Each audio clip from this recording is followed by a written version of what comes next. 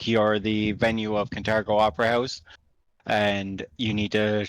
And to do that, you're going to need to get on this guy's good side. Who the guy that I showed was Zachary Vast.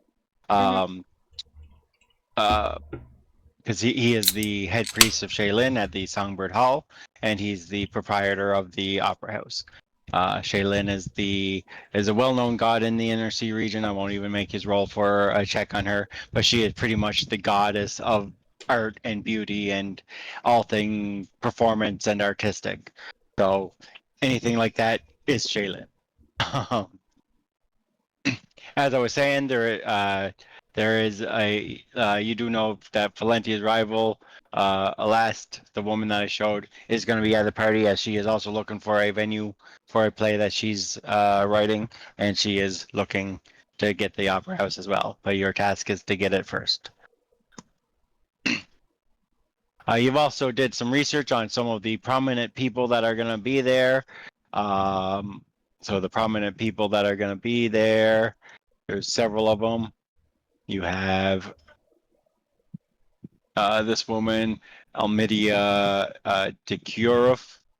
You have Abigail Teleskov. You got this guy by the name of Shopperly Sminge. You got his wife, Louise Sminge, are all prominent people that are going to be there. Then you got this woman, several people, a lot of people going to be there. Delmora Crepe. Some of them are artists going to be showing off their work, as well as there's going to be a small auction in the at the party at some point, so people can sell their artwork. Your rat folk inventor actually crafted her own piece of work that is spectacular, I might add. Best, like one of the best piece of artworks that, like, you look upon this art and it looks beautiful, even though she was able to make this thing out of like copper wire and stuff like that. It looks fantastic. But you got this man, Motman Prim's gonna be there. He's an artist. This guy here, Malbury Humph. And you guys did some research, and you can recheck your research notes on all of these people. And that's kind of that's the who's who guest list. Like that, the most important people that are going to be there are the ones that I just showed you. I didn't get to see the image of the rival or the dude if you showed those ones of the dude we're trying to impress. The priest? Yeah, I didn't see that one or the Valencia's rival. So this is the priest, Zachrin. Not what I was expecting. And Fallentia's rival is this woman here, Alast Gudgeon. Okay. So that is the who's who of the party. All right. So we left off with you guys were fully prepared, and to go to the party. We will jump ahead to the party at this point. We'll say it is on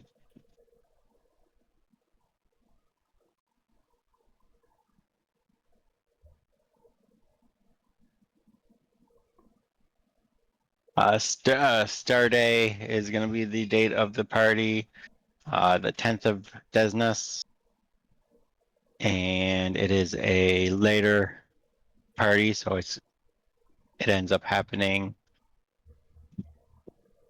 People start getting there around 6 p.m.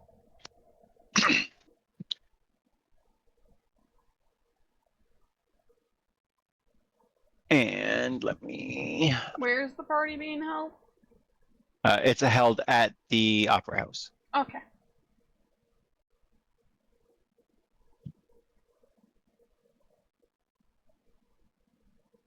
Okay.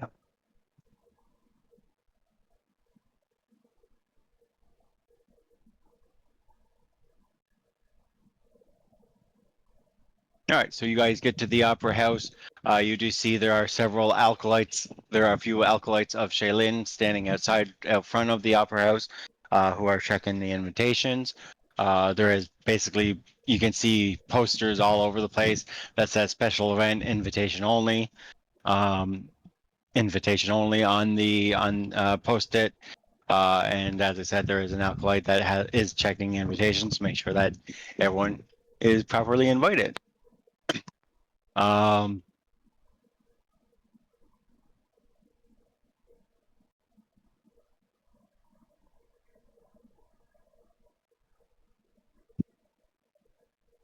So they bring you into the main area of the Opera House, and I'm actually going to change to the Opera House map just so you can see what the Opera House looks like. And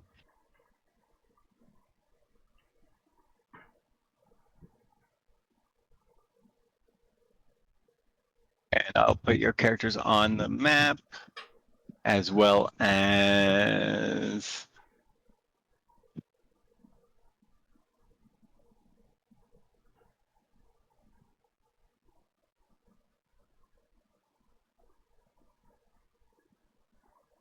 Okay. They changed something in Foundry where even as the GM, walls block my moving of characters, which is very annoying because I don't know yet how to unblock myself so I can move a token wherever I want it to go. So I'm gonna have to figure that out. I will put you guys on the map though. I should be able to get you guys on the map here.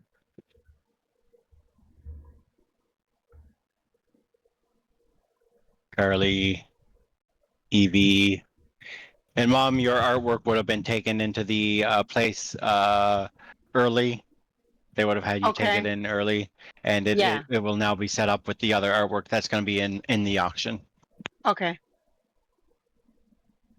Since you're submitting a piece, you don't have to bring it with you. Can I submit it as my group name instead of just my name on it? Under the group? Yeah, sure. Yeah. Am I allowed to do that? Because we should actually make a party name so that I can submit it under the party name rather than just my name. If you want to make a party name, go right ahead. What do you think? Any suggestions? The Wild Lot? I figured it out. I know how to move past walls now. GG. What did you say, Willow? The Wild Lot. The Wild Lot? Yeah, like we're a wild bunch of people. Okay, well, that sounds good. Then we're the Wild Lot, Adam. How about the Wild Lot and the snack? The Wild Lot and the snack? That works. That works, I guess. How about the Escaped Zoo? Yeah, that might be better. But I'm not a zoo animal. But you're the master of the zoo. The Escaped Zoo and the Zookeeper. I feel like that's too long. But just say the Zookeeper is our name.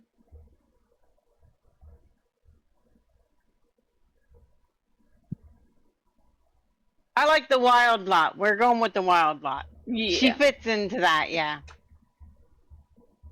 Also, my dog isn't here. My dog with his bow tie. Oh, yeah, the dog. Did I say the dog was allowed to come? Yeah, you did. You did. You said he could wear a bow tie, too. Okay, I'll let the dog go. They don't discriminate against your pet as long as they do ask you if he bites. But as long as you keep him under control, they'll be fine with the dog being. I tell them that he bites, but only who I command him to bite. Because he is a wolf. You should say he's allowed only. You should say he's allowed only on leash. You are a fox, Angela. Uh-huh. If they don't let the dog go, I will protest by going true fox. Yeah, Angela is in there. Oh, you're gonna have a protest if they don't let the dog in? Yep. Well, they are the same kin, Adam. They're from the same, race. Uh-huh. Same family. you're looking at the Animal Kingdom kind of thing. Okay. So so you guys get here. They invite you in, and one of the attendants takes you up to this door, up to the main door, and into the main area. You can see on stage there's already a bunch of people who are here already. I'm gonna unhide them.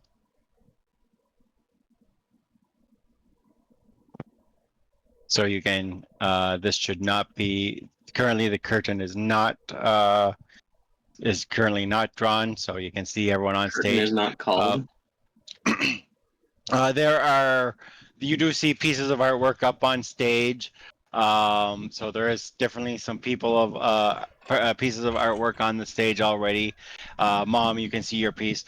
There's some artwork that is. They have 6 pieces of artwork that are off to one side that are going to be the auction pieces, and your artwork is among those pieces. These two are a married couple, so they're walking around together. So you see, there's 5 pieces of artwork that are going to be auctioned off. Then they have other pieces of artwork as well that aren't being auctioned, that are just here, so that you can browse them For essentially. viewing pleasure. For pretty much just viewing pleasure. So you guys can make your way on stage with everyone else.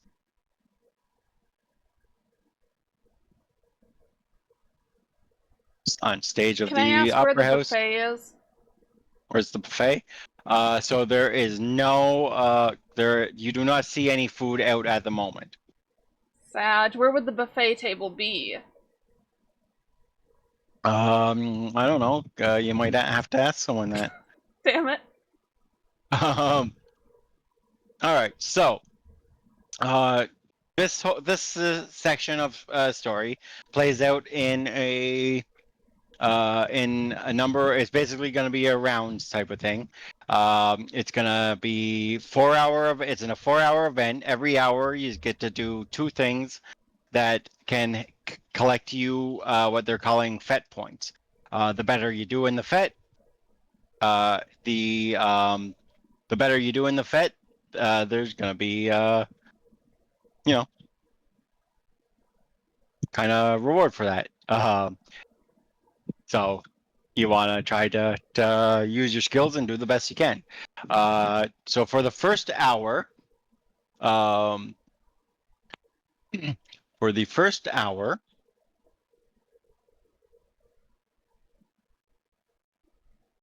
so the first hour is going to be the art show, where you're just everyone's on stage. They can chat with the other guests of the party as well as view the art.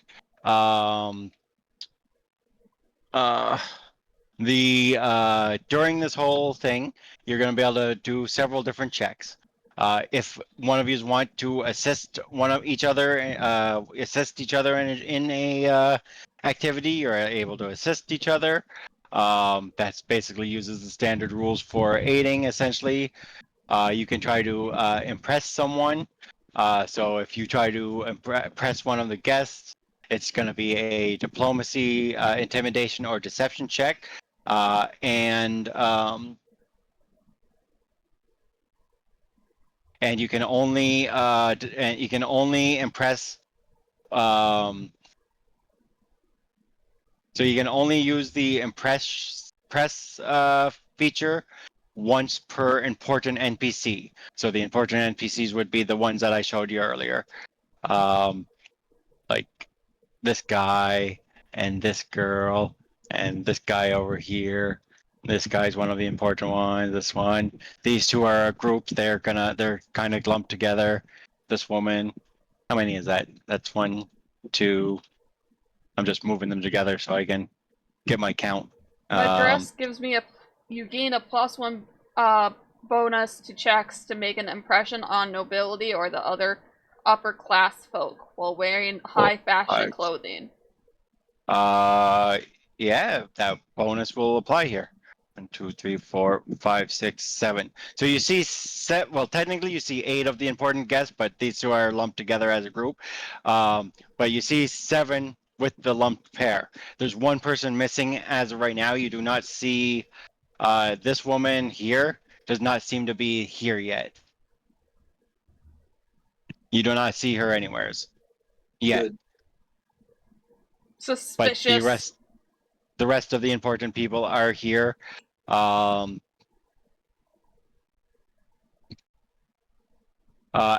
you guys kind of move up, this couple kind of comes over to you.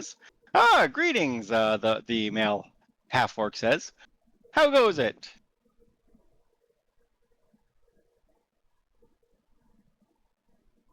I'll go through the actions that you can take in a second. I'm just these two come up to you before you get to really do anything. Me and Valus, I just realized my name is Valus. We kind of shrink down because we don't know how to talk. How goes it? The half-orc says. I go, we're great. How's goes it with you? Splendid. Fine night for a gala, isn't it? It is a fine night. Indeed. Do you have any artwork up here? Oh no. I'll let you know, Angela, before you ask that question. During your research, you would have discovered, and I think it is in the notes, that these two are actually art critics. Oh, they're critics. They are very highly acclaimed art critics. If I click on the party guest, yeah. So in the party guest, it does say that they're art critics. If you look at your notes on the party guest.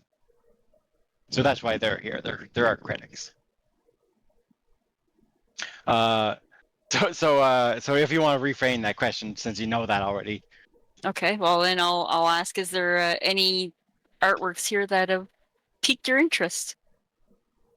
Oh, there's some very fine artwork so far. We haven't looked at everything yet. We're getting around to the stuff that's going to go on auction here. You guys got anything in the show? One of us, our companion does. Oh, splendid. What piece is yours? He says to Evie. I guess what did I call it? It's the piece that that is the replica of this building on the outside, and actually the roof lifts up so that you can actually look inside, and everything is put where it all belongs.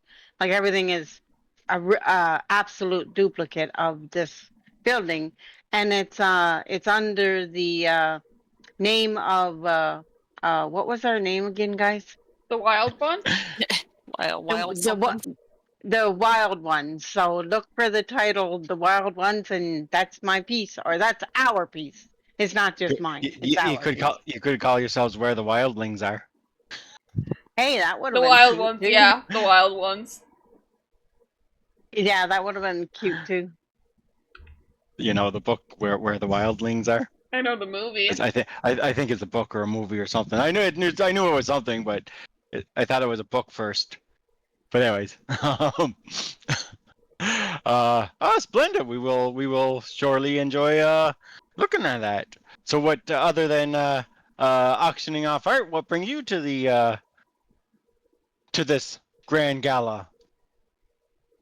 We're actually trying to procure this theater as a for our opening play coming up.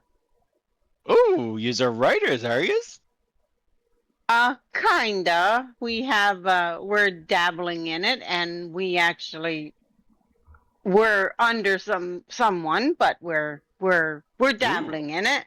Under, do tell. The lady speaks up, says, "Ooh, do tell," she says. Oh, we cannot anyone I know? I don't believe so. She's like really far away, and I don't believe you would know her. I don't, but then again, I don't know you, so you know. Well, just to let you know, Fallenta is pretty famous as far as a director goes. Like, she is a famous opera writer.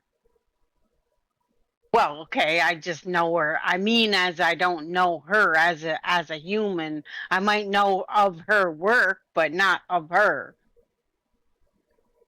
I feel like we probably shouldn't give too much away. I'm just saying. Well, no, I know. We're not supposed to announce her name anyway. They didn't want us to do that. Dude, you can't even give me a little hint, she says? Oh God, no. I mean, she's not very important. I think we're the real writers here, but I mean, you know. Okay, then. Maybe a few drinks at supper time when dinner is served. Maybe that will loosen your tongue a little bit. She's kind of smirks at you. Loosen the tongue. I doubt that, madame. But She not. lovely to see you guys. No, not lovely meeting you, and you guys are quite extravagant today. You look beautiful. Well, thank you. You all look like a fine bunch as well. Very. She kind of looks at Vela, says, "That's a very beautiful dress." I assume you're wearing the vampire dress, right? She Phyllis? said she was, yeah. Yeah, the red one. Anyways, well, you guys enjoy yourselves, and they kind of take off and start looking at the art. They actually go over to your piece first, Ma, and they start looking at the art. So I'm gonna mosey on over with them.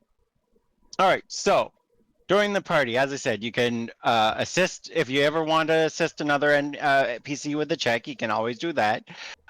You can try to make an impression with any of the important NPCs. If you're successful at making an impression, you earn points towards the FET, which again, you want to try to get as high points as possible. I have oops, what did I just do? I hate these, sometimes when I'm moving things, I move them into the area that teleports me to the upstairs and downstairs and shit. I have a tracker that's going to be on screen that will give you an idea of how many points you have as we go throughout the night. So there is a tracker right here that I'm moving around. So impressing people would be deception, diplomacy, intimidation. I could also maybe allow other skills, but those are the main ones. Does intimidation give you is that, would that be more rude to use intimidation? Or no? Just no, that's no downside to using intimidation. It just or look how fancy that person is. I'm intimidated. But no, and you can intimidate, and it's not gonna have any penalties. Okay, gotcha. There's no penalties to it.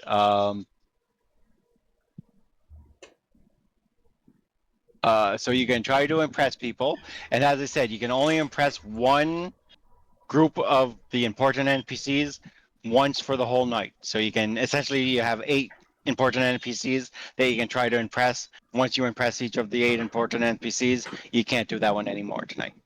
You can also mingle and relax. You can just it's just a perception check. On a success, you might notice something about the others of the party that they can take advantage of. Your next skill check attempted during the party gains a +2 circumstance as a result. So if you mingle and relax, you can do a perception check. It will give you a +2 to your next skill check in the party. So it's just a way to get a bonus.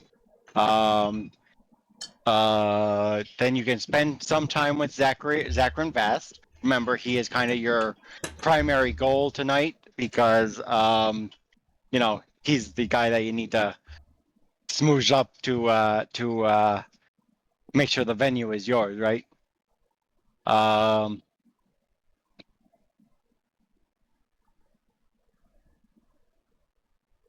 Now, spending time with him takes 2 of your activities for the hour, which means you basically spend 2 activities rather than getting 2 separate activities. Every hour you're going to get 2 activities, but if you spend time with him, it's bam, boom, the full hour you're spending with him. Just to chat him up for that hour. Do we have to stay together as a group doing this, or do we do this individually too? No, you guys can mingle and separate. You just don't have to stay together. Because it assumes you are spreading out and talking to people and enjoying the party, right?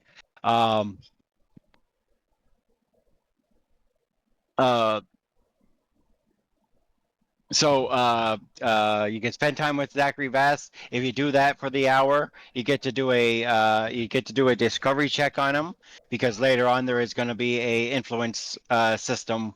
There is going to be an influence encounter that you have to deal with him. But it gives you an early time chance to discover some things about him prior to that encounter, if you want to do that. And then for the first hour of the show, you also have the option to brag about artwork, Mom, if you want to brag about your artwork, or if anyone else wants to brag about Mom's artwork. You can spend half an hour bragging about a piece of artwork that you or another PC has entered. You can do an art lore check, a society check. I'd probably allow performance as well. Maybe even crafting in Mom's case, because she's telling the kind of could be walking them through the how she put it together, right? With crafting, but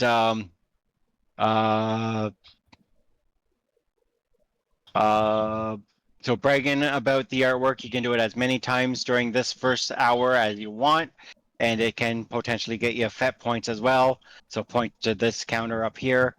And Mom, if you brag about your artwork, you actually get a +2 on the check. You get a bonus because it's your own artwork. Okay. And then finally, you could examine some artwork. Examining the artwork is a perception check. By examining the artwork, you can basically appraise it, and you'll be able to appraise it and find out what its actual value is of the 5 pieces that actually are being sold. And if you know the actual value, you might be able to make some money tonight off of artwork by bidding on some artwork later on. Because if you can buy something for lower than its actual value, then you made money, right? You only make money if you can resell it at a better price. Remember, Pathfinder always sells artwork for its full price. So if a piece of art sells for is 900 worth 900 gold, then when you bring it to someone to sell, it automatically sells for 900 gold. Kind of like okay, how a chess piece in a video game will always be worth 20 copper or whatever, no matter who you sell it to. So if you find out the price of some of the artwork, you might actually be able to make some money off of the artwork if you buy something for lower than what it's worth. So those are the activities you can do. You can brag, you can examine, you can spend time with Mr. Voss over here and try to discover something about him for use later. And you can mingle and relax. If you mingle and relax, you just get a bonus to your next check if you're successful at mingling and relaxing. Or you can try to impress one of the important NPCs. I need everyone to spread out and tell me what they're going to try to do. Where's the artwork again? Isn't it in these big squares? So all the artwork, the ones that's going to be sold, we'll say, is on this side of the room. Okay, I'd like to go appraise them. Assume it's on this side of the room.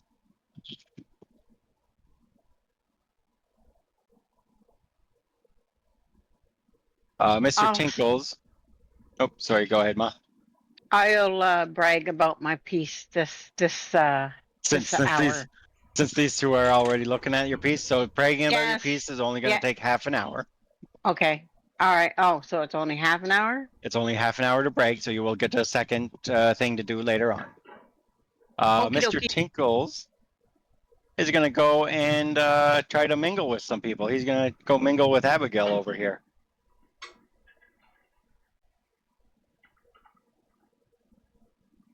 Rack and Angela, what are you planning to do for your first half hour? I will. If I'll you want mingle, but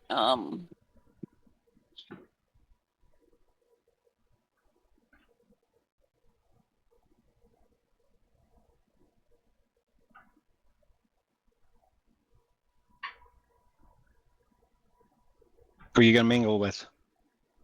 Sorry, you're gonna mingle and relax. No, I'm gonna go to a person. But Okay, so you're gonna do the one that's impress. You're gonna try to impress someone. So choose someone to go to try to impress.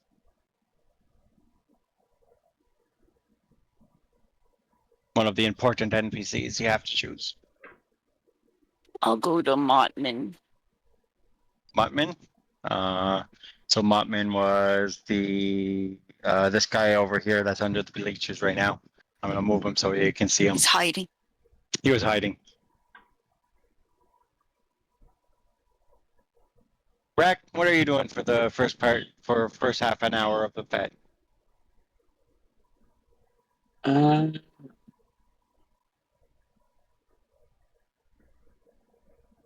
Which one is the one that I could do intimidation with? That would be the try to impress one of the important NPCs.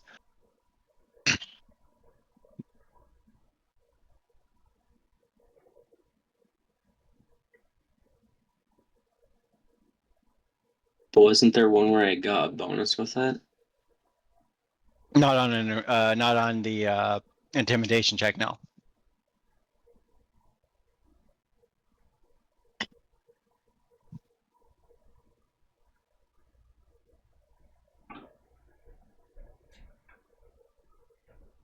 So you just can choose one of my dress, which is personal to me, and then Evie is getting bonuses to bragging about her own art. Yeah, Evie gets a bonus because she's bragging about her own art. She gets bonus because she has an item that gives her a bonus. Okay, who was the socially awkward guy? If you wanted to mingle and relax, you could use a perception check that will give you a bonus to your next check. But that would be half an hour to mingle and relax to get a bonus to your next check. The socially awkward guy, I think Angela already got him. That's the Mottman. He's kind of embarrassing type stuff and walking disaster. Mulberry's the intimidation one. Yeah, but he's also the one. He's a drunkard, basically, is what they're calling him. So Mottman is a bumbling but good-natured male gnome painter. Mottman is something of a walking minor disaster, constantly causing drinks to spill or committing fox paws of one embarrassing kind or another. If you ignore his mistakes or defends him from mockery, you gain a +2 to all skill checks involving Mottman skills or DCs for the rest of the FET. So I'll probably have him do something silly later. Already just started. And then you have to kind of agree with him and make him feel not socially if you awkward. If you go into the journal section, the party guest, you should have access to the party guest information, right? Mm-hmm. So basically, he's more of a klutz than a drunkard. Yeah. He's more of a klutz. It doesn't say he's a drunkard. Well, it does say he drinks all the time. Says he does. It does. Constantly causing drinks to spill, which is kind of... No, that means like knocking over a tray of drinks and they spill on the ground. Oh, well, doesn't mean he's the one drinking it. That's true. Yeah, I guess you're right. Just but you know what? Wearing it. Just because he's knocking over drinks doesn't mean he's the one that's used to drinking. But you know, a good one for you to do would be Delmana Crepe, Kyle, because she would be. You kind of have to have kind of like be kind of like a criminal, like have a criminal history, and then you probably could get points from her and use your intimidation with her. Calling me a criminal? Like, kind of, you could even lie about it, maybe. Like, I mean, you could have a criminal past. You could have a mishap. Delmonia is enthralled by anyone who appears to be dangerous or transgressive in some way. You appear to be dangerous and transgressive, Kyle? Yeah, I'd I'd say imagine. He's like a I'd hyena say person. exactly. I'd say she would be a good one for him to go to. That I being said, mean, with racism to the colo, they're pretty fucking scary. that being said, Delmonia is the one that you do not see here yet. Yeah, she's not here yet, so you'd have to wait for her to come back, for her to come in. Who's that guy? Who's that guy? That is Mulberry Humph.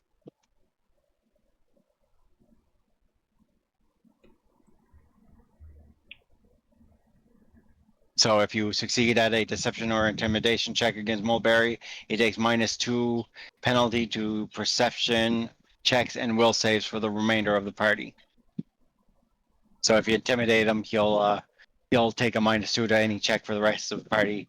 If anyone else kind of has to deal with them, the rest of the party. All right, so we got Velis is gonna appraise some art. So Velis, we'll start with you. To appraise the art, it is a perception check. So there's so before, hold on. So before you appraise the art, there are five pieces that are up. So you see a an oil painting depicting a sobering woman in a shadowy landscape surrounded by mocking and jeering aristocrats. A closer inspection reveals that one of the aristocrats, who looks identical to the sobering woman, has turned her back on the scene. The painting grows more haunting and disturbing the longer one looks at it. That painting is in from a media, so it is this person's painting. Okay. She submitted the painting. Mulberry Humph, so this guy down here, submitted a sculpture made of partially melted wax, carved driftwood, and moldy cloth, and depicts Queen Abigail II, who was is the current ruler of Thrun, I believe, or sorry, the current ruler of Cheliax, I believe, is who she is. But it depicts her as a doddering old woman with a silver chain around her ankle. So that's his sculpture. Does the chain look like a kind of a cuff chain, or is it like a bracelet, an ankle bracelet? Just like a silver chain ankle bracelet type of thing. Okay. Montman has submitted a oil painting. Is a fanciful depiction of a legion of mice who have built a sprawling castle out of a discarded aristocrat's boot in a flower garden. It looks pretty, but its commentary on common folk building homes out of the cast off of higher society feels cliche. So that's Montman's piece. And then finally, this woman here, Abigail, she has a sculpture that is carved from a block of porphyry, whatever that is, porphyry, the size of a cat, and depicts two succubi intertwined in passion. Ew. I don't know how to respond to that last one, so I'm not praising that. I'd like to do the mice house. The mice boot The house. mouse house? Mouse the house, mouse yep. house? Mouse house? Okay. So roll me a perception check as you appraise the mouse house piece of artwork. Come on, click. It's not clicking. There we go. Sorry, I'm trying to remember how to do this. Skills. As you try to appraise Montman's artwork. I don't know how to. Oh yeah, it's probably there's a thing on the side too. There we go. I see it. All right, that is a success. You appraise his painting as a worth of 200 gold. So it's a little bit on the lower scale. His.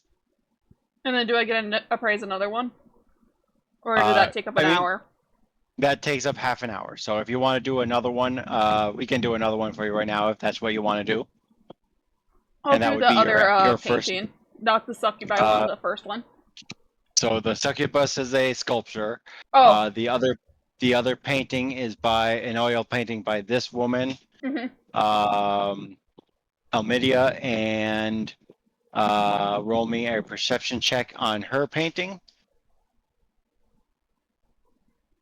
That is another success. You appraise her painting at a value of 1,500 gold. Okay.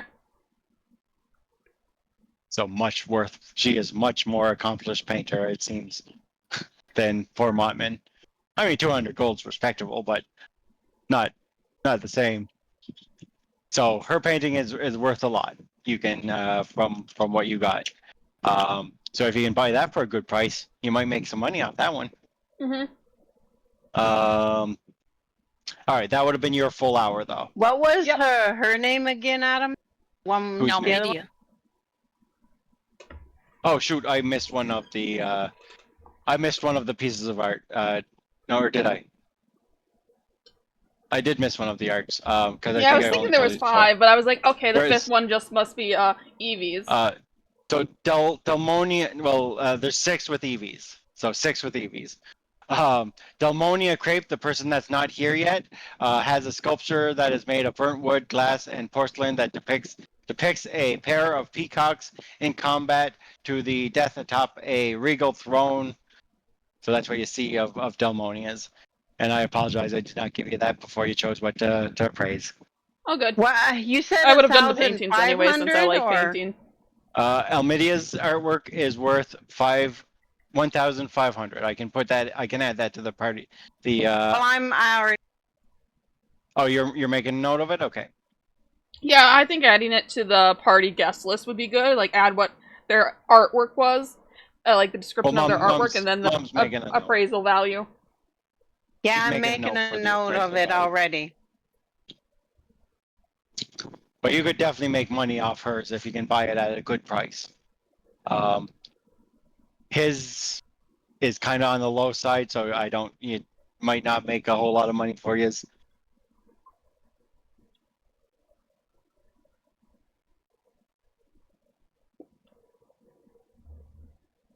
And that should use up my turn, correct? That would be your full actions for this. All right, so Mom, you're gonna brag about your artwork to these two since they're already looking at it. Yep. Okay, so can I talk to them a little bit before you get me to roll? Yeah, if you want to role play, go ahead and role play it. I like it when you try to role play. Okay, so it's hard to get people to try to role play a little bit. Okay, so I say, look at this, look at this. Let me show you. Show you. I lift up the roof of it and say, look inside. Just look at that. Look at this and then look at the surroundings. Isn't it perfect? God, this is so beautiful. It's so detailed and you made it out of nothing but wire. Yes, just copper wire. And look at this. Look at this. I flick a switch, the lights come on. He puts his hand to his heart. Oh, it's so beautiful. I'm in love, I think. Oh, and everything, the door's open. Look at this. The door, it opens. And look at this. The little cupboards, they actually open. And they have things inside of it. Honey, I think I found my soulmate. And you see her slap him. Okay, I'm done. Love, I found my soulmate. Is he talking about peace? And when she slapped, is he talking about me, Adam, or the piece? He's talking about the piece, but she slaps him, and after she slaps him, he looks at her, and I meant you, of course. but of course, I was talking about you. But I must have this piece. Well, it's up for auction. Well, you better believe I'll be bidding on this. Watch out! I might bid on it myself. So there might be a battle in it. Well, that'd be strange. Why would you bid on your own work? Well, maybe I might. You never know. let me let you know, Gotta Mom. raise the price a little bit. Yeah, you're not allowed. You're not allowed to actually bid on your own artwork. That would have been told to you before coming here. Oh, okay. Because obviously they don't want people bidding on their own artwork just to try to get the price raised on it. You know. Yeah. Well, that's true. Yes, indeed.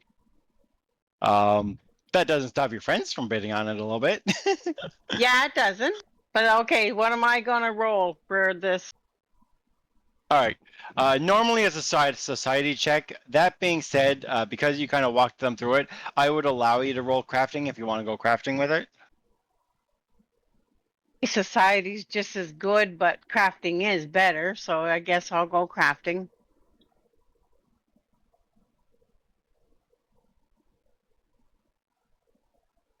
All right. Not a real good roll though, but it's a +2 added to that too, 34. That would be a 34. So that is a success. And that means you get 1 fet point. So your counter is up to 1. All right, so on my and then they kind of can I appraise my own? Can I appraise my own piece now for the second half hour? you cannot appraise your own piece. Not allowed to appraise my own piece? Really? No, That sucks. You already know how much it's worth. Okay, let me go and if you want to do your second half, we'll do everyone full hour, I guess, since we'll do it that way. Mom, do your second half an hour. So I want to appraise a piece then. Doesn't matter one who. of the pieces. All right, Yeah. so right now you guys know the price of Mottman's and Mottman's piece and Abigail's piece. You got the succubus statue that Abigail submitted. You got the other. So you got the succubus statue. Where the hell's the? I need to find the thing again. I'm lost it. I'll just do. I'll do the crepe one. Del Monte. Del Mora crepes or peacock. Yeah. So okay, show me the peacocks. It's perception, is it?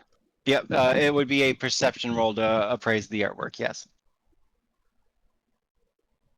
That is a failure unless you're going to re-roll it. By the way, everyone should have started with a hero point. I will re-roll it.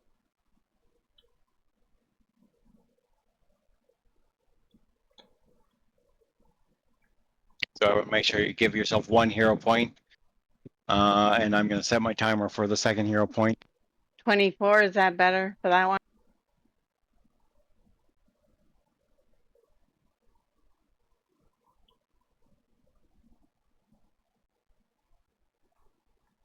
Okay, unfortunately 24 is not enough to successfully appraise the artwork. That was a failure. You're not able to come to a conclusion about the artwork. All right, Angela, you're trying to impress Mottman. So you're going to roll me either diplomacy, deception, or intimidation.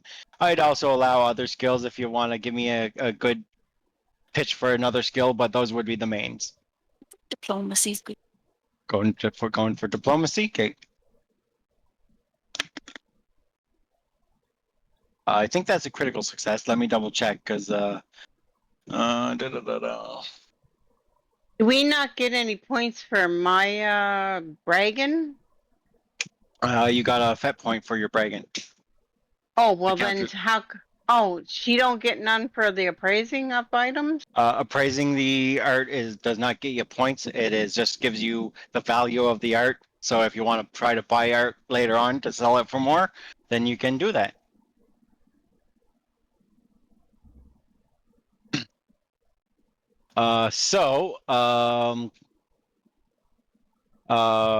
39. Okay, what was I doing? I'm trying to find the DC for this. Where the hell do they have the DC?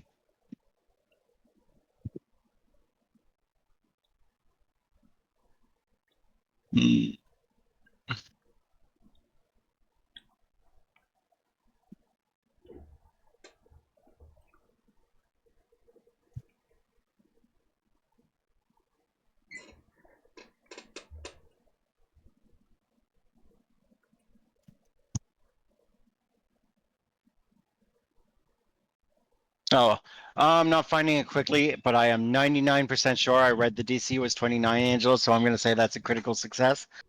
And add a critical success to impress someone. Add a critical success to impress someone.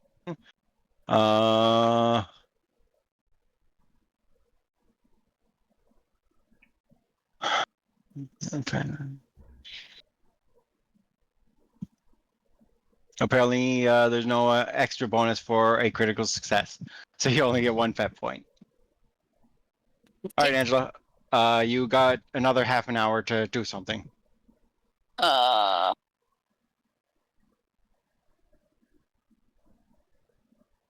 will.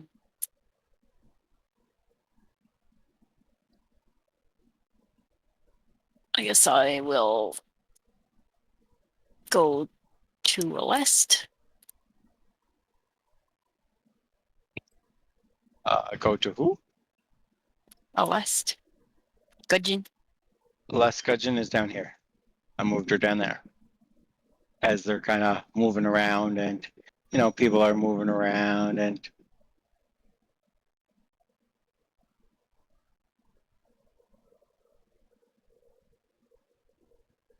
It's another diplomacy. You can do diplomacy again. Yep.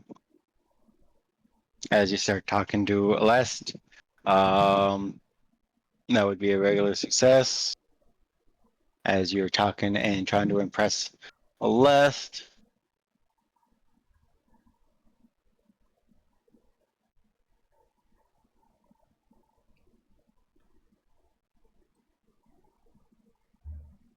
So that would be a success. That does get you another point on the counter here. All right, so that would have been Angela's hour. Rack will go with your hour. You're talking to Mulberry, and you're trying to impress him with intimidation. Mm-hmm. Trying to size him up and get him rattled a bit, I guess. Yep. In case it makes sense, if you succeed, everyone else will. If anyone else interacts with them tonight, he'll get a -2 to all his things. All right, so roll me your intimidation check.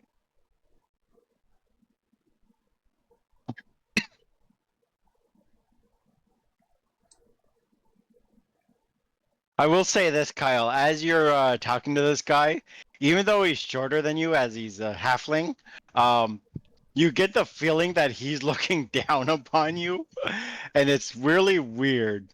It's a weird feeling because he's so short. 29 would be a success. So that is a success for you. So you are successful. That gets a point, and it also means all his DCs and shit will be -2. He'll be slightly easier to deal with if anyone else deals with them later on. I'm also going to make a note of the people that you have already impressed, because remember, you can only impress each one once for the night, and you've already got 3 of them down. So I'm going to go into the party guests here, and we're going to put a note that Angela, you impressed her, and was it her? No, No, it was the Mottman. painter. So, Mottman. So she was impressed already. So Celeste was impressed. Probably just to disrespect. I probably call him Pipsqueak or something like that. Mulberry was impressed. Mottman was impressed. And that's everyone for now. Kyle, what do you want to do with your second half an hour?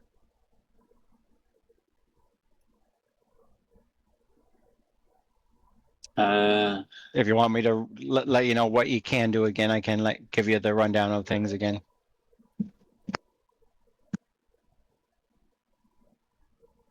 But there's still people to impress. Like, you could go Zachary, you could go to her, you could go to these two haven't been impressed yet, and then the one person who's not here yet. thought you needed the full hour with Zachary. Impressing Zachary is half an hour, but if you wanted to spend time with Zachary, which is his own action, that's the full 2 hours. No, that's the full hour, I should say. But impressing him still would just be a half an hour. Oh. All right, Kyle, what do you want to do? I guess I could talk to him. Okay, so you're going to go to Zachary and try to impress him?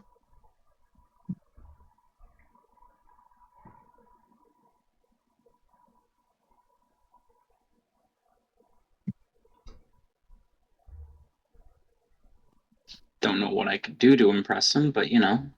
Well, again, it's the same type of checks. So you can roll me a intimidation check as you're trying to impress Zachary Vast. As he greets you as you come up to him. Greetings, how are you? Good. Zachary Vast. You can roll me your check and I'll tell you how it goes. 28 would just be not enough. I'm gonna re-roll that. Okay, go for it.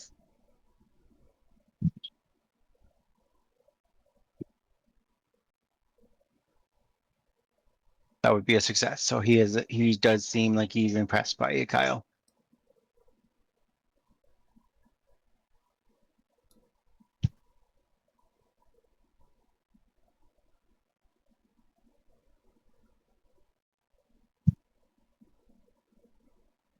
Okay. With Kyle done, that is Mr. Tinkle's turn. He's trying to impress Abigail. I'm just gonna real quick look at the notes on Abigail, see if I can get a bonus out of her. She's flirtatious. No. Take compliments, fellas. Bad you're flirting with everybody.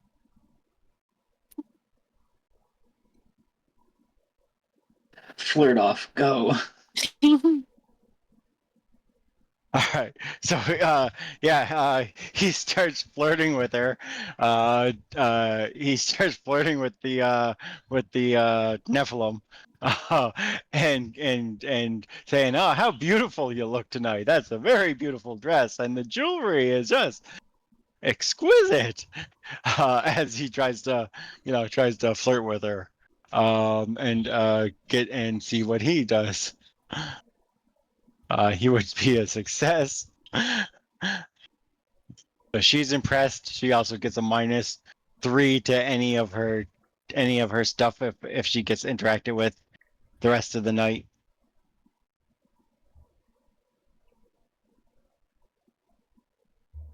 As he flirts up a storm with her.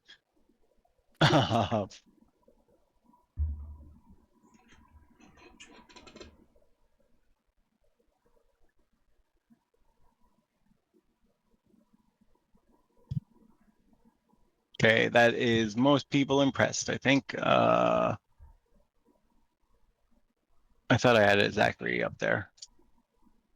All right, I did. Okay.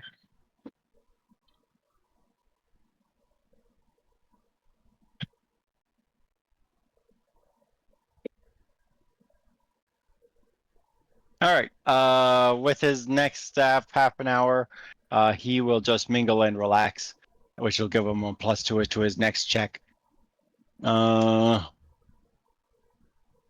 So he's gonna mingle and relax as he kind of looks around, talks to more people. So that's a perception check. That would be a success.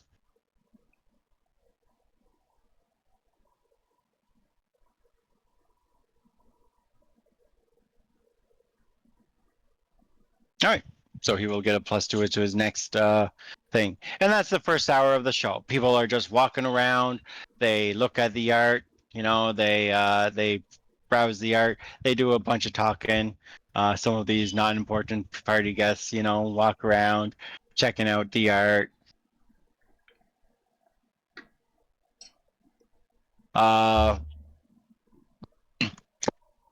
Once the first hour completes, Zachary says, hold on.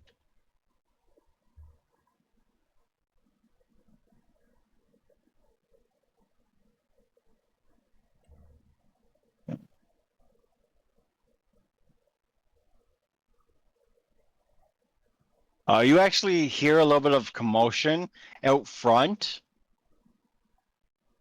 and a few people kind of come out to check to take a look to see what's going on. Out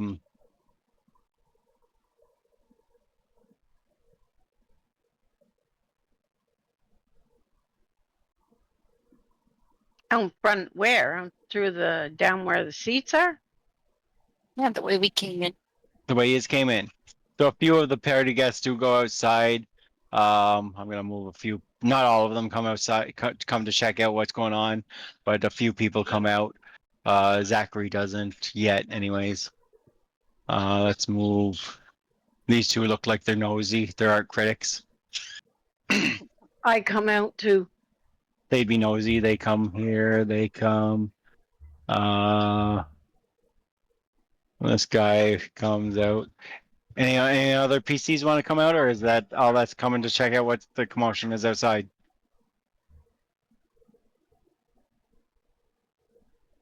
I came. I want to appraise the rest of the art.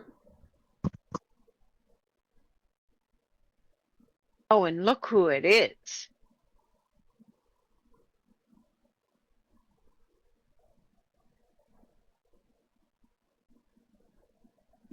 It's Angry Lady. I need to look at. It doesn't concern me.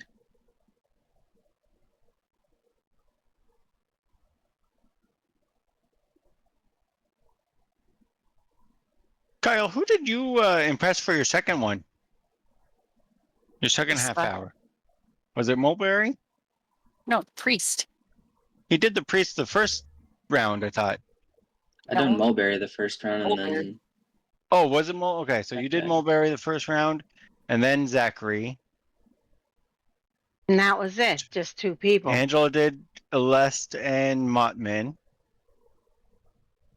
I forgot. Oh no, Mr. Tinkle's okay. Mr. Tinkle's only did one person, and then he right. I was thinking. Okay, I'm screwing myself up here. False alarm. Nothing to see here. All right. Screwing myself up a little bit. Okay. Commotion out front. Da, da, da, da, da, da. So you see the lady that you guys recognize as Delmona, and it seems like the attendant is mistaking her as a vagabond, and she's kind of getting angry at him and yelling at him, saying, "I was invited. The invitation is not fake. Let me in the damn building. I have art on display," she says. Miss Delmonia Crepe. Oh, sir, she is invited. She is one of the sculptures of a piece in here. Please let her go by. The guy looks at her, but look at how she's dressed. She doesn't look like an artist. It doesn't matter how a person dresses. He let Rack in. You guys were given. Is there an artist dress code? You guys were given a formal wear, remember? So that means any fancy-looking dude could have come in with a fake invitation then, and seemed legit. But anyway, so Mom steps in saying to the attendant that he looks at you, but so she's Delmonia? Yes, Yes, she you is. idiot. She says to him. My apologies, ma'am. Go right in, please. Thank you, sir. Uh, Miss Delmonia, after you, please. She kind of gives you as she kind of moves forward. She gives you a curt nod.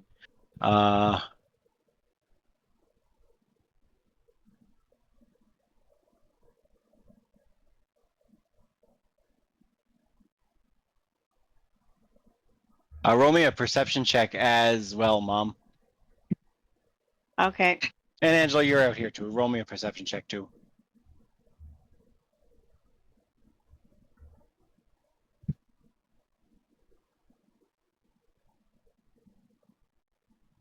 Well, mine didn't get very good. Angela, you see this man here? He seems very interested in this whole thing. He's a portly kind of man, a little bit on the chubby side. He's in servant's clothing, so he's one of the servers. He looks like he's very much enjoying the show, and when it's all over, everyone kind of starts walking back. Okay, I guess I didn't notice it. He enjoyed seeing her get stuck at the door.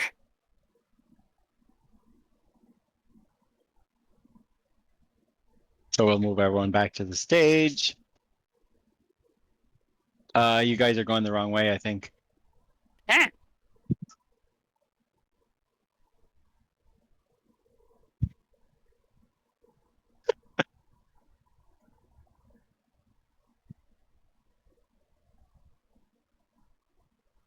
All right, so we are getting into the second hour, which is the dance. They are going to do. Zachary tells everyone that we are going to be, for the next event, we are going to be participating in the Dance of Masked Devils. You hear there's a loud bunch of clapping that starts.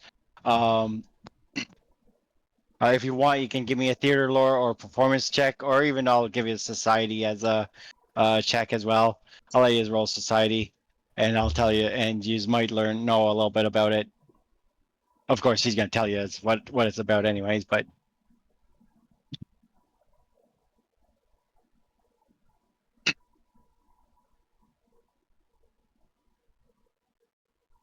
Oh, Angela knows what the Dance of Masked Devils is. So a Dance of Masked Devils is a celebration of the unmasking of devils within Ravenel's society, consisting of an eclectic mix of line dancing, whirling dervish, musical chairs, tag, and even chess-like strategies and moves. Each participant dons a wooden devil's mask, which is going to be supplied by the priest. As they're defeated, contestants add their mask to a growing pile in a large cauldron set in the center of the stage. So there's going to be a large cauldron that they're going to put right here. And if you're defeated during the dance, so it's basically a dance, but it's as much of a game as it is a dance. If you get defeated, you're going to throw your mask in the center. The person who wins, the final dancer, who wins the event, gets to the honor of removing their mask, lighting it afire, and tossing their burning mask into the cauldron to send the devils back to the fires of hell. Matt, don't get to keep the mask. It represents sending the devils back to the fires of hell, the burning of the masks.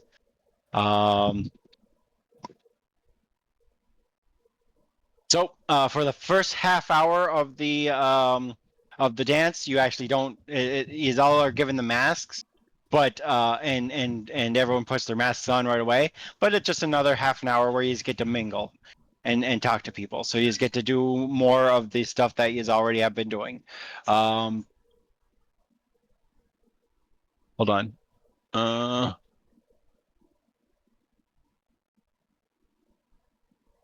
Yeah, okay. So at this point, you only get to either interact with more people, you can impress, you can't do the Zachary thing because the dance is going to happen, but you can try to impress some of the people who still need to be impressed, like her, and these two down here, I believe, are the last ones that need to be impressed.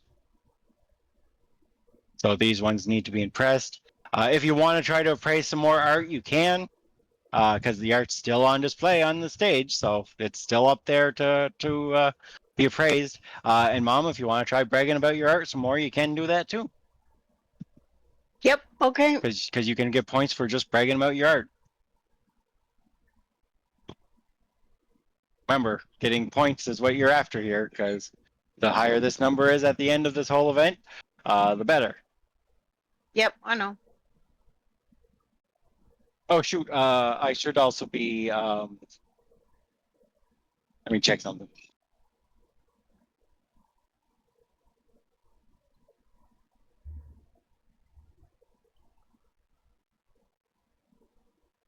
So this should have been going up as you were impressing as well.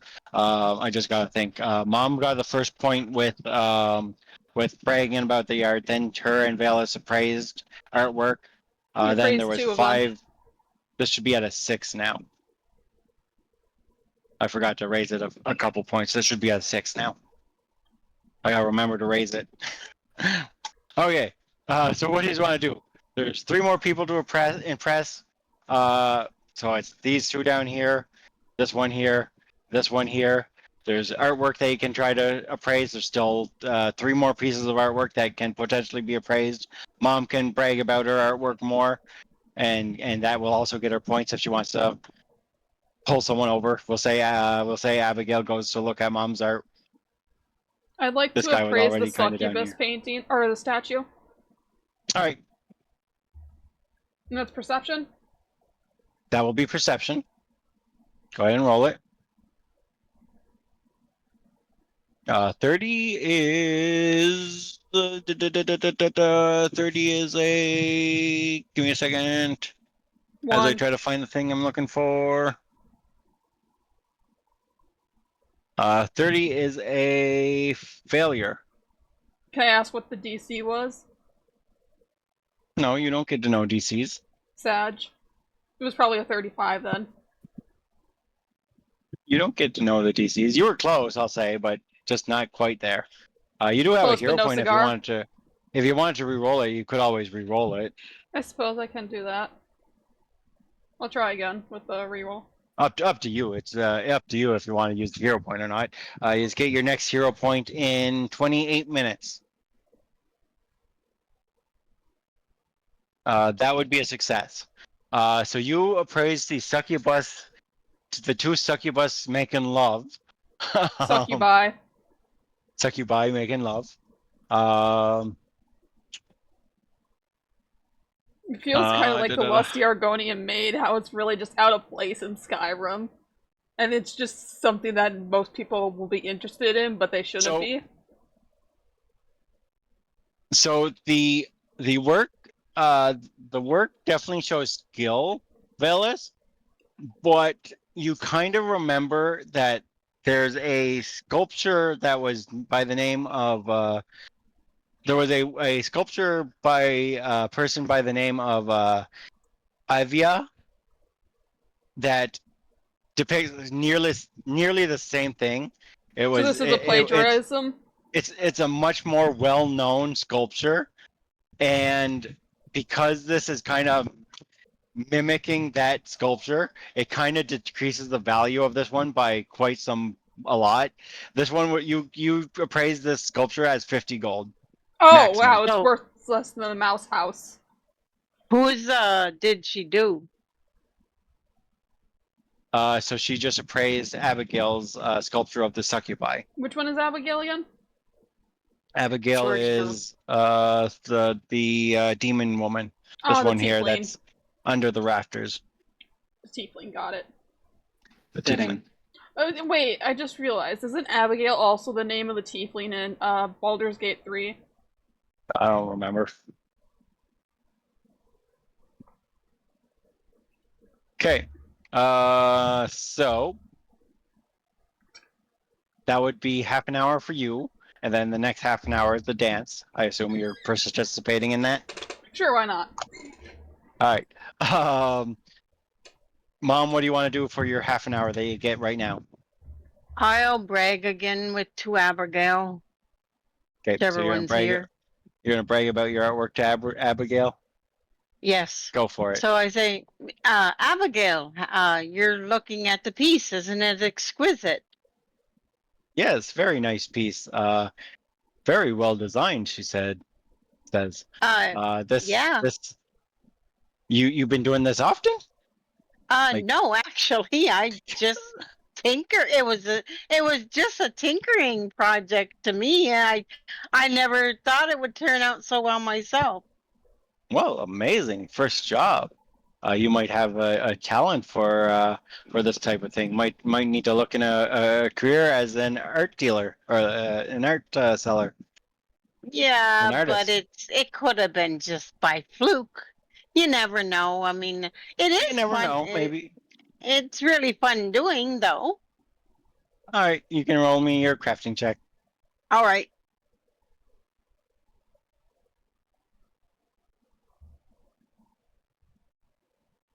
That is a failure. I'll re-roll it. It's not my dice are not going my way.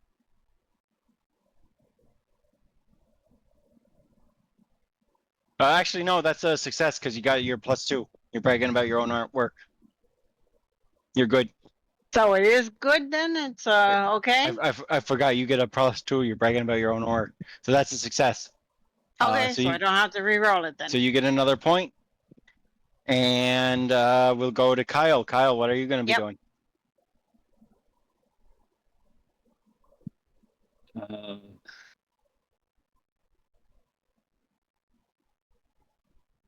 There's more artwork that can be appraised. There's, I assume Angela's impressing these, so that's why she's down by them. That you could try to impress this person or this person. You could brag about mom's artwork if you want it, because you could also brag. You can brag about an ally's artwork, and that can get you FET points as well. That gets you points as well.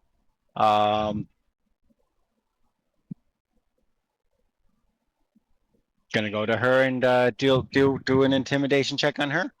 Okay. What was her note again? Her weakness. Get a +2 bonus. Yeah, so you'll get a +2 to your intimidation check against her because she sees you as dangerous.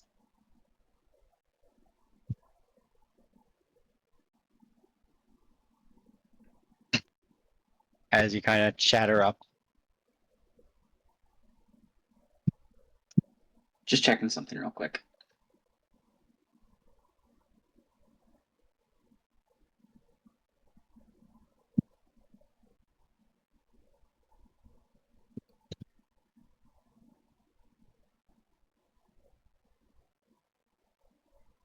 Okay, I thought I had something, but no.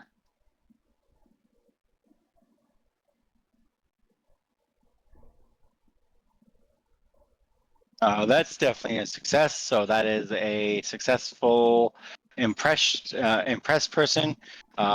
There is only once Angela succeeds over with these guys, she will be the only person left to impress. She will be the last person. Because I assume Angela's going to succeed down there.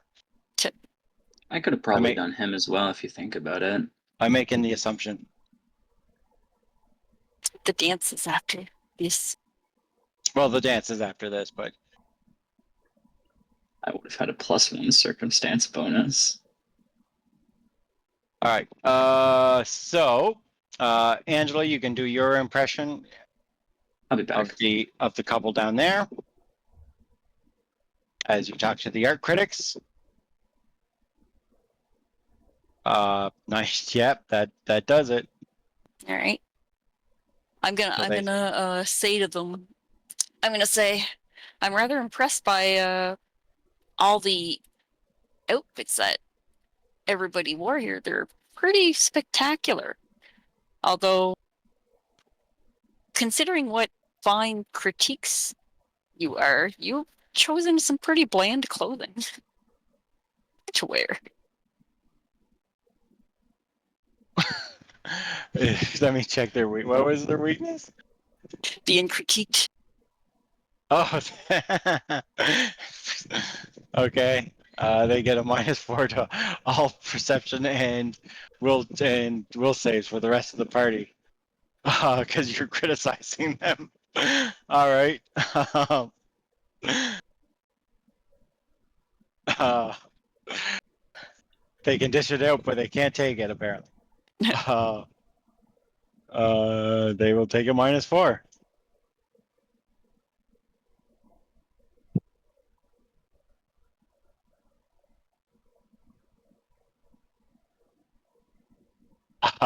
So you say that he gets a kind of a shocked look on his face, and she's like, "Well, okay, okay then. Yes, the most people are dressed fairly well. I didn't think, yeah. Um, have a good day," she says, as you insult them, and they move on.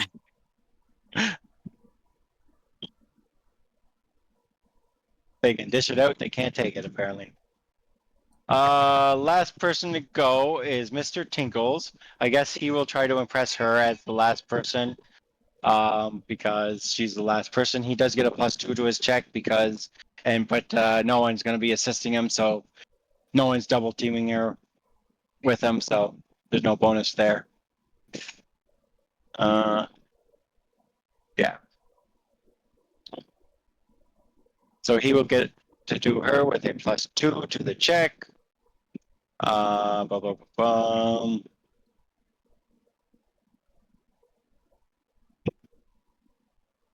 Getting a 33, so that's a success. So that gets us to 10 points to start with. And it gets, that means everyone has been impressed. So no one can try to impress anyone at any point during the rest of this event. These are all done trying to impress the guests.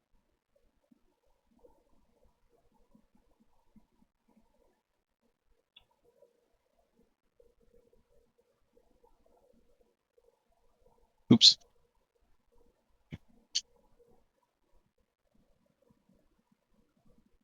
All right. So for the second half an hour of this hour, we are doing the dance of what did we call it? The Dance of Devils, I believe.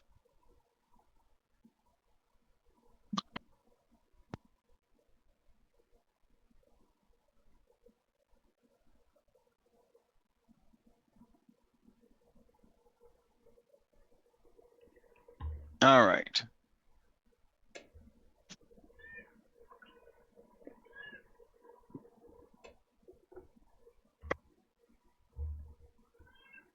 Mm-hmm.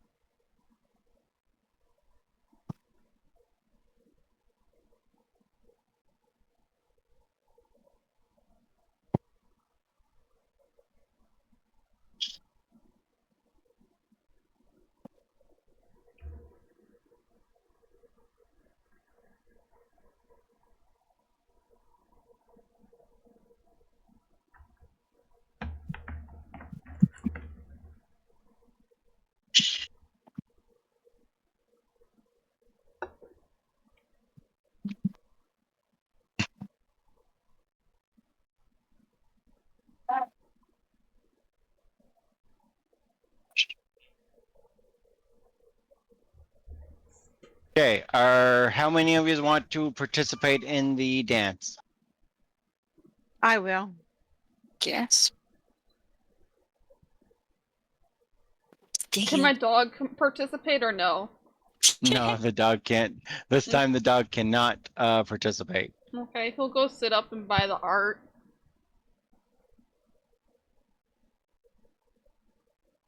Okay. So you are each given masks.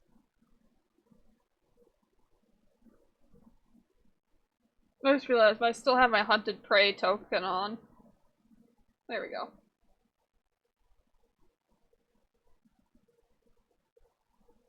What do the masks like? Do they just look kind of like what kind of? How does masks look? They have like devilish faces on them. Do they have horns? Some of them might have horns, some of them might not. Like they have different devilish kind of features on them. Okay.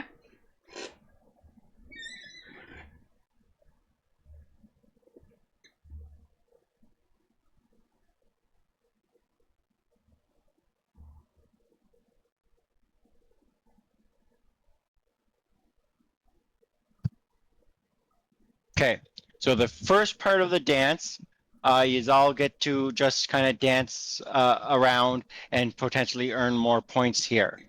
Then we'll do the actual competition part of the dance. When you're dancing, you can dance with one of the important NPCs. And if you dance with one of the important NPCs, you might earn some points here. So, Mr. Tinkles is going to go dance with the flirtatious. He's going to go dance with the flirtatious demon woman again. Mom's going to go dance with Zachary. Sure. He'll have a dance with your mom. Funny. Would you like to dance with me, Carly? Or do you want to dance with someone else? We should probably dance with one of the guests. I haven't Kyle, are impressed you anybody. dancing with Delmora, or have you just not moved yourself? I just realized, didn't Evie impress the half orc dude so much that he's like, I think I found my soulmate. Yeah, but he was talking about the sculpture. Oh, okay. He was talking about the art, but She doesn't want to do the threesome. I'll do the threesome. Angela's gonna go dance with the people she just insulted. Yep. Sure. Oh my, really, Angela? So only one of them dances, Angela. Take your pick. Who do you want to dance with? They do. One of them accepts the dance, but the only one of them dances with you. Who do you want to dance with? I'll dance with this drobulent gentleman right here. So Louise lets you dance with her husband. And I've said it loud enough for her to hear. Okay, did you? So Bayless, what are you doing? I didn't speak to anybody, so I don't know who to dance with. And my only option would be her, right? You can dance with anyone. There's Muttman over here. There's they weren't up here, so I didn't think they were part of the Devil's Mask dance. There's this person. There's this person. So these are all the important NPCs that don't have a dance partner yet. And I'll let you dance with Louise if someone wants to go dance with her while her husband's dancing with the fox. Sure, I guess I'll dance with her. All right. And Kyle, do I have to do a performance check by chance? Probably. Kyle, you're dancing with Delmonia? I don't think any of us have performance, so it doesn't matter. I have a -1 in performance. Or did you just not move yourself? Or are you a AFK? I think he's AFK. His mouse isn't moving. He's not moving, so he must be AFK. And he's not talking. And he's not talking. I'm gonna just grab another Mountain Dew.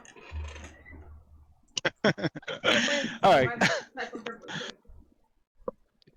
For the dance, it is a performance check. That being said, I would allow society as well. I would allow acrobatics. Probably those two, maybe. I don't know if anything else would make sense. Okay, I got acrobatics then. So acrobatics and performance and society I would allow. But nothing else feels like it would make sense to me. I'm an expert in acrobatics.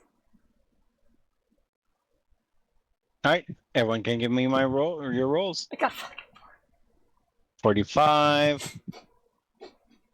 Mr. Tinkles is rolling performance. 31. I failed. Oh, really? I didn't do as bad as Carly, though. I guess I'll reroll one. Someone got a nat 20, someone got a nat 0. No, I I will let you know there's no critical fail effect, so critical failing just does not give you points. It doesn't take them away. You constantly step on your partner's toes. Were you doing that on purpose, though? Yeah. Okay. Yeah, I'm doing it on purpose. But he does say you're the worst dance partner I've ever danced with. That's all right. You're the worst dress partner I've ever danced with. Oh, he's speechless. Calling him. Oh wait, Mulberry was there too. Someone could have danced with him too, but he was hiding. Okay. At least I have an excuse. I'm a fox. So 25 acrobatics. That was a failure. You get no points. 31 performance is a success. He gets points. EV gets a point. And Angela does not get any points, and we'll have to wait for Kyle to see if he wants to actually dance. He doesn't. He technically doesn't have to if he doesn't want to, but so of the two of you do definitely get points.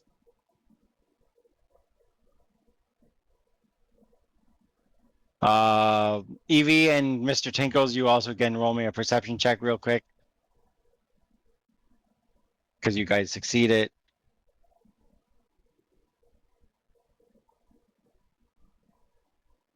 Mr. Tinkles doesn't notice it. Evie, this portly servant is very interested in your guys' movements. Who is? Which one? This guy over here. Again, that lad over there? Who the hell is he again? He looks like a servant. He's dressed in servant wear. There's other servants kind of moving around, but this guy is he's kind of been watching you guys, watching the party goers. Okay. He's watching me. All right. Creepy. So he's a little suspicious. Kyle, are you back? Oh my god, that scared the shit out of me. Hi, Kyle.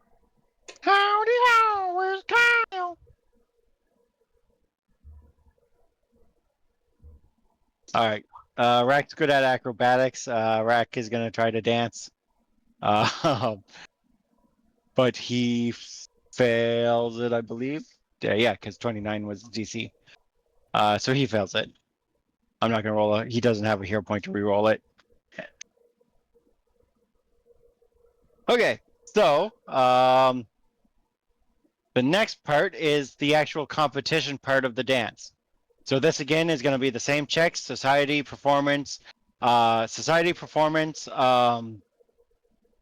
did I say? Acrobatics. So it's going to be and this is the actual competition part. So all the people who are participating in the competition come front of the stage. I miss. Some of these people, what? What I miss? You danced with Delmore a little bit. That does not look like a good roll. You did better than me.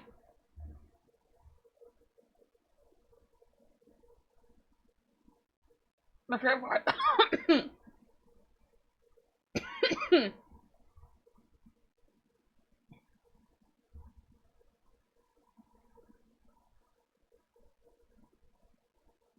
Are we all lining up?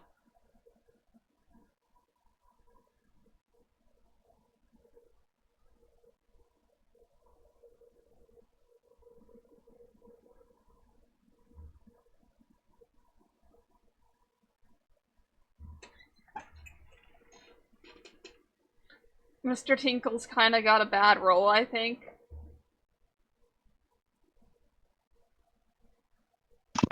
So that's a bad roll for Mr. Tinkles.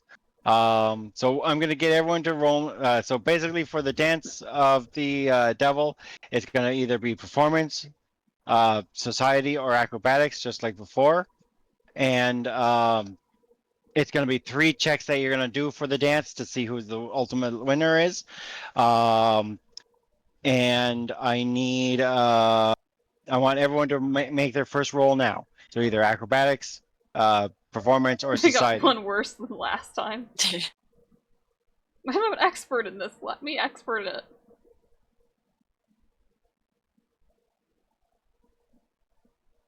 We all suck. All right. So, Angela, did you not roll? Really? Okay. Mom, Actually, you're the only. add 1 to me because I shouldn't be clumsy. I don't have my weapon on me, I assume. Yeah, that would make sense. You don't have your weapon here, so you wouldn't be clumsy. Okay. Mom, you're the only one that succeeded that round, so you get 1 victory point. Remember how many victory points you have, because I'm not writing them down. So, Okay. Mom, you're at 1. Everyone, give me their second roll.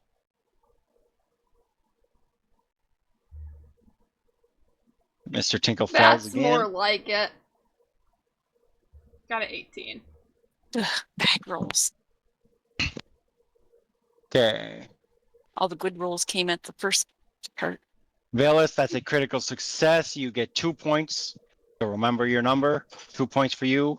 Rack, you get a success. You get 1 point. EV, you get 1 point for a success.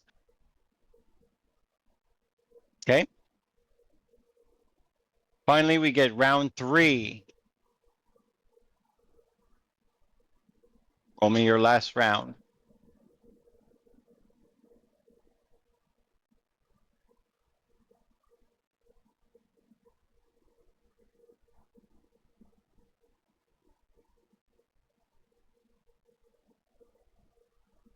All right.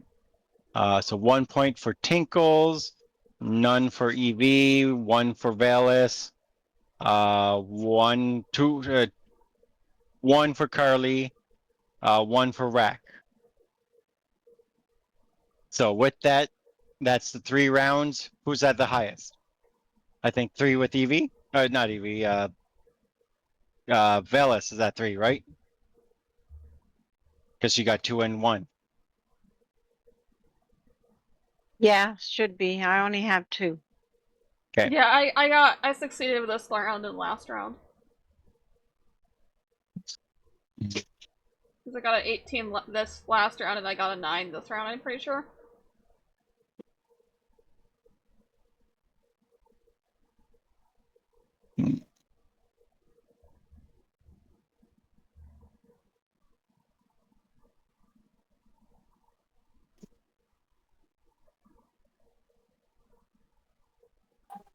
All right. So you get 1 point earlier for Mom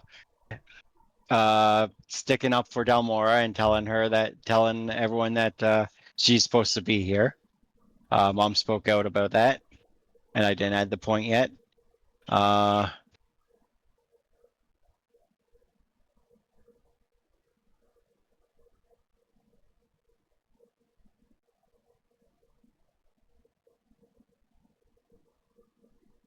You get an additional 1 as Velis is the winner of the dance of the devil. So basically, as these are all dancing around, people are losing their masks, getting eliminated, and eventually, it is just Velis and this woman here, the rival of what's her name, Fallenta, in the finale. But Velis ends up winning overall, and I won? she loses her mask. Velis gets to light the mask on fire, throw it into the center. The whole blaze of masks go up in fire in the enormous cauldron, Burn! and everyone kind of just gives a clap as you won the dance, and you get everyone claps for you for winning. Did I Good win job, anything Velis. else, like some money? Nope, you just win the dance. You got a point towards this counter. Okay. Okay. Going back to my wolf.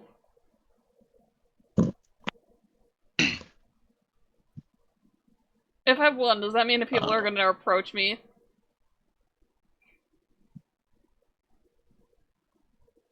Mr. Portley kind of continues moving around. All right, next up is the feast.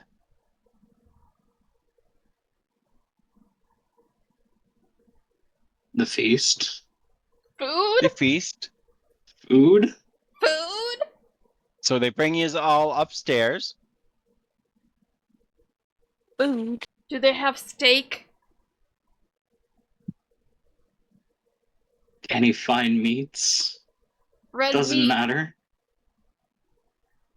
As long as they don't look like rat. I'll do with some rat skewers. But I doubt this place Yeah. is too uncultured to have rat skewers. So they bring you That's all upstairs. barbaric, guys. Rat would be good. No, it's And there's- barbaric. There's And I'm seats a here right now. barbarian. Your issue? So they move all these seats have been cleared out of here for now, and they have a table Where's set my up in this wolf? area instead. Oh, friggin' Neil. Make me put Neil on there.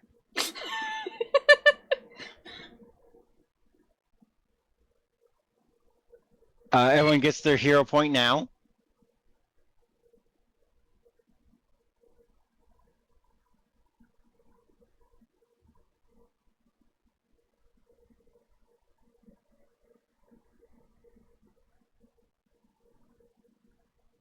Given the Come on, 4 man. o'clock or hero point early, or is that the 3 o'clock one? This is the first 3:30. hero point.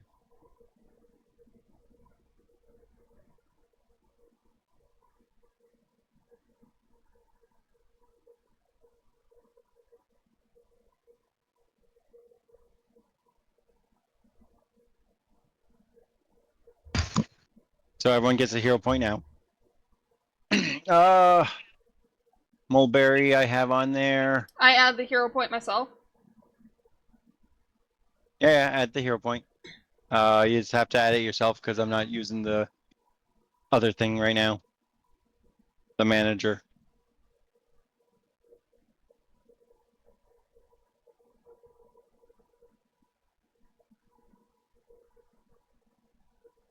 All right. So once the dance ends, everyone gets invited upstairs. Da,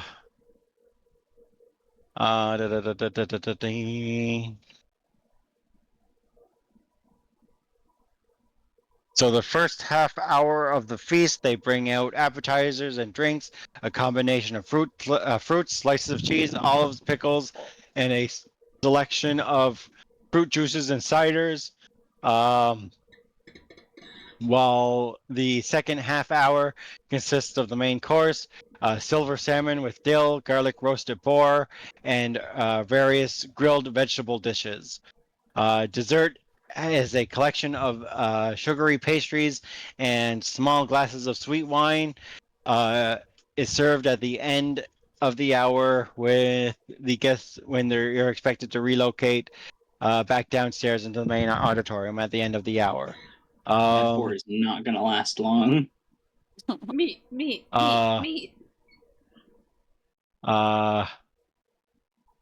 This woman and her husband sits near Evie and says, "Here, dear, have some more wine." As she pours some more wine in your cup. Why, thank you. Assume there's a table here set up as yours are all kind of.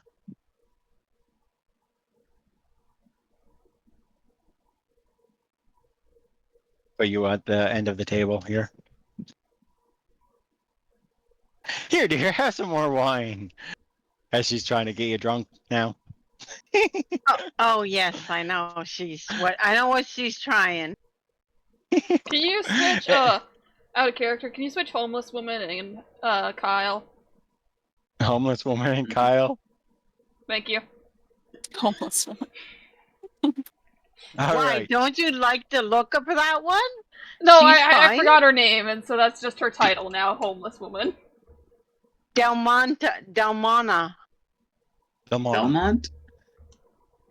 Delmona or something. That's Adam said. It is Mona. Yeah, Delmona. I'm assuming Something that like me that. and Kyle or me and Rock just eat like a third of the food that's there, maybe 2/3. All right. So in addition to mingling, mingling again gives you a +2. Someone can still spend time talking to him. I think Mr. Tinkles will just spend the whole hour smoozing him to get to do a free discovery later on. I think I'll just do that with Mr. Tinkle's hour. That frees the other rest of you. You can mingle, which will give you as a +2 to your next check. You can offer a toast. If you want to offer a toast, you can give me.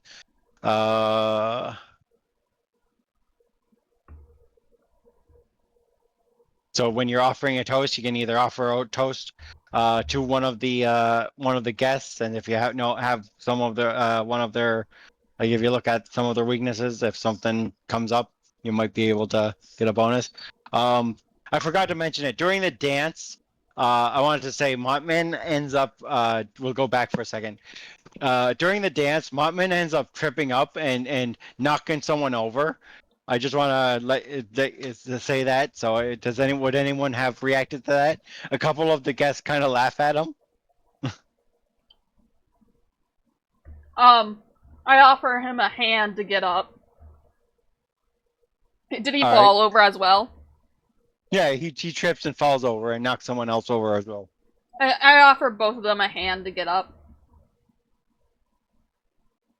Or like help them up. Couple, as I said, two people laugh at him as he falls over. I wasn't dancing with him. I just ignored it. Okay. All right, Angela, anyways. I thought you would have said something because you talked to him earlier. I talked to him, yeah, but I wasn't dancing with him.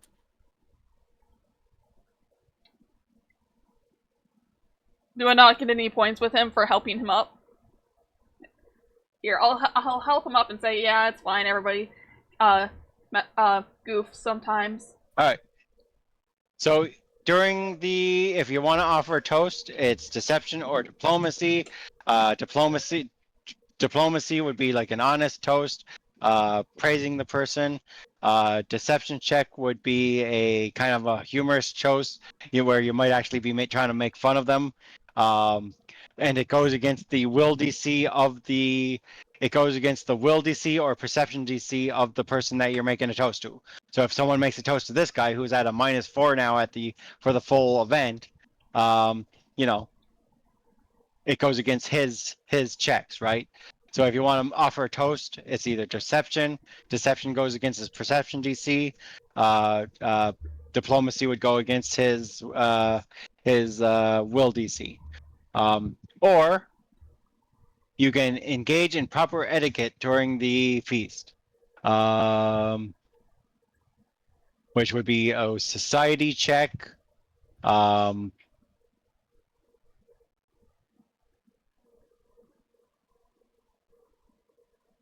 that one would just be a society check. I'm not sure if anything else would really make sense for that, to be honest.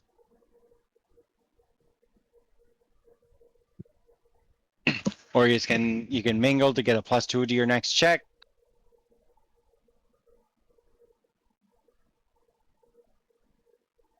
I said he's just spending time with Zachary, so what do you want to do? Meat. Meat. Kyle's just eating meat. Yeah, like I said, me and Kyle probably eat 2/3 of all the meat. Hey, save some for me. There's a lot of boar there. All right, what's everyone gonna be doing? Catch up or get left behind. What's everyone gonna be doing? I will do a society check for the proper etiquette. I'll do the toast. Who are you toasting, Angela? I'll toast with Celeste. You're gonna toast to Celeste? All right, go ahead and roll me diplomacy, Angela. I assume you're doing diplomacy? Yeah. And Mom, go ahead and roll me society. I'm gonna be like, let's enjoy this fine feast among all these hungry gutlers.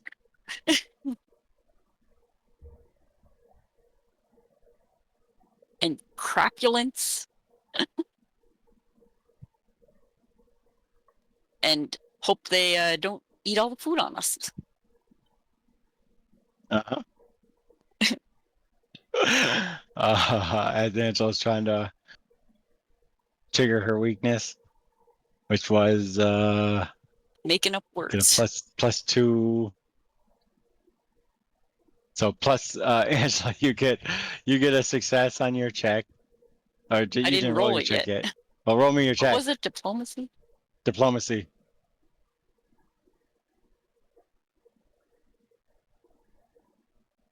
Where's the I need my counter on the screen? Re-roll it. I need my FET counter so I can increase the number here. My mom bought me groceries today, and I forgot to ask her to buy me more raspberry chocolate. All right, so snacks. that's a success, Angela. You get a point. Mom, society check. You rolled your society check as a 30. Hold on, 32. Yep. Why do you roll it twice, Angela? Because I re-rolled it. Because I rolled low. Was it 29 your first roll? Yeah. Well, that would have been a success. I rolled a 3. That was still a success because 29 is the DC for this first check. Low DC. Fine, then I won't re-roll it. So Mom's society check was a success. She earns a point as she does just performs and shows off perfect etiquette during the meal. While I assume Velas and Rack are not.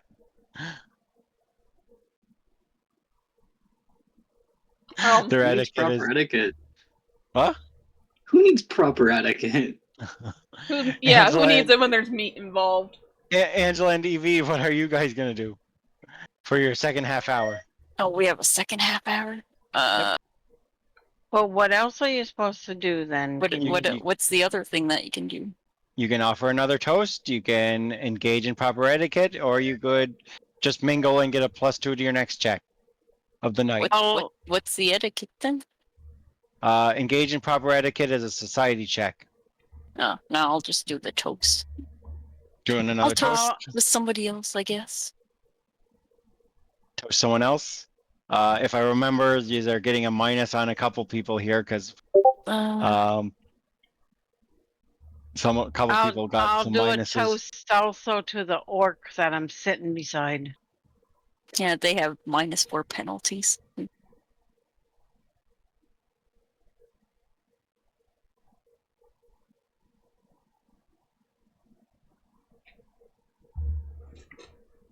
No. So who you toasting, Angela? I guess I will toast I'll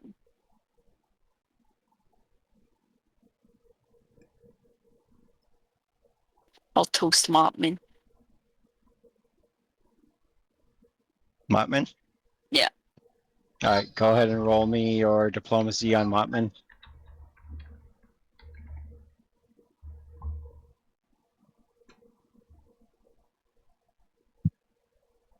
As you, I did ignore his mistake. Okay, that is a success.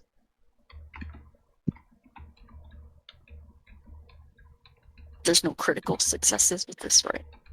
Nope.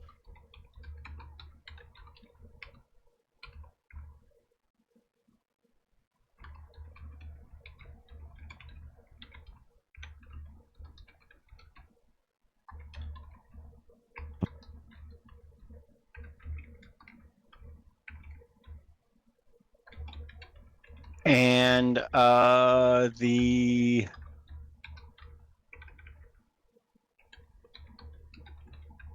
Mom, roll me your next check as well. You're doing diplomacy or deception? I'm doing just Deception.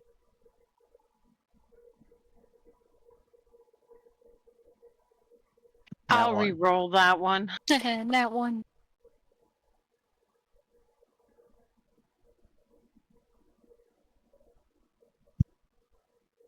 Well, that's still a fail, though. This is not a crit fail. That would still be a failure, yeah. Okay. Kyle and Velas, since you guys aren't doing any of the tests this round for the dinner, I want you to roll me a perception check. Wait, Adam. He would be at a -4 for his for his thing. Mine wouldn't be a pass because I thought 29 was a pass for some of them. Shouldn't he be lower? They get a 4 penalty. Yeah. No, even with the penalty, 28 is not high enough with the penalty. Even with the penalty.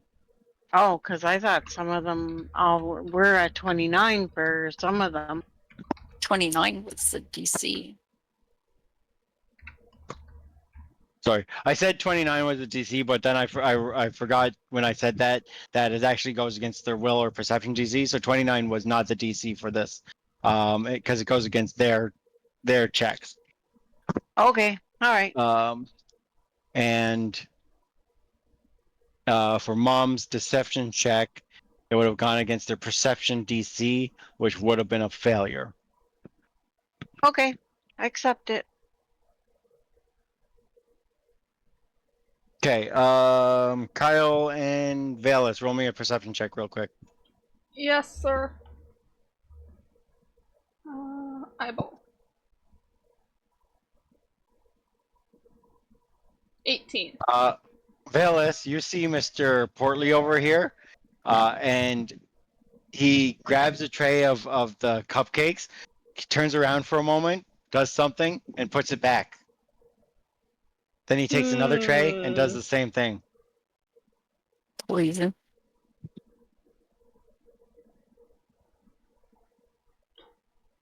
Me scared of public speaking. I wanna call him out for doing something, but I don't wanna talk in front of people. So I kind of look over at Rock and say, "Fat man over there is being suspicious. Call him out."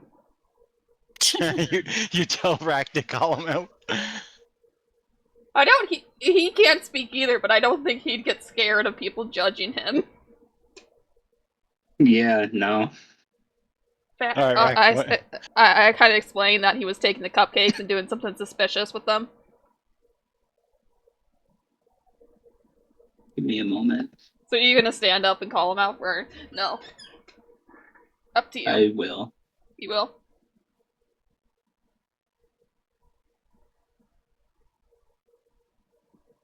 What are you gonna do, I guess I just kind of stand up, literally stare him down, and just kind of in a loud outside voice, just, "What are you doing to that food?"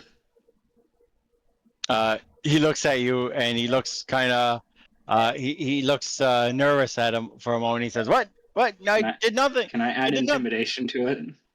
Roll me an intimidation. Go ahead.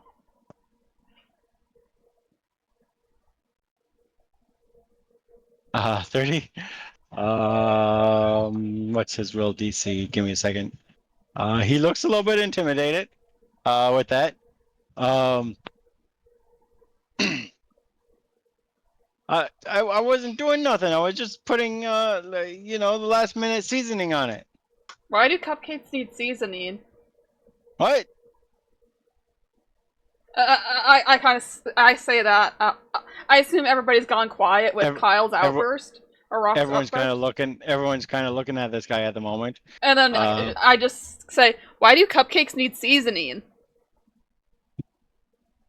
So it's nuts. It's cream. It's like the frosting. Why didn't the frosting already be on it? Sorry, what? Serving cupcakes without frosting is weird. So why would the server add it and not the chef? Why is everyone coming close to me? I pick didn't one do up and nothing hand wrong. it to him. Then have one. No. Have a cupcake. Yeah, have a Zacharin. cupcake. Nope, I'd rather not. Zacharin Why? Zacharin looks at him. I didn't hire that guy. What? Neil, bite. He's not even an Ah! employee. He tries to run away. Neil, go He's for the ankles. Go get him. Catch Come on, him. Rock. Surround him. I try and grab him. All right, give me a second. Oh, hold on. How far away is this? That's 20 feet. That's 35. Okay. Oops. Let me see. Does there have a? Can I have Neil bite his ankle? Give me a second.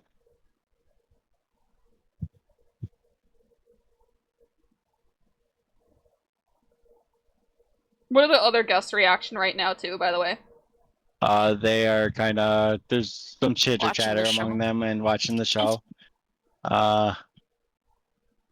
But everyone is going to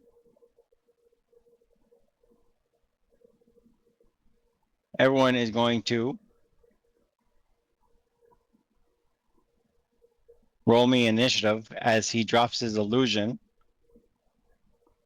How do I do that again on here? As he drops his, give me a second. I didn't add his to combat. As he drops his illusion What the fuck is that? Meat. And he looks like that. It's funny. Wow. Meat? Yep, okay, it's just meat. Oh, there it is. I forgot that you pop it up. Yeah, I have to pop it up first.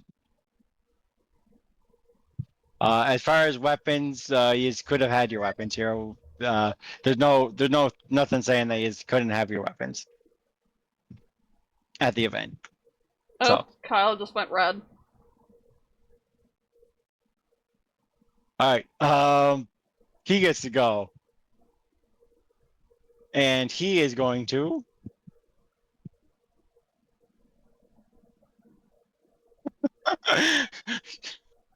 He's gonna what? He is going to. Are you okay? I'm fine.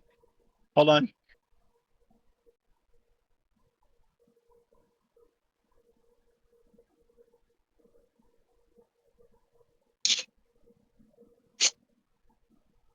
How high up would I say this balcony is? Yep, that's what I was thinking you were gonna do. I'd say he'd break, given his body, his weight, and his structure, I think he'd break both his legs. How high up would I say this balcony is? It'd have to be a good little bit up. Yeah, you can just, I can ask Google. Average balcony in a theater? Yeah. It's probably easily 20 feet up, which is not a lot, but I mean, 20 to 30 probably. 20 to 30 feet up. He could survive that. He has enough health. Yeah, 20 feet. You only take like half the damage, fall damage, in damage. So he runs over to here. If anyone has a react, is he stepping? He is not. I just realized that I used Google on the screen I'm recording the game on, so you guys just saw me Google it if you watch the recording. You hate Rack.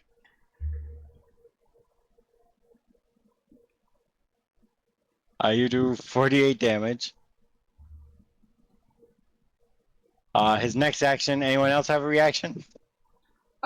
Nope, How can I know if I have a reaction? You have no attack of opportunity. Okay. His next action is he jumps over. He falls 20 feet down. 30. We'll say 30 feet down. It's a big opera house. Takes the 15 damage, and he would be prone on that floor, and I'll have to add him to that floor. With his last action, he'll pick himself up from prone, so he won't be prone anymore. And I gotta add him to the ground floor for a moment. You know what? I'm not gonna move. I'm not gonna change the map because it's just gonna be annoying. What Mr. Tinkle's like, are we following him? Yeah, we should. Mm-hmm. I guess. All right. Remember, don't kill him. But meat. Step. Isn't meat better when it's fresh? Cast fly on rack. I don't need fly. Oh, fine. Do you not want it? I'll give it to someone else then. Give it a Valus. Let me see. If I fly, Okay. I can shoot from the air.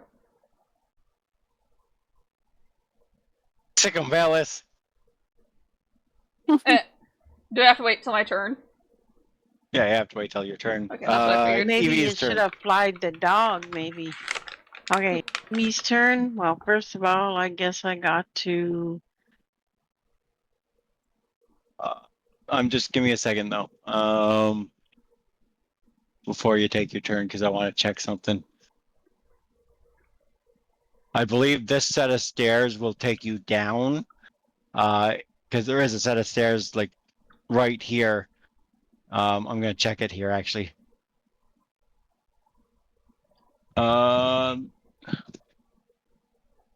Yeah, that set of stairs that is right next to you will take you down and in the foyer, front room foyer.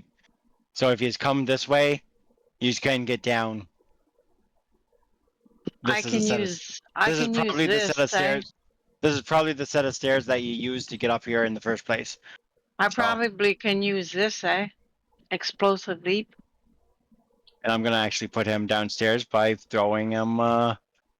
I'm gonna put him downstairs by using the teleporter. That's right here to put him downstairs. And then put him where he's supposed to be in the map. Could I kind of use this, Adam, the explosive leap, to get me down? Says you jump up, but could you basically say you jump down instead? Yeah, whatever. You can do that. Yeah. I'll let it happen. It says up to 30 feet in any direction. You could have jumped down. Oh, yeah, it does say any directions. Yeah. So, okay, I'm going to use that. So just move your character down the stairs so it teleports you down here. And then you can move them to the proper position once you're downstairs. Where's the stairs? It's right next to you. I pinged it earlier.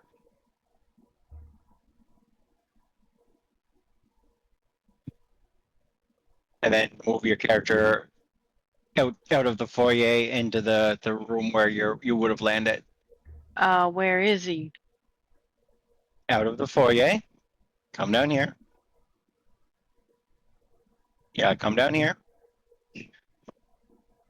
Come where I'm pinging. Okay, where am I? Do you see where I'm pinging? No, we do not see your mouse. Oh, there's two AVs Over on the map. here. Oh, shit. No, there's you guys are still on this map, so there's a duplicate of you. Give me a second. I gotta fix that. Is that everyone? Did I delete everyone? Okay. Where would you have landed? No, you wouldn't have landed that far. You would have landed somewhere over here. Yeah, over here. This way. Alright, that was one action to get down. So one action to get down. What else do I want to do then?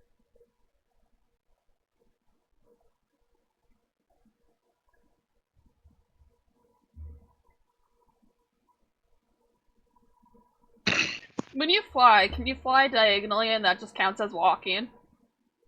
Overdrive on me. Or my walk speed? Your fly speed, I think, is equal to your walking speed. Like, you can fly in diagonals. I can't move my character or see things while it's not my turn. Okay, yeah, I can get over the balcony where I am. Give me a second, I'm away from the desk. And then I'll just take a shot at him, okay? Yep.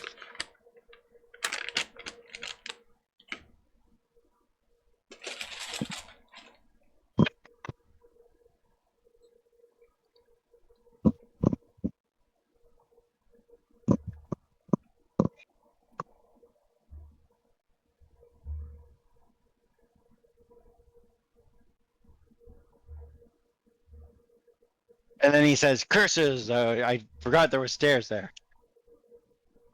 I missed him anyway. All right, you missed them. So going to Rex's turn.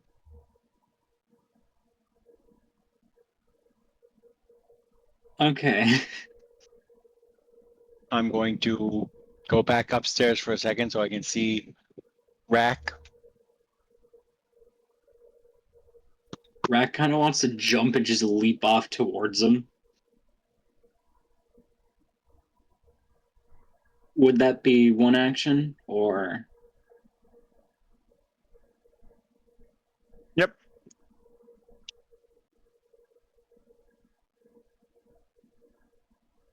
You can run off and jump off with one action. Okay, But what square is he in? I will get you to go around the stairs so you can use the teleporter to get down there, then find your proper place once you're downstairs.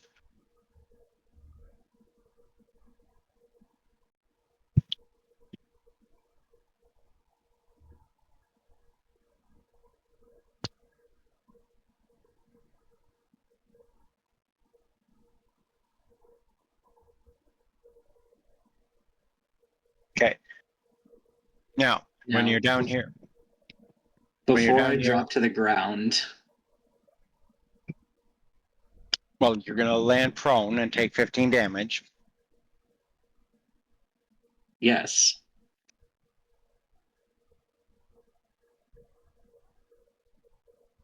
On him.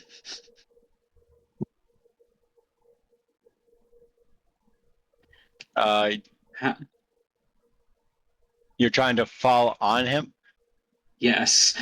Okay. Take 15 damage first because you're Wouldn't the taking fat board damage. cushion him, though?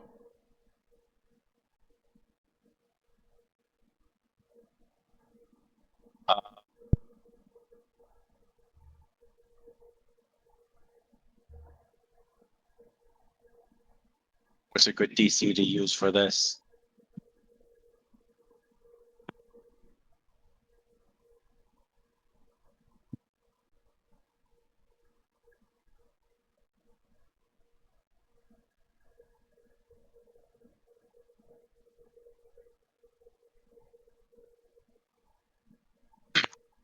Falling Rack.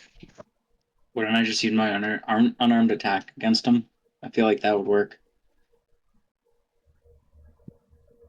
No, I'm just giving him a reflex save to get out of the way here.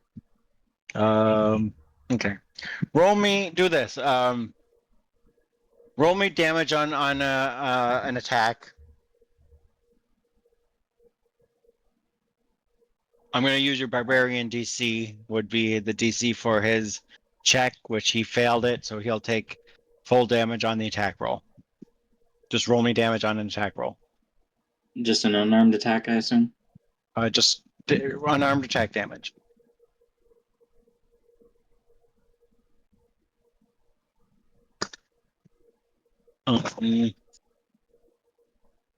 Do not have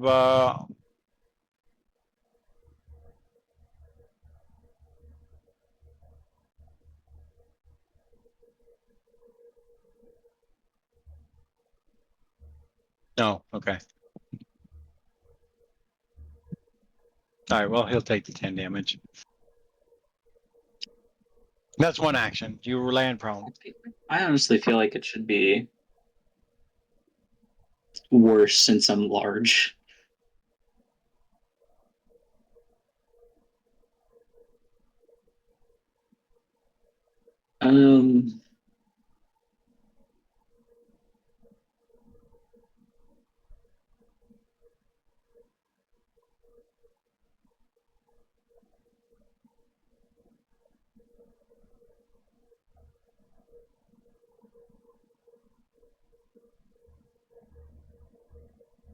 You got 2 actions left, Kyle. I enlarged. Oh, that takes 1 action? Yeah. So you got 1 action left. Unless you want to say that that was all one action. Well, raging is an action, so no, it's not all 1 action. Not raging, but enlarging is an action.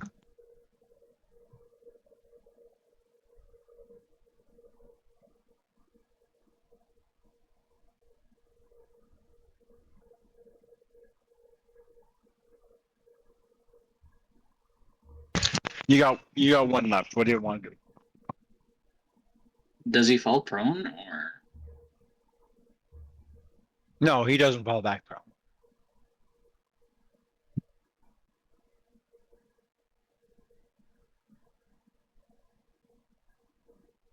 I guess I stand up. All right. Valus will go next. I can't see my character. What do you mean you can't see your character? She's up top, not at the bottom. Okay, now it's loading. So what's my walk speed? My walk speed is 34. So oops, I'm also selecting my wolf ups. Okay, I'll fly over here. It won't let me go over the balcony. I feel like whenever Rack jumped, he's like, bad choice, right Bacon. Because... There we go. Okay. Because that would be 35 feet, and I can't move 35 feet. I'm gonna move you around real quick just to get you downstairs. Yuppers.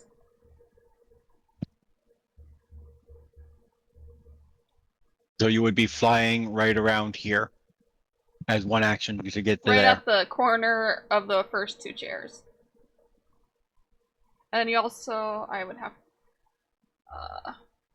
And you would be about 30 feet in the air. I'm just gonna check something for Neil's turn. Well? I'm checking for Neil's turn. So that only took you one action so far. What do you want to do? I know, I was checking next? if he would be able to go downstairs from where he was. As one action, how far can he move? 40, I 40 think? feet? That's what it used to be, but now it's saying 32. Oh, that's reflexes I was looking at. Where the fuck is walking? It takes him 30 feet to get down to here. Yep, I'll move him down there. And then it would take him, then he could move another 10 feet to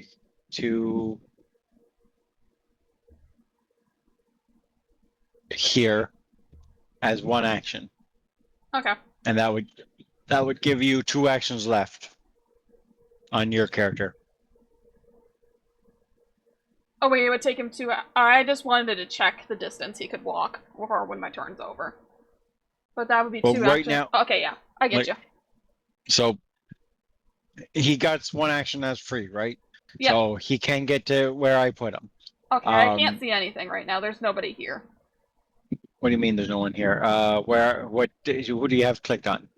I don't have anybody clicked on. There's no tokens or anything. What floor are you on? I think it's okay. Let me just activate this. Okay, there we go. I see this people floor now. again. All right, you got one action.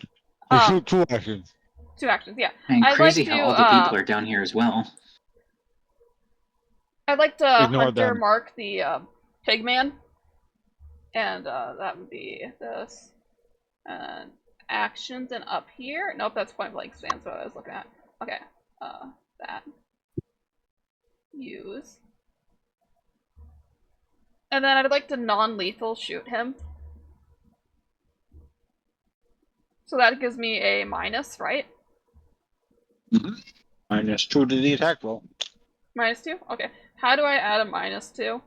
Or can you do that for me? Because I don't know how to get rid of the plus on here. So, when you're rolling, or I could just turn off weapon proficiency, and that just gives it a -2.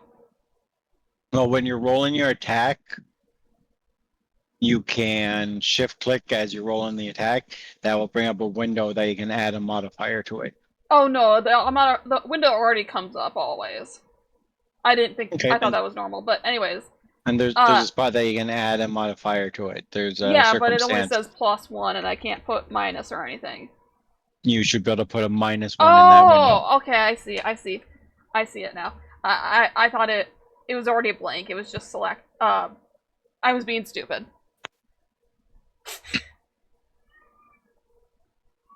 Okay. So you're taking a 100 shot against them. I got a 2.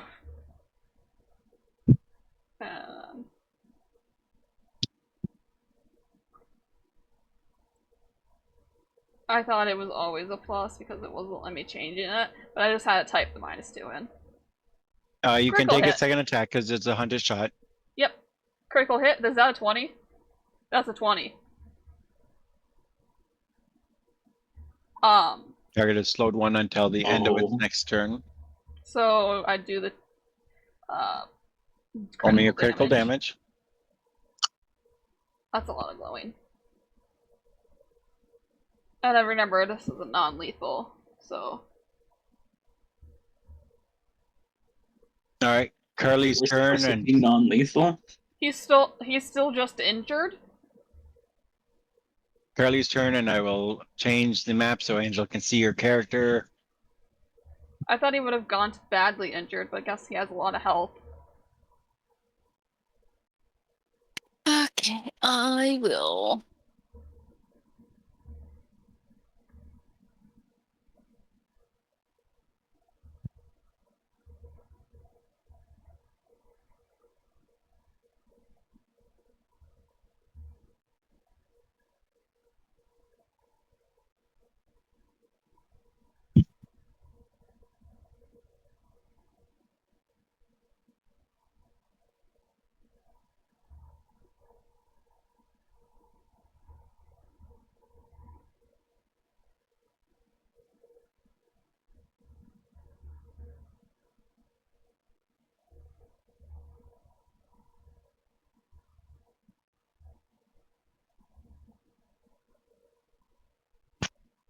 And walking around.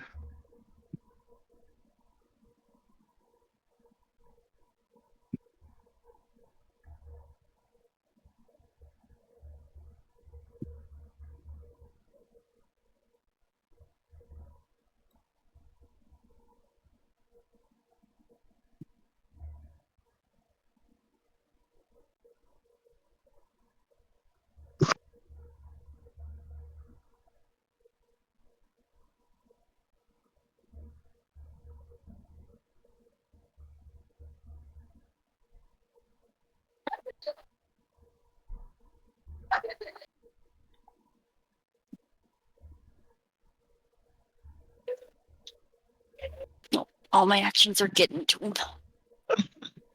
Naturally. All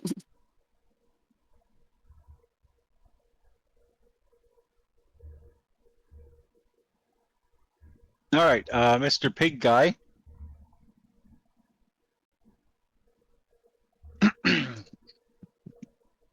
Henceforth, we'll call him Bacon. Okay, Mr. Bacon.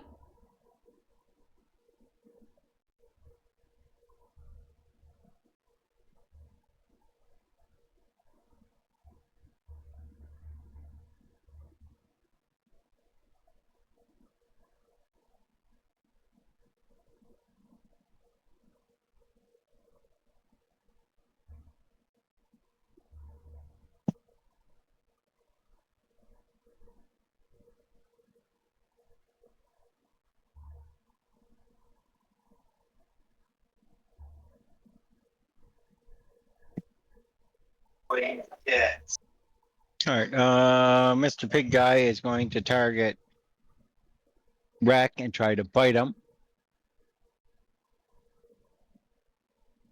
But he misses. Then he tries to target Rack again with his tail. Can I use, Adam, can I use deflecting shot in order to turn that into a non-critical? Would that work? Yep, it would. So take a shot with your pistol because that does use a bullet. Okay.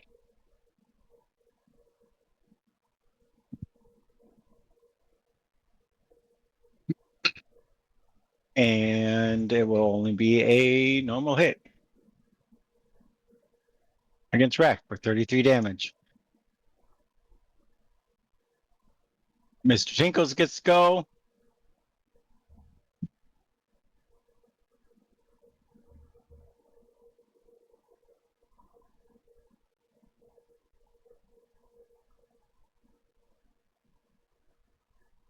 Okay, Mr. Tinkles gets to go. Mr. Tinkles is still upstairs, so I gotta go back upstairs for a minute. Oh, fighting on 2 levels. Annoying. Really shouldn't have made him jump. Yeah, that was your fault. Mr. Tinkles uses all of his movement. And he doesn't even get downstairs yet. Because he only has 20-foot movement. He yells, "I'm coming, guys! I'll save you! If anyone needs healing, I'm coming!" He yells.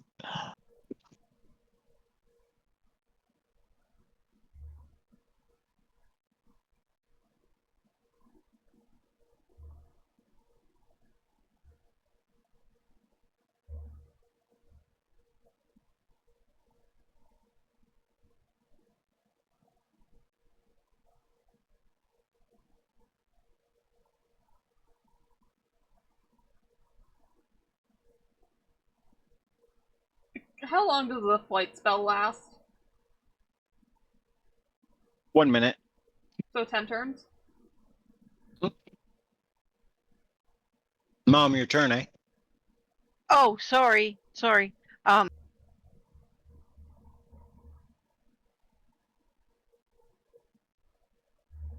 She's 30 feet in the air, Ma. She's flying. Oh, is she? Okay, then I can't put that on her. Then I'll just Nope. put the overdrive alley on her instead. So you don't have to step, though. You don't need to waste the action to move. Just unless you want to move. No, it's okay. It's fine. Okay, she's in the air, that's fine then. So 1 action to do that, and then I will do a duo's aim at him, I guess.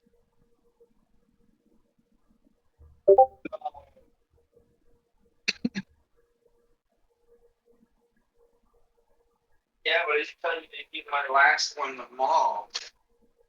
It's telling me to give my last one the All right, so you hit him. Yeah. 27. He seems to take extra damage from that. Why? Who knows? But he does take extra damage from your weapon. Either because of the fire, cold, or electricity. I have fire on my thing, so it's not likely the fire. He takes extra damage from that for some reason. Who knows why? I guess I'll do non-lethal.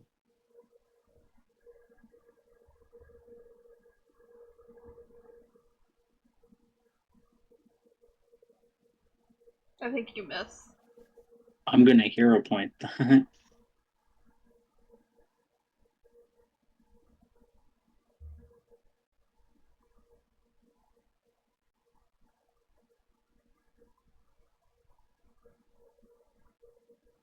Nope. Fuck. The hero point was like, nope, no, you're not. 2 actions left.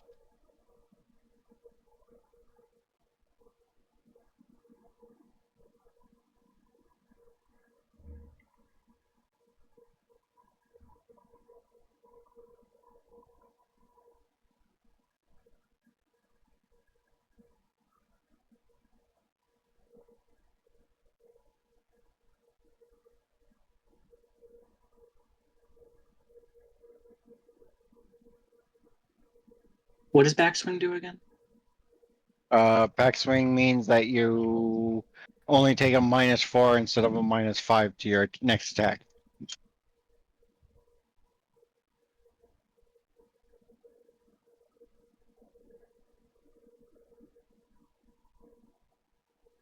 So if you're not doing non-lethal, just give yourself a -1 instead of a -2. And that'll get you to basically net you the same thing.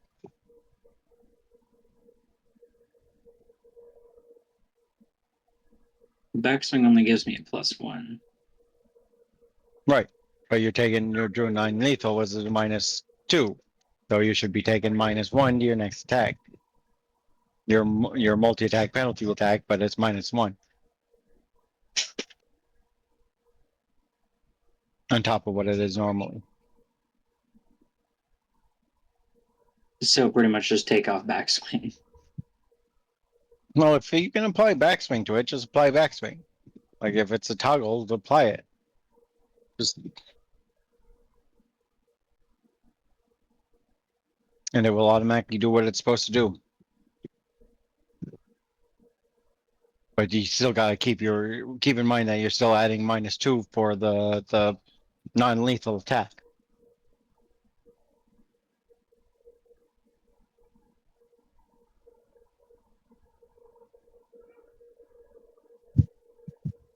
Nope, miss.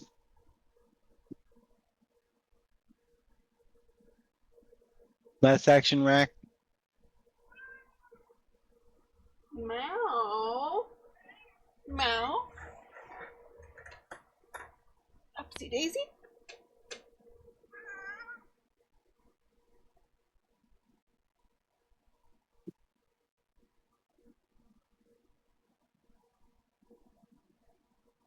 And last action is a miss as well, unfortunately.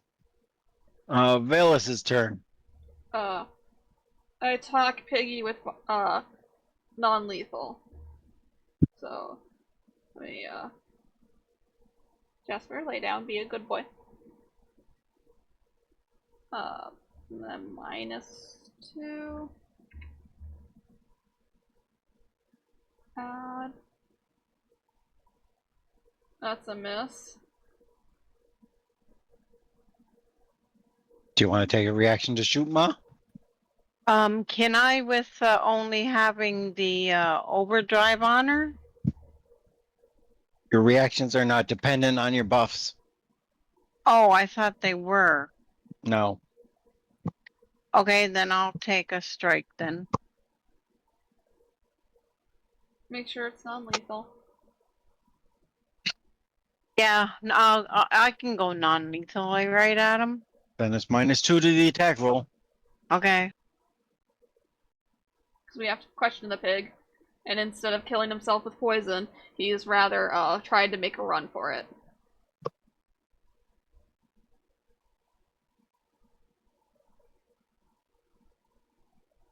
So he values his own life, and in the face of torture, he'll likely spill his beans. Or spill his plans. Joke's on you, he's immune to poison. Yeah, so exactly, he can't kill himself with poison. So he can't kill himself with poison. Well, I critically missed. You've critically missed. All right, Velas, you can continue your shots. You gonna take the critical fumble thing? You did get a critical miss. You can't re-roll it. I can, but I think I'll just take the card. Ow, Jasper, please be kind with your nails. So it's one of the dud cards. I don't do damage to weapons, so it's no effect. Oh, good. I didn't even look at it, but thank you. Okay. So Velas took 2 shots into him. So far.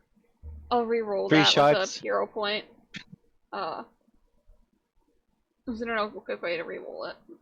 Oopsies. What'd I do? Just do it manually because I haven't actually looked into seeing if I can set it up so that we can right click to do again. I have a question. Can I actually re-roll my first one that I took so I have a better chance of hitting him? Yeah, you can. Okay. Yep, you certainly can. 2.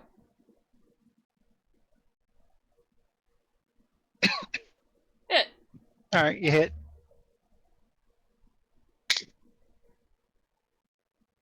$24. Would he be able to get away or anything, or is he too badly hurt? He's still alive. He can still run if he wants to.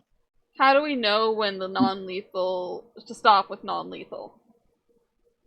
I mean, if you want to not kill him, then you keep doing non-lethal until he's knocked out. Okay. And then I think Neil, can you skadoodle Neil over into this room? I can't see him. Oh, there he is. Has 40 feet movement. So his first action gets him to there. So he only got one action. Yeah, he Because only you has didn't one command action. him. So he gets to there. Jasper, Probably please there. calm your tail. Sorry, I'm having a cat troubles. All right, Angela's turn.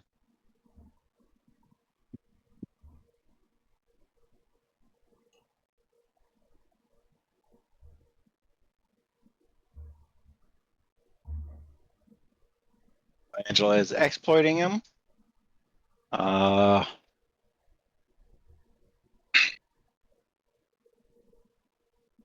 Roll me your check, Angela, for that. 28. 28 to identify the monster. What do you learn again on this? I learned Everything, the basically. yeah.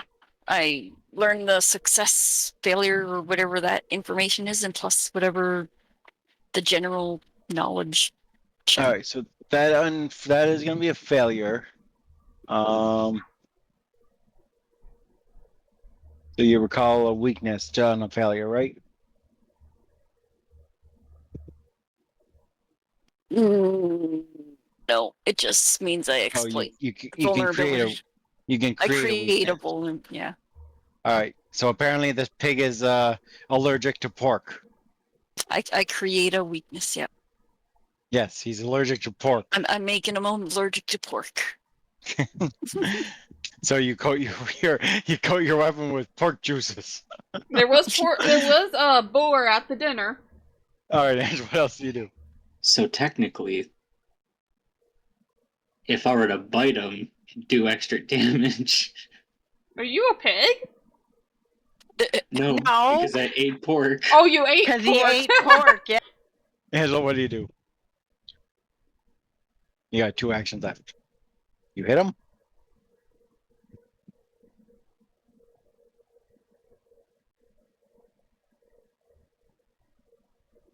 $38. And how much does your create weakness do, Angela? Give 8. extra damage. 8. So another 8 damage.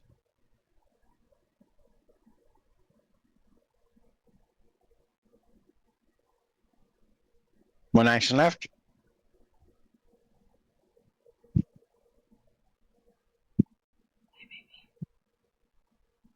You're such a good boy. Yes, I love you. Miss. Critical miss. Please unhook your claws from my neck. Mr. Piggy raises his hands up. Okay, I give up. I give up. Jesus. All right, guys, put your guns down. You're the only one with a gun. No. Oh, right. Put your weapons down. I used the wrong term. Mr. Tinkles continues running downstairs. Does anybody have rope to restrain him? Yeah, we do. It's gonna take 10 feet Probably to get pick 'em to up. there. Let me check my Another inventory. 10 feet to there. Then 20 Kisses, feet baby. to there. And then 20 feet to there. And he says, all right, what did I miss? Nothing. Don't worry about Bacon's it. down. He surrendered. He doesn't look down. Bacon doesn't look down. Well, he does have persistent bleed on him, or fire damage. I'd like I'm to saying fly he down has, also, so I don't he fall does out of the have sky. he does have persistent bleed on him, by the way, or fire, which he has to be. He does have persistent fire on him. That's going to kill him if we don't do something about it. And You- I'll go over and I'll tire him up. You smell bacon cooking. Yeah, I smell Oh, no. bacon cooking, Rock's and I'm gonna going eat to him. tie him up. You tie him up. All right, roll me a theory check. We'll see how good your tie is. You're such a good boy. Sorry, I'm having Zachary, lots of loves with my cat. Ow, Jasper, do not bite my arm! Zacharin comes downstairs from upstairs as well. For a moment. Dude, I smell bacon. All right, get good theory check. Rack, you doing anything? Would I be able to use survival to pad out the fire? You can try to assist with putting out the fire. Roll me by using an action to assist him. He gets to roll a flat check to see if if it goes away. It does not. That was one action for your turn. Do it again. Fire goes away.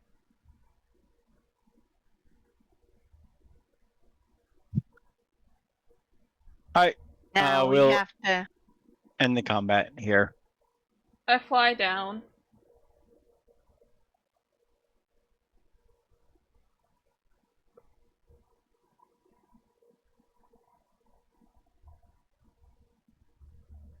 Now it's time to interrogate him. Where can we take him?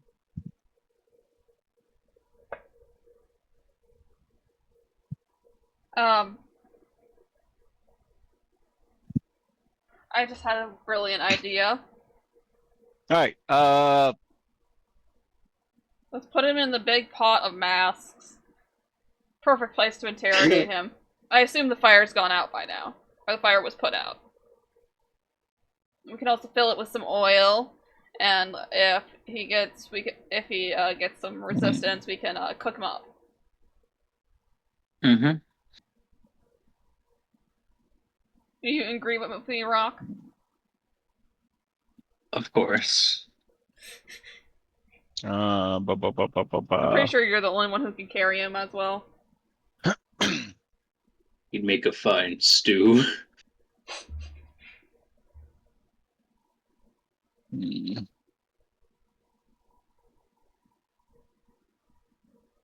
Also, I'll be right back. I'm gonna go check on food. So Zachrin says it's an Azarpol. He says they're a type of demonic fae creature. Do they taste good? I've never eaten one before, so I don't know. But we still have food upstairs. But they've been becoming an increasing threat in Ravenel of late. Some people believe that this is the first time I've ever heard of one actually operating inside of Cantargo, though. My guess is the Cheliacs are the people we used to be that we succeeded from might be sending them north to try to infiltrate our lands, but that's just rumors, he says. No matter. I can call the town guard and to take care of them. Fine, sure.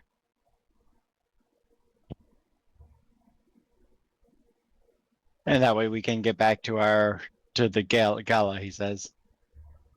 Yeah, no trouble. So he calls someone in. Town guards come in and take the pig monster away, and then you guys are free to go back upstairs. Now we walk back upstairs? Actually, don't walk back upstairs because the dinner is pretty much over anyways. The cupcakes get thrown out. Did we ever find out what was on the cupcakes? Did anybody do detect magic or detect poison or anything? Or a nature or medicine check on it?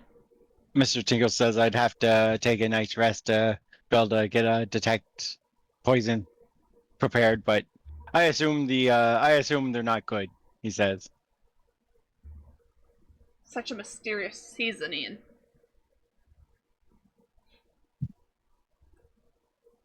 All right. With that,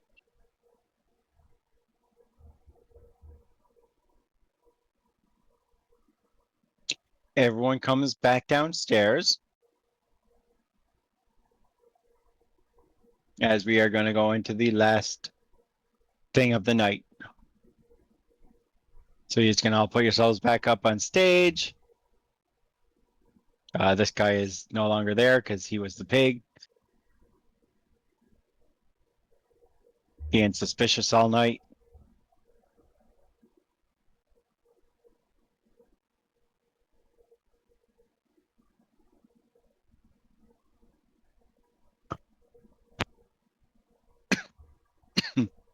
All Alrighty. So for the last hour of the event, it is the auction. So everyone relocates back downstairs where they're going to hold the auction for the pieces of art that are on sale.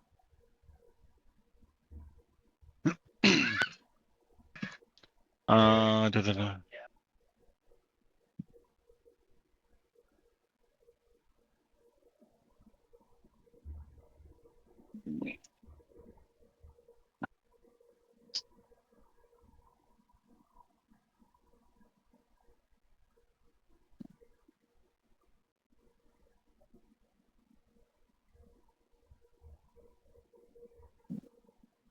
So the first thing that comes up for bid is the statue of the peacocks that Miss Delmonia Crate put up. If you guys want to bid on some art, you can bid on some art as an action in this round. And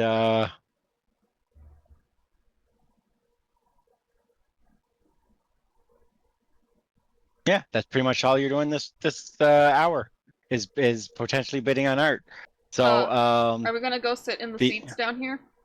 No, they're all up on stage because the art's all on up I here, thought right? it'd be more of an auction instead of like. Well, I don't know. They probably might set it up like that, but doesn't matter. It doesn't matter for the purpose of this.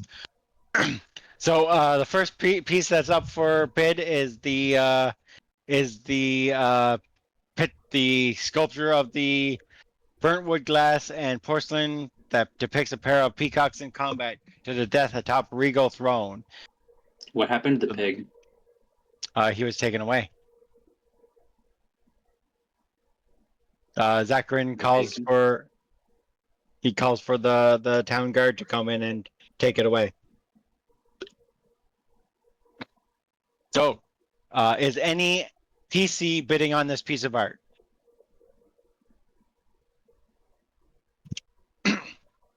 On the peacocks. I don't know what the value is. You were not able to successfully value the peacocks. I chose the succubi over succubi over the peacocks. Does anyone want to bid on the peacocks? Yes or no? No. Nope. Nope. Going once? Going twice? 3 times?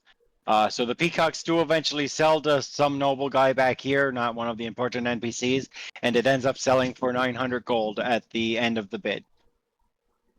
So he pays for 900 gold. He picks up. Everyone can pick up if they bid on something, they pay and pick up their art tomorrow at Songbird Hall. But this guy bids on the peacock. The next piece of art that goes up for bid is going to be the starting bid. By the way, for all the art is 100 gold is the starting bid. So everything starts at 100. The next thing that goes up is her piece of art. This one is the one that you actually did, Almidia. Her artwork of the oil painting depicting a sombering woman in a shady landscape surrounded by mocking, endearing aristocrats. A closer inspection reveals that one of the aristocrats looks identical to the sobering woman and has turned her back on the scene. The painting grows more haunting and disturbing the longer one looks at it. This one you have valued. This one you have valued at 1,500 gold is the value that you gave it. So is anyone wanting to bid on this one? Yeah. Okay. Yes. So that's 1 person, 2 persons. 3 persons. Yeah, we'll bid. 4 persons. All right. So the 4 of yous can roll me either for society. I'd allow crafting. Society, crafting. I don't know if anything else would really thievery to make a bid. There is a check to it, yes. Do I get an advantage for Oh, being wait, able to never mind. appraise it? Well, no, you don't get any advantage for appraising it. The advantage of appraising it is knowing that you might make money off of it. Okay. Okay, so it's either going to be society or crafting. I'd allow society and crafting on this one. Willis gets a 21. And Mom gets a critical fail. Anyone re-rolling that? I guess. Those. Mom re-rolled to a 44. Oop, wrong thing. And Oh, it Willis got re-rolls worse. to. Angela's rolling on it? Okay. Wait, oh, I did So- diplomacy and not crafting. Whoops. You would think it'd be a deception check for bidding. I mean, there's a couple. I guess I could allow deception as well. I'd allow deception as well. Fine. I'd be I feel okay like with that. intimidation could also work. Make others I like have a go, question. if he wants it that bad. What's your question? Can I My roll's keep a that deception 19 that I rolled, but I clicked on the wrong thing? Sure. Okay, so What did 19 plus you- 14 is 33? 33. Okay. Here's the results. My roll's Angela 39 then. Angela got a 29. 39 if it's deception. 39? Is it 39? I have a plus Okay. 26 deception.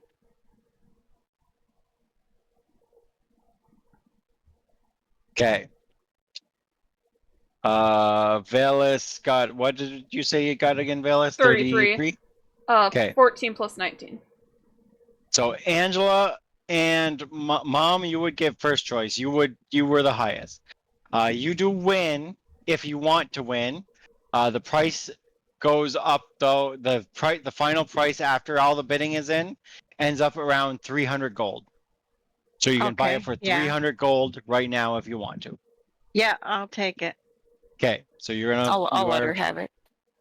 Well, she got the highest bid, so I'm giving her the choice of buying it. She got the higher. The higher roll. The higher roll, so she's getting first choice of yes, I want it or no, I don't. Okay. So with that done, Mom, you take off 300 gold, and tomorrow you can pick up your painting. Take off your 300 now, and tomorrow I'll give you. You know what? I'll just give you the painting now. Okay. I'm gonna put the painting in your inventory, just so I don't forget that you won the painting. Did it go? Hold on, did it not go? Where is it? Where the hell is it? That's not the painting I want anyways. I want the mouse house more. What was it called, Adam? Yeah, what was the name of it? What was the name of it? Of what? The painting. Paintings have names, like the screen, the Mona Lisa. Just give me a obligation. second. Obligation. It's there. You put it there twice. I did get it in there. Okay. Yeah. So obligation. I'll delete one. So you got I got it already. I deleted it. And you spent your gold, right? Yes, my gold's gone. All right. So that's obligation sold. All right. The next one that goes up for bid is mulberries, which is this guy here. His is the statue of Abigail II, and his painting again, or his sculpture. You just don't know the actual value of it, but does anyone want to bid on it? No, thank you. Mm-mm. Going once, going twice. Sold for no one. His thing ends up selling for 300 gold to someone in here, and that's his thing. Next one is Muttman, the painter that did the rat house. Mouse house. Mouse house. So Mouse house gets to bid. Anyone bidding on Mouse House? I'm bidding on Mouse I'll House. bid. I'll bid on Mouse House. I wish I could bid. Well, and I have to open up my. I'm still used to using the inventory bidding system. Anyone bidding on Mouse House can give me a roll. I'm bidding on Mouse I House. will. Fuck. Yeah. I doubt that I could use intimidation with it. Yeah. Rolled intimidation. Kyle, go ahead. Come on, give me the Mouse House, Kyle. Damn it. Oh wait, no, yes. Okay. So Velis is a crafting check for 21. She fails. Rack is 35. He succeeds, and Mom succeeds as well. The problem is, so Rack, you get first choice to buy it, but the end bid ends up at 400 gold. That's twice what it's worth. Okay. That's twice what it's worth.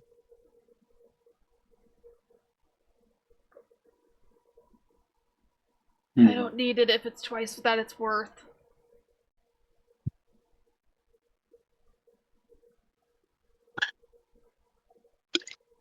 So it's your choice if you want to buy it or not. You get to know the final price before you say yes for 100%. I want to buy it, but it ends up being 400 gold, which is double what it's worth.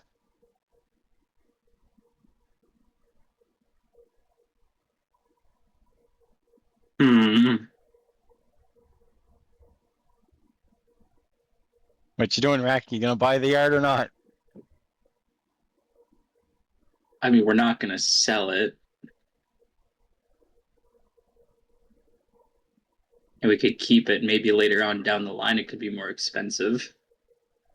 Yeah, if you never know. Someday in the future, you might get more recognition, and the painting might increase in value.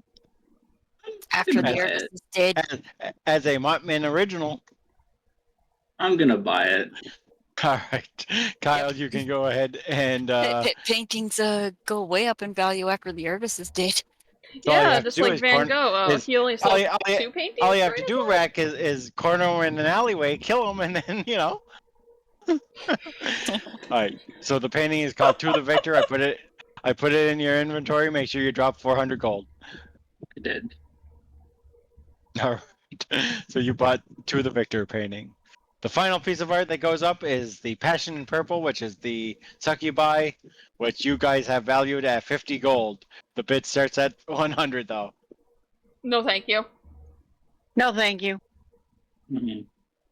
I'll pass, says Mr. Tinkles, wherever he is. No. So no one buys it.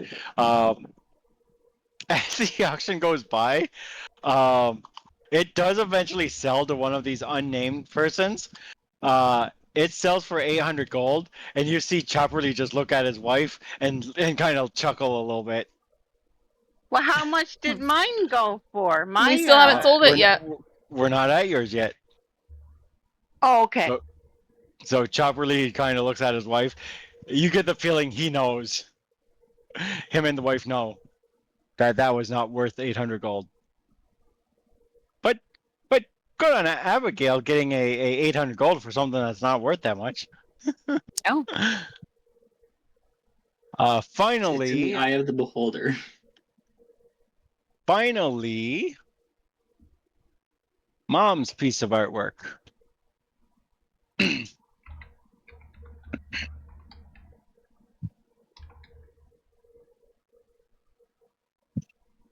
I make a quick request of everybody? Can you put your character art in the Discord? Because I'm gonna have your actual little images in the corners be your characters. I can probably post the art for you later in the Discord. Mm-hmm. I'll do it later once we're done. Yep. Okay, so Mom, because your artwork is a masterpiece, the DC for this check that you're going to use to sell it is going to be -5, I believe, is what it ends up being. Yeah, so it's -5, the DC that you're going to be rolling against. You're going to roll me a crafting check. Now, one of your allies can also roll a society check if they want to try to increase the price of the art. Okay. So, anyone good at society? Mr. I Tingles has a think little bit of it's society. it's just me that got society, I think. Tingles has society. So Tingles will roll an aid check to try to aid you. He succeeds the aid check. You're gonna get a +2 with the house rule of how I'm doing aid. So you're gonna get a +2 to your check. Now you're gonna roll me a crafting check at a +2.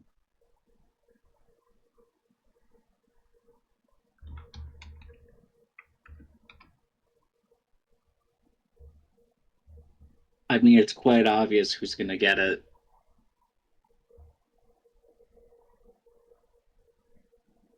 Okay, 30. Can I re-roll it? That's a low roll. If you have a hero point, you can re-roll it. You're free to do whatever you want with your hero points.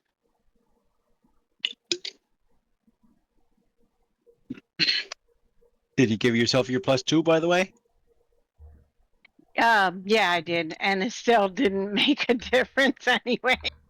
Well, the second one you didn't. The second one. You didn't add the +2 to the second one, but that's a 33. A 33 with the -5 for making a masterpiece is a critical success. The bid for your item gets up to 700 gold, and it is Chopperly who ends up buying it for 700. Oh, so nice. Okay. So you can add 700 gold to your character for selling that piece of art.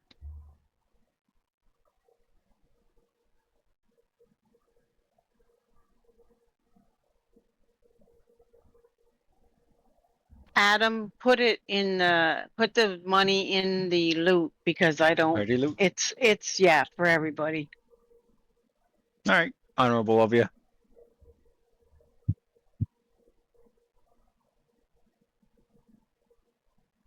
I feel like Rack just kind of mutters something under his breath. Oh yeah, that's 700 to the party loot, 700 gold. Thank you. Did it add?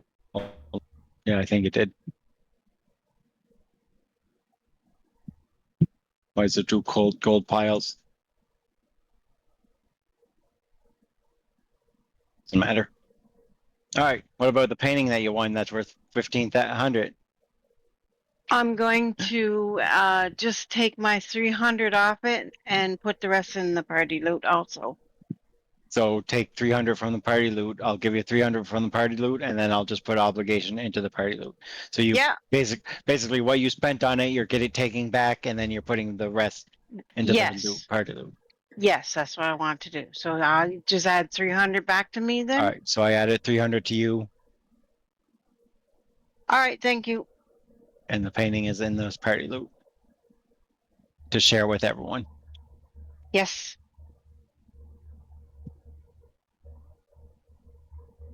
All right. That is the gala. At this time, the party technically officially over. Some people do stay around a little bit longer, but for the people then start clearing out, and eventually everyone does go home. You guys, what do you do for the last kind of? Think of it as the closing up of the party. What do you want to do? We can't just mingle with. We can't go over and talk to the person of interest for the booking the theater or anything. You can definitely talk to him. You just haven't mentioned to him what you want from him yet. So you just gotta do something. You gotta talk to him a little bit. Yeah, I know. The person with diplomacy is gonna have to probably come over and talk with me. So you guys head over to talk to Zach Grin? We go talk. He's the one we're buying the theater from? Huh? Yes. You're not buying the theater. You're looking to secure it as a venue for your opera. You're not buying the theater, Angela. You just don't have enough money to buy the theater. No, we don't.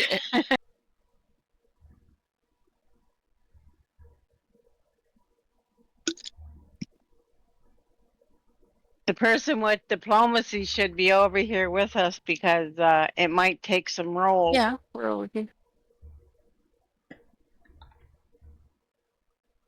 So we go and say hi to him. All right, so you head over. Zachary kind of, greetings again. You guys put on quite a show this evening. It was a great event that you put on here. Well, thank you. The Church of Shaylin is always proud of the work that gets put into these type of galas. We appreciate fine art, and anyone who also appreciates it. Well, we enjoy having them here. Well, we appreciate fine art too, and as a matter of fact, this would be a great venue for a play. That we actually have something that we're looking for a venue to put on. Interesting, he says. So it's kind of late tonight.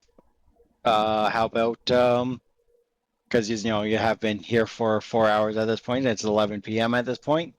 Probably a little bit later by the time that everyone is leaving. He says, "Well, how about we meet tomorrow and you can tell me what is all about it." He says, That'd be perfect. "Okay, meet me tomorrow at Songbird Hall." He says. Sure, we'll meet you there. And what time is this? He gives you the time, probably afternoon. And I thank you, dear, and we'll see you then. All right. With that, everyone kind of leaves the gala and the party is done. You didn't do too bad on this counter. You didn't do the best you could do, but you didn't do the worst either. Da da da da.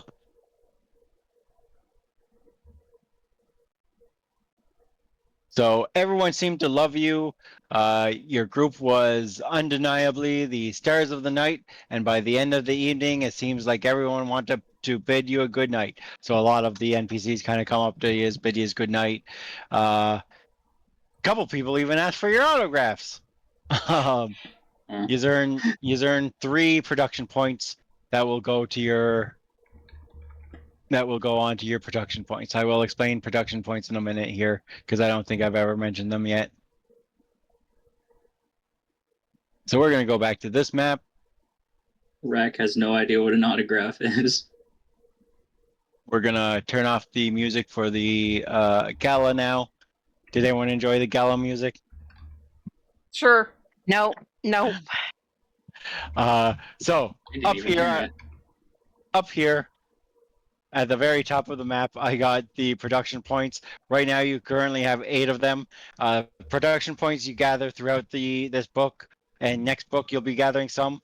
I'm not sure yet of what they're actually used for, but eventually the points are going to matter for something.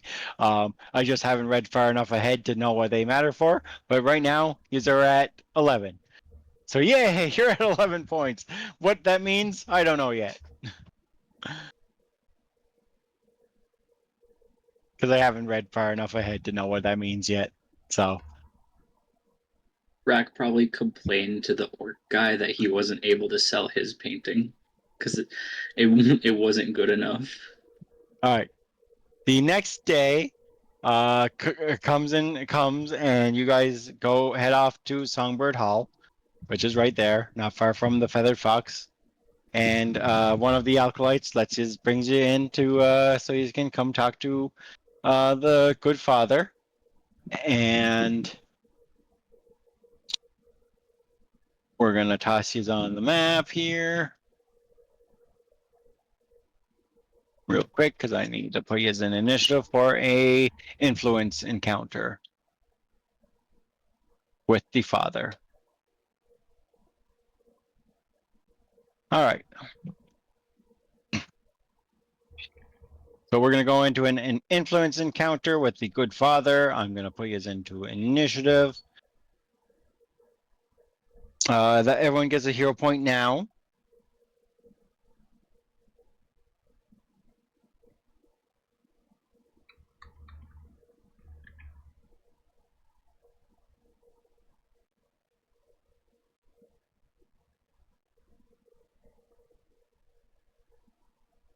So everyone gets a hero point. Everyone roll me initiative. Why are we in the water? Because I just threw you at the top of the map for now.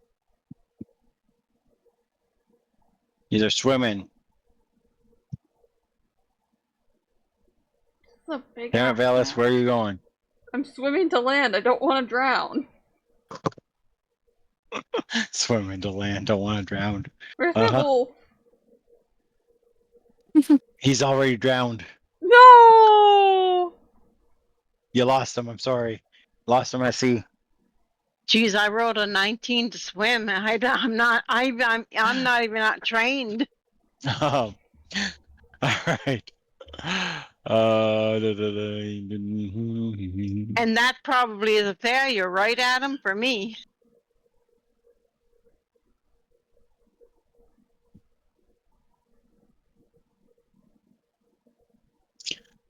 All right, so you are taken into Zacharin's office. Exquisite looking office, very elegant. Lots of decorations with paintings, tapestries, small sculptures, and more. Artwork. He sits down with you and lets you pitch to him. So this is an influence encounter. It plays out over the course of an hour with 3 20-minute rounds. Each round, you get one check, I believe, right?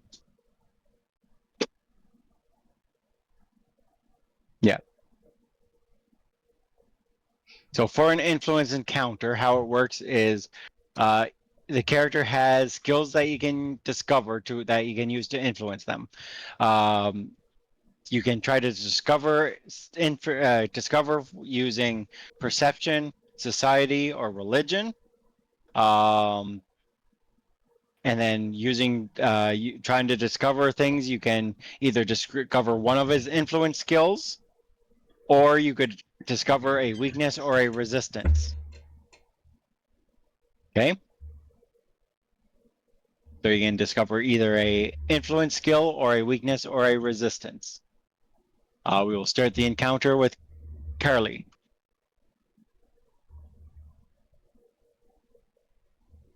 So we don't know anything that can influence him yet. Oh, Mr. Tinkles gets one free discovery because he did the one thing. He did the hour with Zachary.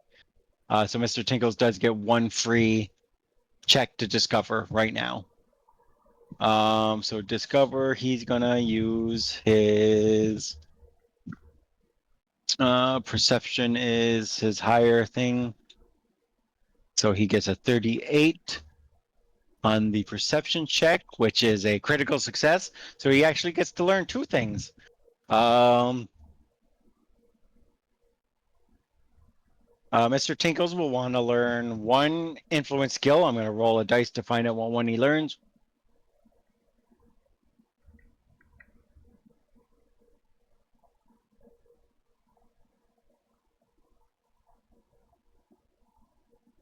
Maybe it's going to be a good one. Maybe it's not. He gets a 7. You can influence Zachary with intimidation. And then he's also going to learn Zachary's weakness. So Zacharin's weakness is if Zacharin knows that the PCs are working with Fallenta, either because they've been lax in keeping the secret or they reveal this detail to him during this encounter, he grows excited and much more interested, as Fallenta is well known to him as an excellent director. All future All future checks to influence him have their DCs reduced by 5 if you mention Fallenta. Thought she didn't want us to mention her though. She said that she prefers that you keep it a secret, but she did mention to you that she does trust Zachrin. So if you think it I think she meant is, more out in public during the gala. she did give you the sense, like she did tell you that she does trust Zachrin. So she said, as she would still prefer that it be kept secret, but if you feel that that you use your judgment. She said use your judgment, essentially. So intimidation is one of the skills you can influence them with, and if you mention Fallenta, basically all his DCs decreased by 5, making it much easier to try to influence him. Angela, you get to take your turn. All right. Well, I will. She said she trusts him, so I will mention that it's going to be a Valenta play that we're putting on. Fallenta, you say? Valencia. He kind of you see a he gets very excited, excited expression on his face. Valentia, yes, sorry.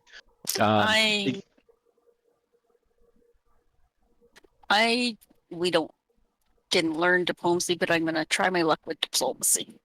All right, you can go ahead and try diplomacy.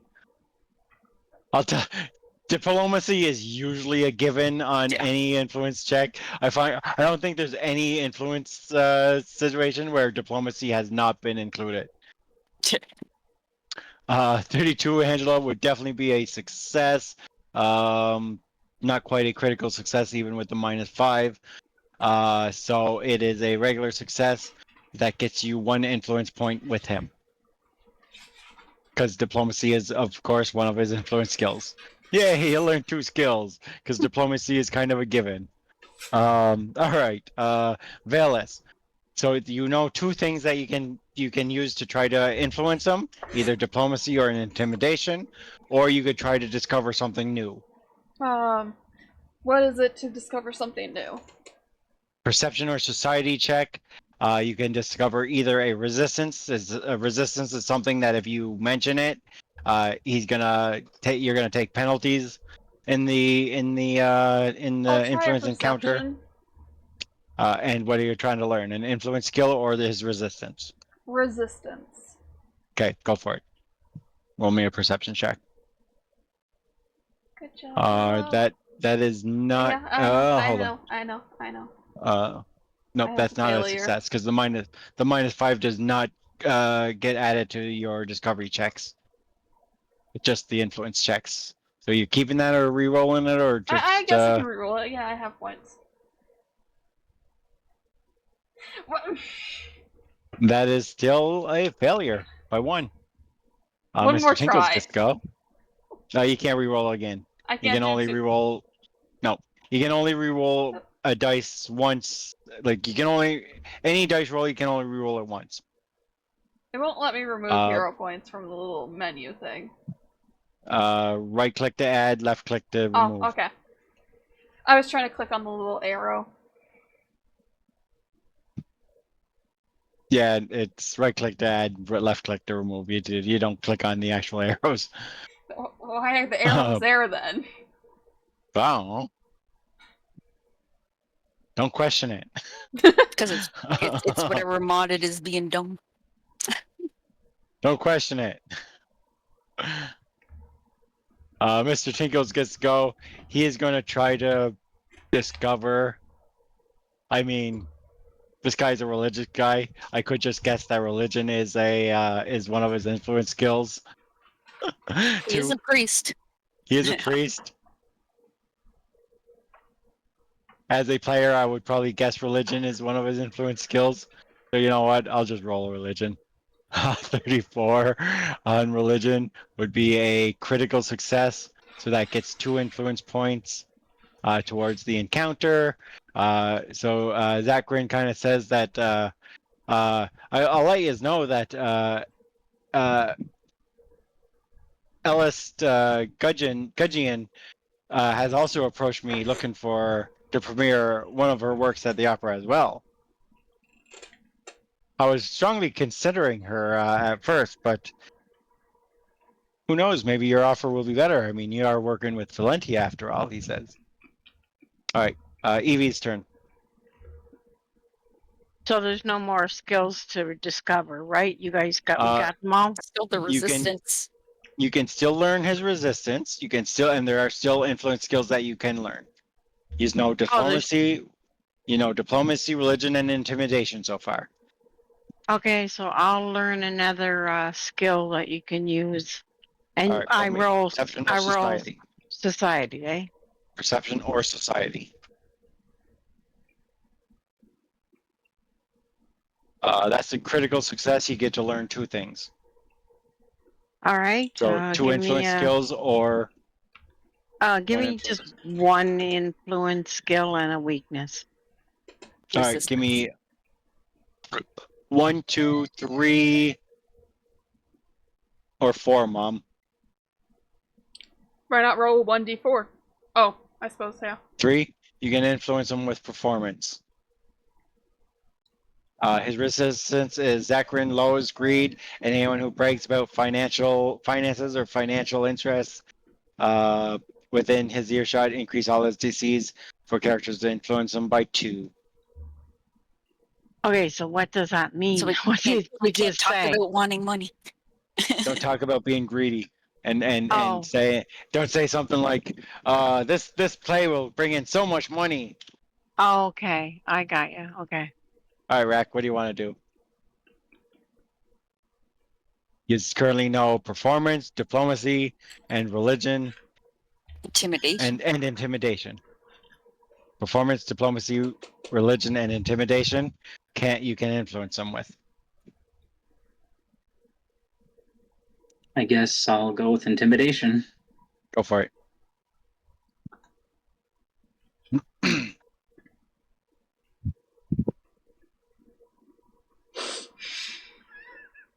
28 with the decrease of DCs would be a success. That's another point. That gets you a 4. No new information comes in though. With a 4, Angela's turn. This is the second round of 3 rounds. I just kind of tell him that we don't want this word getting out, and he better not spill the beans to anyone. Okay, Angela is a diplomacy with a 40 check. That's a critical success. That gets 2 more points. He kind of says to you, Angela, as you kind of talk him up and give kind of explaining how your play is going to be the talk of the town and all that.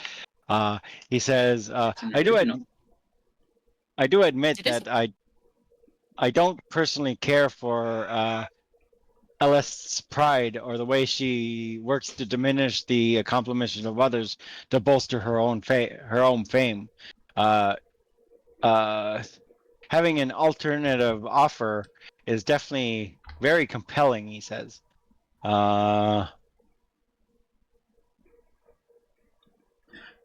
he doesn't like us. And the fact that you have Fallenta's backing, surely this will be a good show, he says. Bayless gets to go. Sorry. Bayless, what do you want to try? So do we already know his weaknesses and strengths? You know his weakness, you know his resistance, you still have 1, 2, 3 skills that you could learn for influence. Or if you have one of the skills that you already know, you could just try to influence them at this point. And just what are his skills to influence? The skills that you have open to you are performance, diplomacy, religion, and intimidation.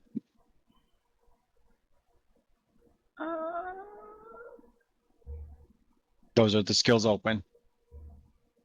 I think my only real thing is intimidation. So I'll try that out. There's also 3 more. There are also 3 more skills that you could try to. Yeah, I'll go try those. Learn as well. There's 3 more skills that you could try to learn if you want to roll a perception. Then. That's a 19. That's a 19. That's a critical success. You learn 2.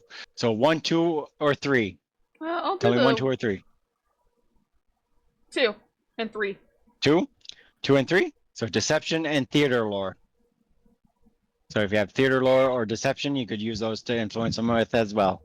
And he has 1 more thing that you can use to influence them that you can learn. Mr. Where's Tinkles gets to theater lore go. on here? Rack kind of just like leans in. Is there any So- funny magic going here? So lore skills are usually given by backgrounds. Technically, Ah. you should have a lore skill because of your background. Yours would have been a feral child give you. Let me So see kind of what like lore skill does when you feral. play Baldur's Gate 3, you get bonuses or influences when you're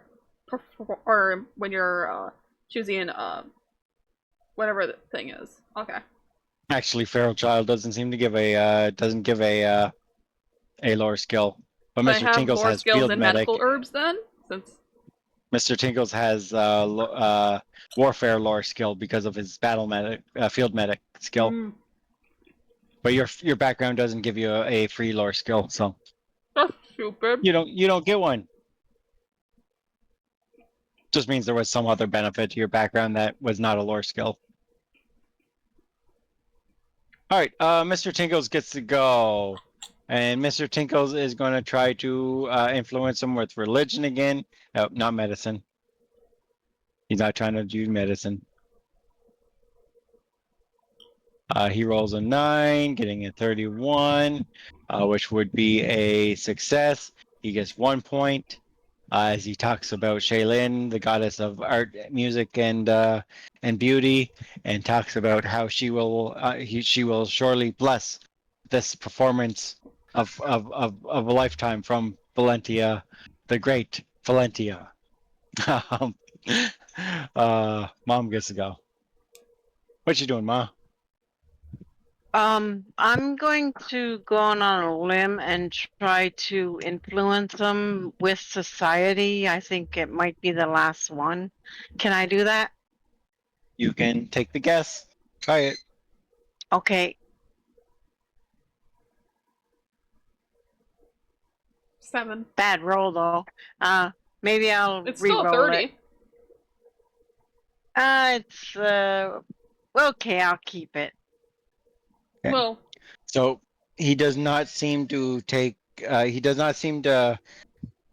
What you start talking to him about does not seem to interest him at all. He doesn't seem impressed or anything. Okay. All right. So you misguessed. I misguessed. Oh well. Tried it. Rex's turn.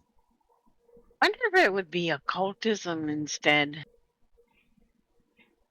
He has one more thing to learn. It could be just another lore skill, right? Yeah, it could be that too. Yeah. Because there's plenty of different lore skills out there. Like there's a million lore skills essentially. Because they're more specific things. Rex's turn. Trying to think. This is end of round 2. These are at 7 influence points with them. Influence points.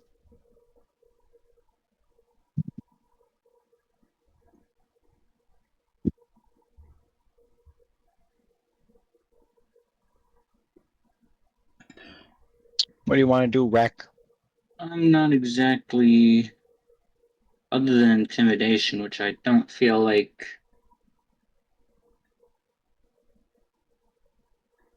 would do a lot, but Well, you already know intimidation is one of the skills you can use. yeah, So. I'll do it then. And we only have 1 round left, so this is the last chance you get to influence them, isn't it? This is the end of the second round. There's one more round after this. You each get one more turn, essentially. Yeah, so we need the most points we can get, probably on them.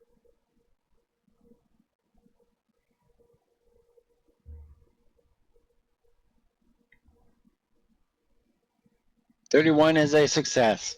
So as Rack kind of talks some more, popping up the show that's about to come by the famous director Fallenta, he says, "Well, you've convinced me." He says, "I will hold the theater, I will hold the theater for your guys's play, your opera." He says, "Do you know a date yet, or any idea on a date yet, or?" did Valencia tell us a date? She did not tell you the date yet.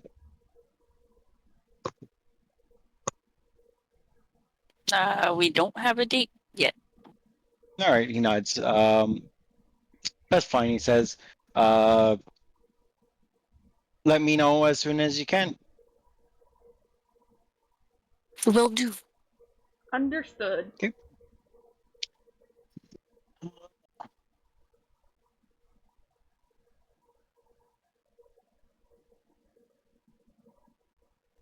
Guess we leave. Just a That's second. it. Were you adding the influence points because it still says 11? That's not the counter for influence. Oh, okay. I was just counting the influence in my head. Gotcha.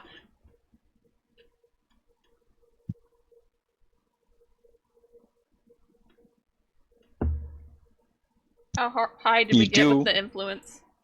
Because you got the full 8 that he needed.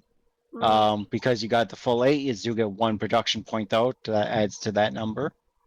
That number so that we don't know production. what it's going to be used for later.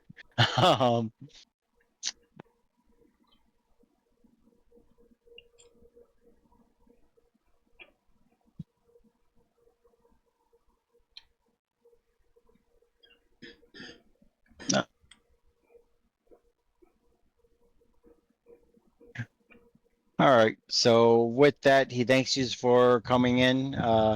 Thanks just for the coming in and pitching. He says he's excited to see the opera and looks forward to working with you in the future. Thank you. Mm-hmm. All right, so you guys are free to leave, and I just want to the rest of the mention when I day. was swimming to land, I got a nat 1. Did you? Yeah, I did. Well, then you don't actually make it to land. Instead, you drift out to sea and drown with your wolf. Actually, the wolf probably could swim. She can't. No, actually, it's not all dogs can swim. Bet you your wolf has a better athletics check than you. What's your athletics? Hold on, let me check. I checked the swimming's gauge and not the athletics. Just hold on to me. Your wolf is a plus 18. Neil has an 18. And I checked have him already. 18. We both have 18. Oh, well, I guess you are both about the same when it comes to swimming. You're as good as a wolf at swimming. Good for you. All right, do you guys do anything with the rest of the day or what? Now that your meeting is over? Yes, I stomp around the place as a giant. Uh-huh. Stomp around the place as a giant. The thing is, I could actually do that. Yeah. I just want to see you go giant for the shits and giggles of seeing you stomp around. All right. So I assume you just don't do anything then for the rest of the day. Probably not. Oh, my bat. I need to give my bat some attention. You go back to play with your bat that hates you? Mm-hmm. Uh-huh. You're as big as this building. All right, so you go and play with your bat. And with that, nothing really happens for the rest of the day. So we continue. We're going to go to the next day, Moon Day, because today was Sunday. And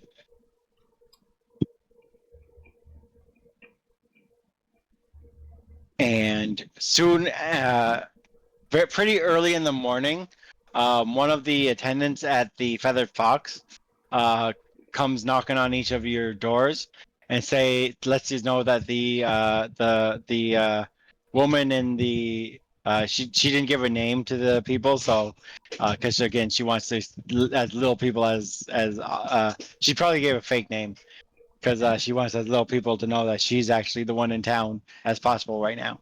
But he gives you a fake name saying your companion has asked to see you guys. So Fallenta wants to see us.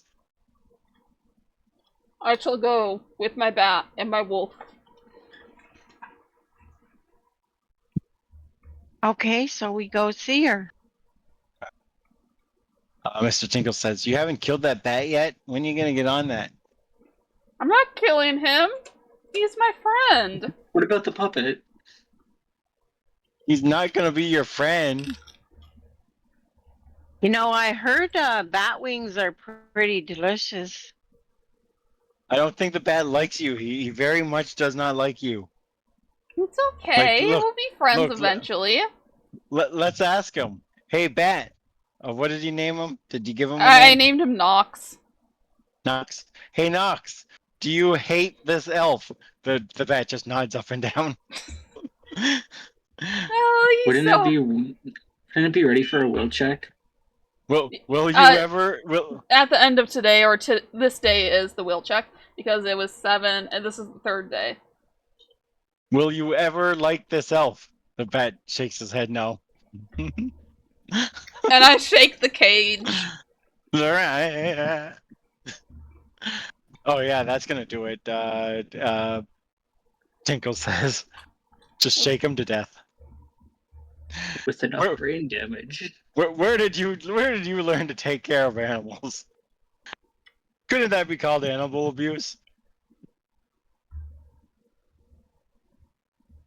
Let's go to the meeting.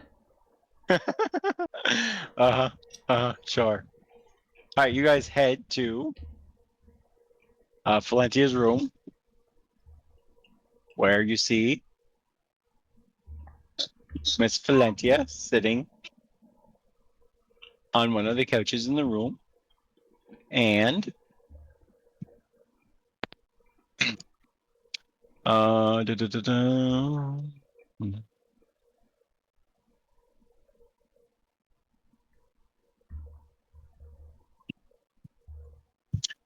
So when you guys enter the room, you can see that she seems like she's visibly shaken, as if like something has shaken her, kind of made her uneasy as you guys enter. She looks as you open the door. She says, "Please come in and take a seat." She says. I sit down with the bat cage in my lap. Tinkles comes in, takes a seat. I, of course, come in, take a seat. So then Fallenta says, "I apologize for not being more forthcoming, but the real reason for my secrecy has backfired on me. Many years ago, I had to flee Cantargo, and to keep House Thrune from tracking me, I hired a organization called Dragonfly Society, the Dragonfly Society.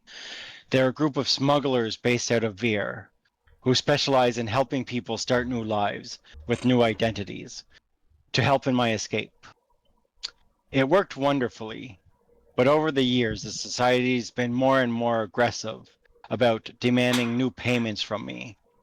Their latest demand is a step too far. They want complete creative control over our new opera and the lion's share of the profits." She pauses a moment, giving you a chance to, if you want to say something. Where are they? And then Valus, after hearing Roxana say that, she whispers to the bat or to Nox, "I think he wants to crack some skulls." She says, "Well, they're located in Veer." She says, "Do we know where Veer is?" Roll me a society check. Fuck. At least it's not -1. 17.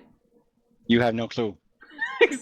Mr. Tinkles, on the other hand, realizes that Veer is about a 18-hour boat ride from Cantargo.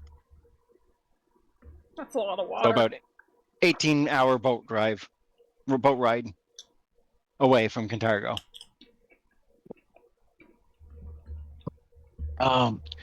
So where was I? I was contacted by a man named Gideon Shanklet. He had threatened to spread word to House Thrune that I am still alive and I'm back in Kintargo. If that happens, they very well might come after me. She says, and I must apologize again, as she kind of looks down shamefully. I kind of volunteered your services instead. I'm confused by what she said. Can you dumb it down from volunteer? Does she mean she hired us instead of them? She says, I have volunteered your services to the Dragonfly Society. They're having trouble with a rival smuggler of late. So she volunteered us as tribute? I volunteered your services to them. They've been having trouble with a rival smuggler of late.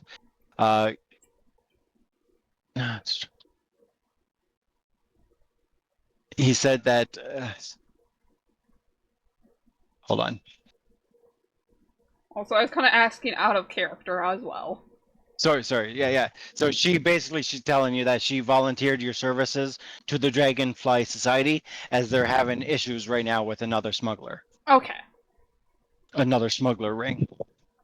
So she says to you guys that if you guys are willing to go and help the Dragonfly with these other smugglers, he has promised that he will give me the only copy that exists of the documentation that shows my previous life, and he will drop his demand of control over the opera as well as the lion's share of the profits. What do you want, girlies?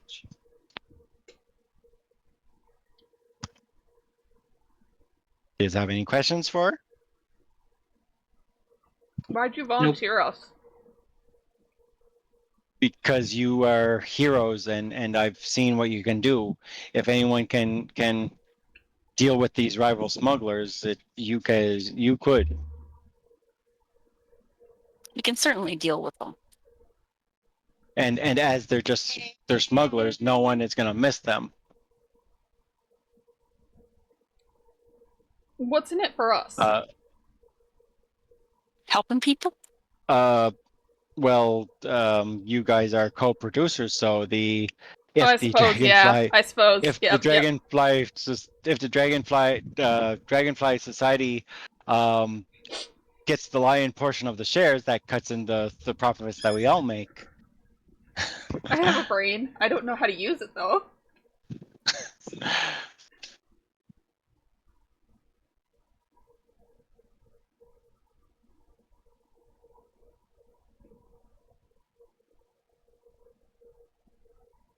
Anyone else have any questions?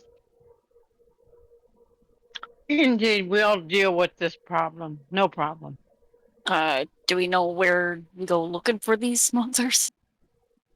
So, if you take a boat to Veer, you will need to meet Gideon at a place called a tavern called the Seven Apples. It's a hostel that caters to visiting adventurers. He already knows what you look like, so you guys are to show up at the hostel, arrange rooms, and then just wait in the hostel's common area to be contacted by Gideon. What's a hostel? It's like a tavern, an inn. Oh, okay, an inn. Okay, that's what I was thinking. Just a fancy word for inn. Yeah, it's like an inn. So the Seven Apples Inn, essentially. Mr. Tinkle says, you said that you had to flee Cantargo because you were afraid of House Thrune. Why are they after you? He asks. So she says, in my past, when I was just starting out as a opera writer, I made a very scathing satire about the Chelaxian ruler. It did not go over very well, unfortunately. And I had to flee because of that. Obviously, at that time when that happened, Cantargo was still part of Cheliax. This was before the succession of Cantargo out of Cheliax. When Cantargo separated from Cheliax, when Ravenel separated from Cheliax, I came back to the city, but we're still close enough that if the word got back, they could always send assassins for me if they found out my true identity. If they were to learn that I was still alive, my true identity.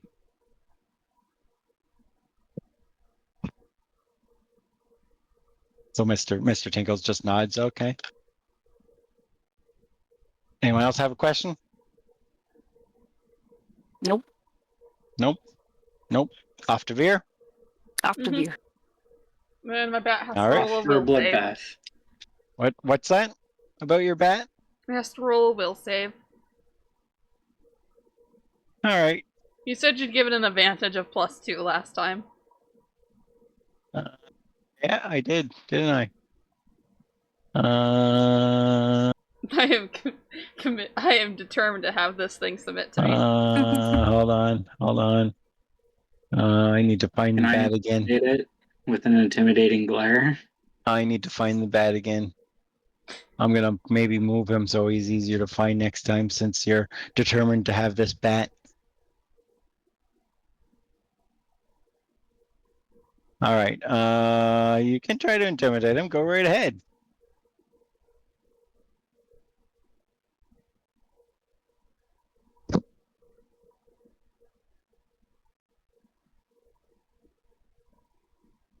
Just see your cursor flying all over the place.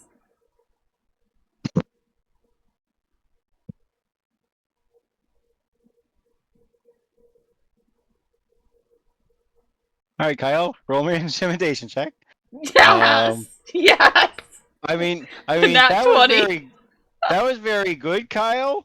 But it's a bat, so you can't really tell if he was shaken or not. You know, But it's a he doesn't nat have the 20. same. He doesn't have the same features as his human, so you just can't tell. But that was really good. You know, It says you can't critical read success. Target becomes frightened. Oh, I see it. I see it. Yeah. But you know, you can't tell. You know, the bat doesn't have the same facial features It of a would be human. shaking So. in fear. Uh-huh. Trying to get away from me. The bat rolls his will save. He's fine. Well, what do you roll? You're not showing us. I know I'm not. What do you roll? He's fine. I'm not telling you. What do you roll? Did you take the penalty? Yeah, I'm what's the not telling penalty of being frightened? Show what he rolled. With the penalty, he's still good. Come on.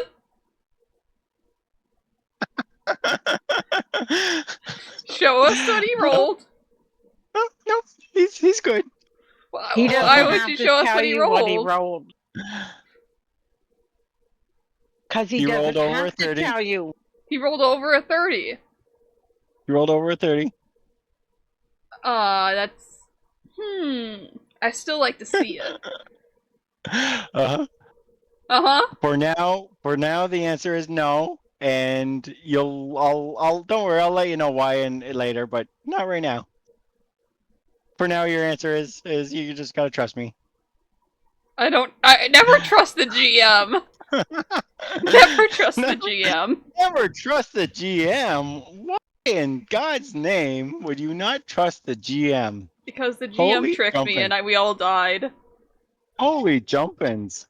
In one of my old companions, the GM, DM, said this is gonna be fun, and so I said, well, let's see what's fun, and then we all died. Dying's fun. What's wrong with dying?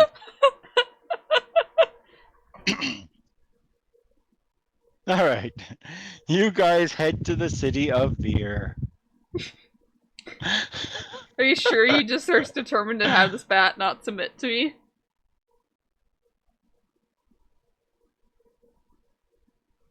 No comment?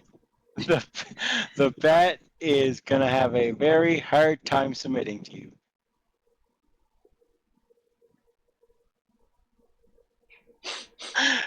But you will find and you'll learn why later. Oh shit, is that lady still alive? No, she's very much dead. She is very much dead. But it still has a master then, doesn't it? What's that? It still has a master, that must be what it is. It does still have a master. You are correct at that.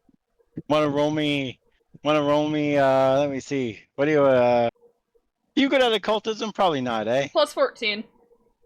Yeah, plus 14 is not bad. Go ahead, roll me an occultism. Oh, that's Check. the wrong thing. We'll kind of... 30! Maybe we'll... Oh, 30 is a good roll. Let's see. Maybe I'll tell you some information now. Kyle's helping out, he got a 33. Fucking Rex good at occultism too? Yeah, I'm trained. We're both trained. Alright, I'll give you some information. Hey! Well, she knows. Hey, look at what I rolled. Nat 20! So, as a familiar, you already know that this creature is more intelligent than your average, animal. But if this is, say, a witch's familiar, a witch, if she was a witch, you don't know if she was a witch, but if she was a witch, witches get their power from a powerful being. And so if this bat is essentially could be a servant of a powerful being, it's probably not going to break easily. Even after a nat 20? Even after a nat 20 intimidation. Hey, Can I ask what he really did roll? Listen. He still rolled even with the... Okay, I'll show you this. I can't show you the thing because I actually can't show you the thing because I can't right-click for some reason. As I said before, our right-click is... And then our just right-click what is was not it? working. It was a 35 after the intimidation. What was the debuff you get from intimidation? He would have been frightened 2 on the critical success. It would have been -2 to any of his checks. So he just would the have been a normal check 35. then? He would have been a 35. That being said, because he's literally a servant of a powerful being, like has a very powerful master somewheres that So that was basically lended to the witch, and I'm just carrying around some kind of god's pet bat. Pretty much. A powerful being sent the bat as a familiar to that witch and granted that witch power. I'm guessing it's the Ashen Lord that she was talking about. So, your chances Can I kill the bat? Your chances of converting the bat is going to be slim to nil. I'll take the So slim. can I eat the wings now? No, you cannot eat my bat. It's like cannibalism. Bat's a rat with wings. Oh, okay. Really? All right, so you get to Veer. This is the city of Veer, as you see on screen. The location that you guys are going to is the Seven Apples. So you just go to the Seven Apples. Where's the Seven Apples? Over this way. I don't see your cursor. Oh, never mind. I was looking for Kyle's, but I see it now. I see it. I was looking for red, but you're green. Kyle is red. Yep. So it's over there. And when you get to the Seven Apples, you can all get rooms at the Seven Apples, and you're basically told that Fallenta told you is to essentially wait in the common area, and her contact will come and find you. I just realized something. Would I know if this powerful being would be able to track the bat? It probably can track the bat. It probably knows exactly where the bat is.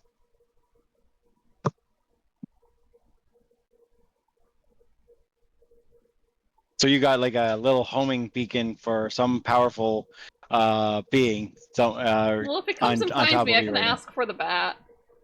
Maybe it'll come kill you to get its bat back at some point. And then if I kill him, then I get the bat! Yeah, good luck with that.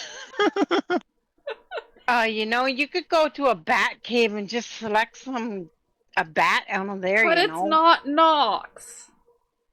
It's not Nox. Nox is It will in be this name. Nox. It will be Nox too.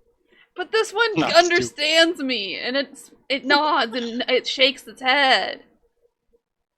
Because it doesn't like you. Just awaken I just hold the awaken cage a bat. tighter. All right, so you just get to Veer, and Oh yeah, that's right. I go was to gonna the look 7. for a magical item that can make him submit, like a collar or something.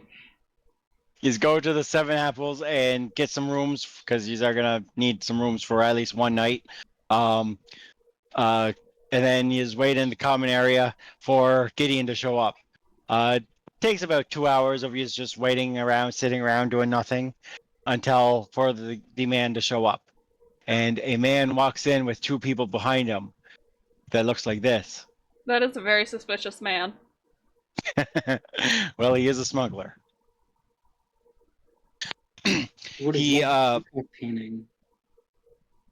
He motions for his 2 goons to go sit at a table, and then he comes over to your guys' table, and then he says, "Greetings, and here you are, mighty minions of my old friend Fallenta, or should I say, Imogina, since that's the name I knew her best as back in the day. She seems awfully confident in your abilities. Enough to put control of her latest work on the line. You do understand that if you fail to perform my little task for you, your boss belongs to the Dragonfly Society more than ever. Oh, of course you do. Gina wouldn't hire fools. Now then, let's talk about what you'll be doing for the Dragonflies, And he takes a seat. Rack just kind of squints, but just stays silent. He sits down, and he says, he lowers his voice. He says this first, like the first part that he says to you, he says very loud and kind of blusterous, and then when he sits down and starts talking again, he gets much lower. His voice gets much lower. He says, so recently, a valuable payment that we were expecting for services rendered to a woman of power whose identity will remain secret, that her identity does not matter, was stolen from us. There was a ship that came in with the cargo. Within a few minutes of the ship's arrival in port, our cargo was stolen. We need you to go in and get the cargo back. I was put in charge of tracking down where the cargo went, and I have learned that an old rival of mine, Lady Augustus Wormwood, hit our ship and took the cargo. Wormwood is no stranger to me. She's been a thorn in our side for many years, ever since I exposed her of corruption and had her removed from her position in the Dragonfly Society.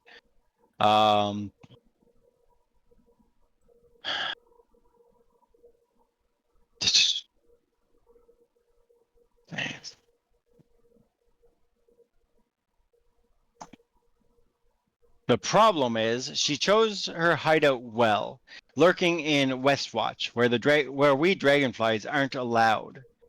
But you all aren't dragonflies. You can head into her warehouse and snatch up the stolen shipment, and if anyone spots you coming and going, well, no big deal. As long as you keep your mission within the walls behind closed doors, what happens in the old warehouse is just business of yourself and Wormwood. She knows that Theft breaks one of the promises and can't rely on the city for protection. And anything stolen from her, in turn, is thus fair game. I'll leave the logistics of retrieval to you, but here's a list of the items she stole from us and what we need back. As for Lady Wormwood, what happens to her I leave to you as well. But I, for one, would not miss her if she were to go away. He kind of chuckles. I kind of speak up. If there's an unfortunate accident, wink, wink, nudge, nudge, that befalls her, do we get anything extra?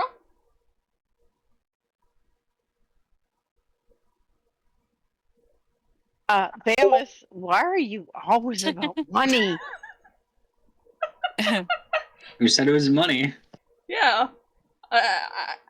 I could want a collar for my bat or something. You never know.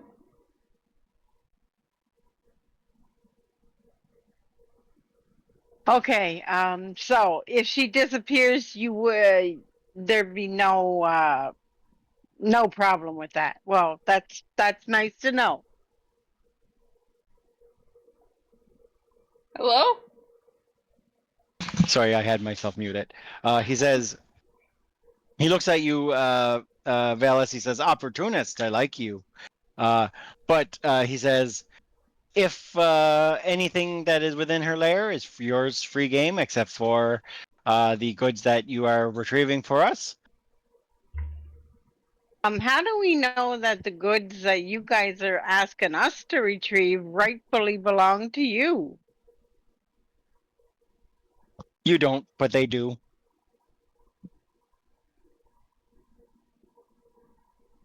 Me hearing that I Okay. can loot a building is me and the meme I just put. Uh-huh.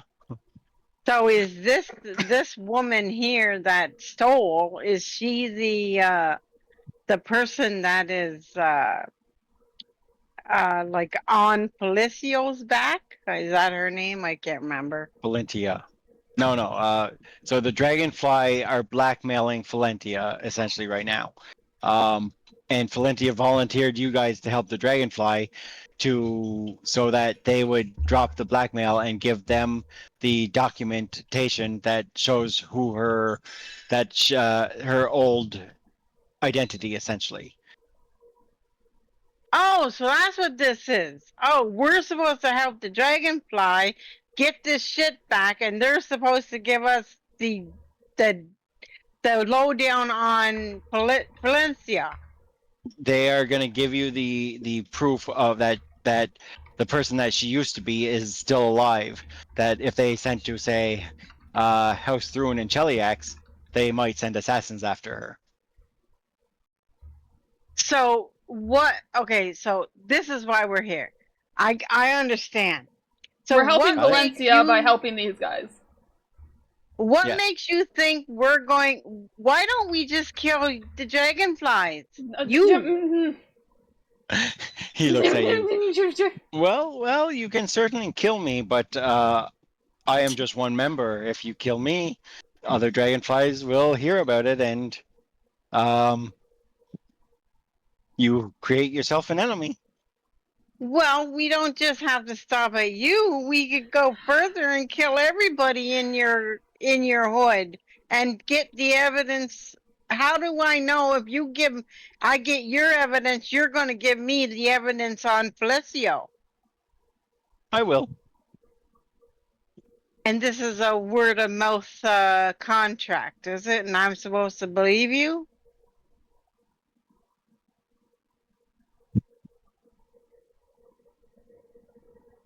He says, the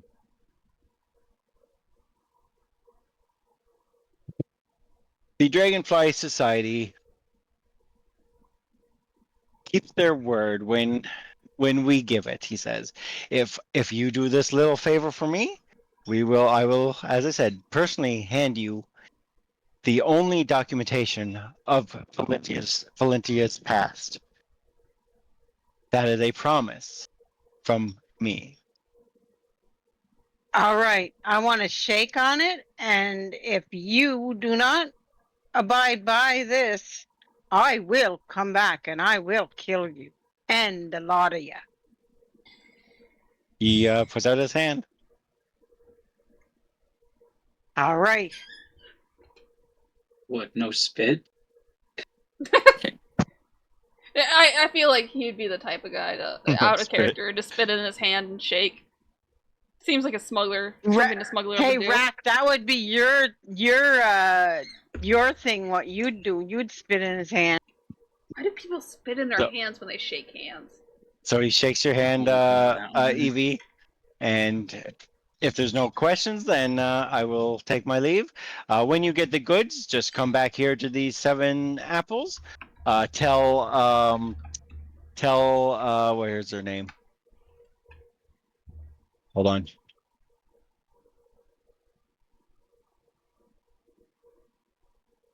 Tell Molly. Tell Molly that you've got the goods. She will get word to me, and I will be back. He says. Molly is the owner of the 7 apples. Okay. Apparently, it was once a way to seal a promise or an agreement. All right. No questions for him? No. Can I reload my weapon while we're not in combat? You can.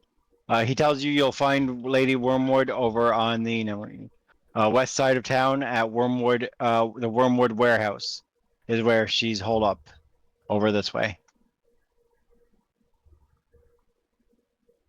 Okay. Okay. Alrighty. Let's go to Wormwood warehouse. Hopefully it's not made out of worms and wood. It's at least made out of one of them. It's got to be made out of one of those things.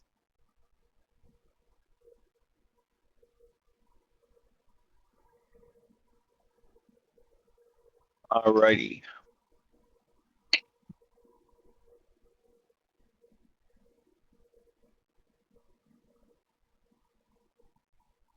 Need a calculator. Just I see no point in killing this woman unless she becomes a liability to us. Okay, guys? Living is a liability to us. For a minute. Yeah, but there's no sense us doing his dirty work. He's the one who wants to see her dead. We have nothing against this woman. We don't even know who she is. She's a rival smuggler. Well, a rival smuggler. She has her rights to do as she's done, and that other guy had his rights to do what he has done. We just want the goods that he requested, and that's it. Right, Valis? No other stuff, right? Free loot! Are you thievery by any chance, are you? No, I'm just a loot goblin. Don't need to thieve from someone that's dead. Yeah! Oh, I have another move for that. Just like burning an entire building. A 10-foot high. Gold but if you burn burn the building, then all the loot burns. But gold doesn't burn. It melts. It has a rather low melting point. We really don't need any other stuff. We're earning our living as we're earning our living. We're doing good.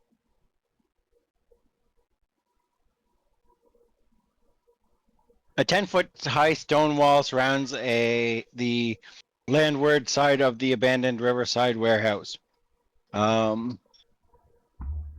Lines of broken glass and jagged bits of metal have been affixed atop the wall, and a large wooden gate is chained up in the middle of the northern side.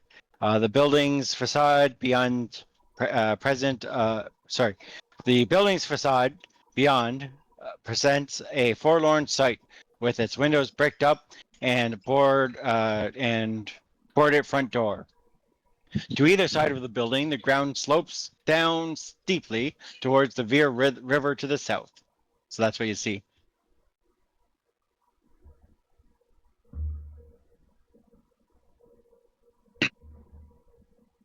Mr. Tinkles looks up at the wall, saying, "Guess they didn't want anyone climbing over that with the jagged bits of metal all around the top."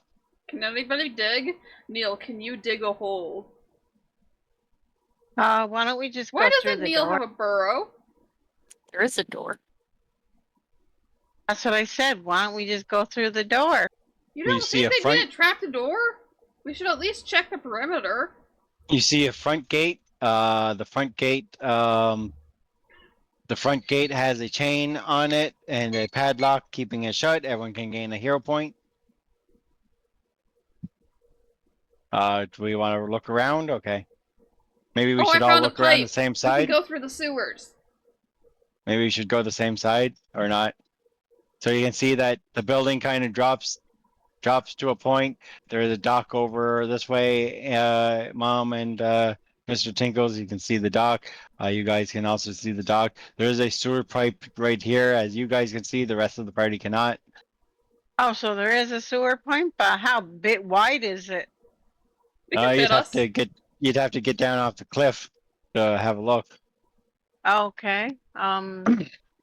Is anyone good at climbing? Me. Why does Neil Although- have a climb speed? Although, I don't know. Neil's amazing. He has a climb speed. He's magic. He doesn't have a climb speed. There's no number there. Well, it has Yeah, climb. Yeah, I you can roll for haven't- climbing. You can yeah, roll no, for climbing but if because it doesn't have a number, you can roll for climbing, and basically climbing is an athletic check unless you actually have a climb speed. Oh. So anyone can try to climb, but it's an athletic check unless you actually have a climb speed. yeah. Same thing with swimming. So a spider would probably have a climbing speed. A spider would definitely have a climbing speed. Okay, I got it. Oh shit. I think What? you're supposed to level up here too. Give me a second.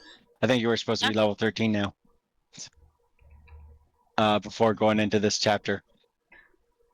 Give me 2 seconds. 1, 2. Give me 3 seconds. 1, 2, 3. 3. You are supposed to be level 13.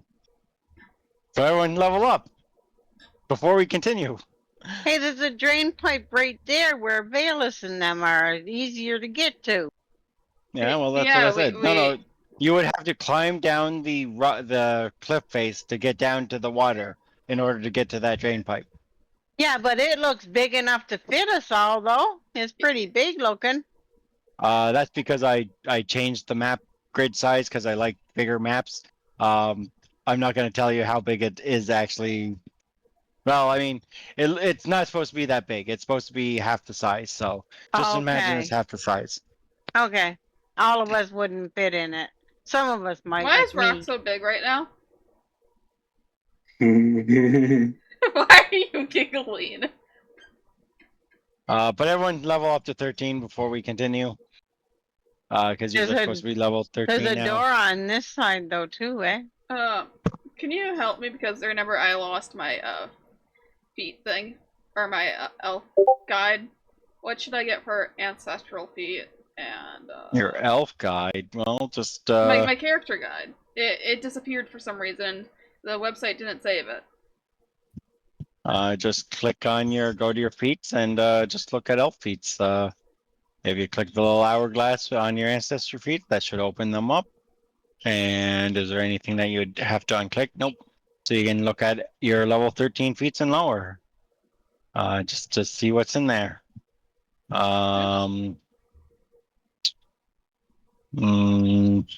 What do you have for feats already? Nimble Elf is the one that gives you the extra 5 feet speed.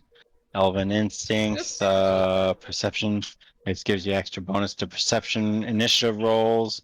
Elf Step is the one that lets you step in difficult terrain. No, 5 feet twice. You step 5 feet twice.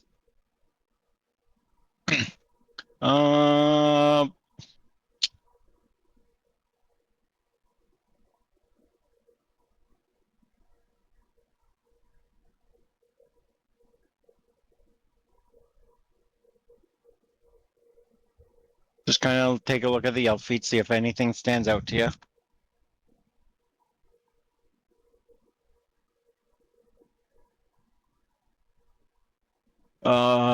Dexterity boosted, right?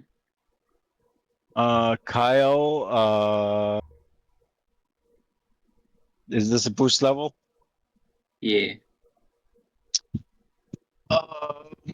You would probably want con or, well, not con yet. You would want Wisdom?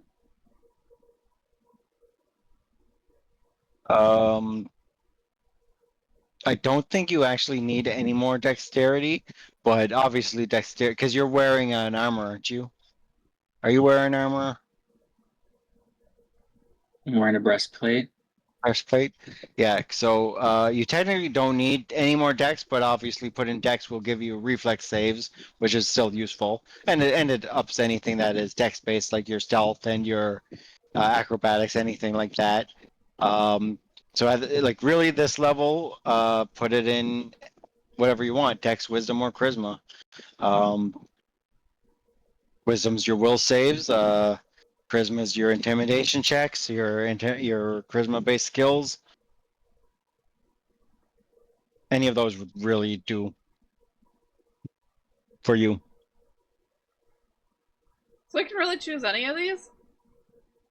You can choose any of the feat that are elf feats. Yes. This Fey ancestry looks cool because I can manifest Mm, wings. Fey ancestry is It's listed as rare. well. It's Let me check that because there's what is the because you're not technically a Fey here. Elves aren't Fey? No. There's this. Is there not something special you need for that?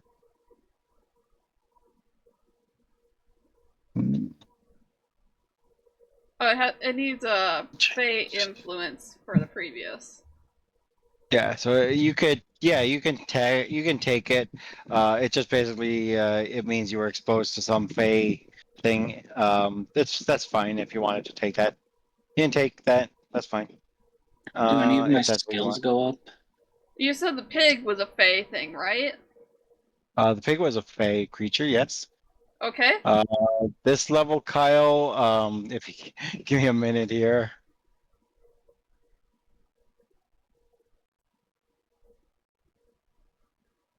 Okay. Level 13 is a skill increase, Kyle. You can do one skill increase this level.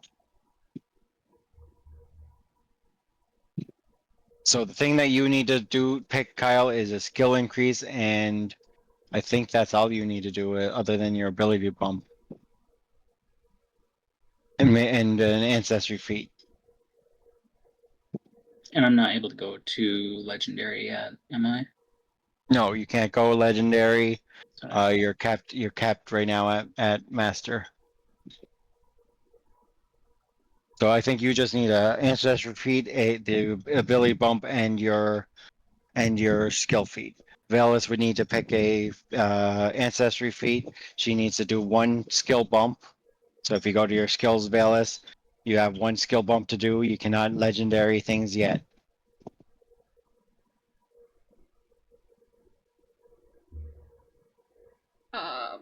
So I can get something up, one thing? One of your skills can go up in training. Yes.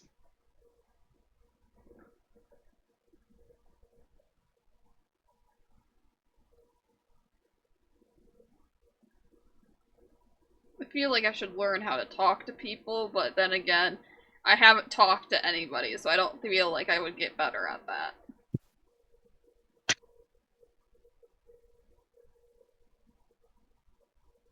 You also have like a -1 in charisma, so Yeah. you're not going to be very good at it anyways.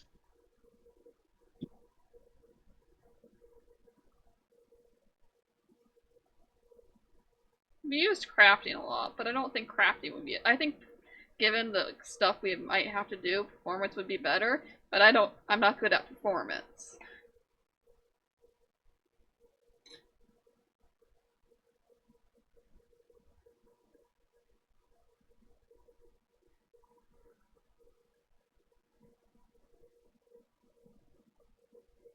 We'll increase my athletics to expert.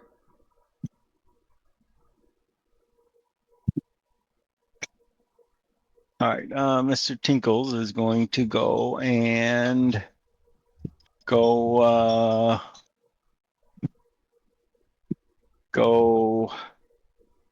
master in fuck it. He's gonna go master in performance. Someone got to be a decent at performance. He has no charisma. I'm not gonna do I just that. realized. Wait, that probably doesn't affect Neil. I don't know why I experted his performance, but I did. He's gonna go. I don't know. I have no idea what I want to do on him. You go.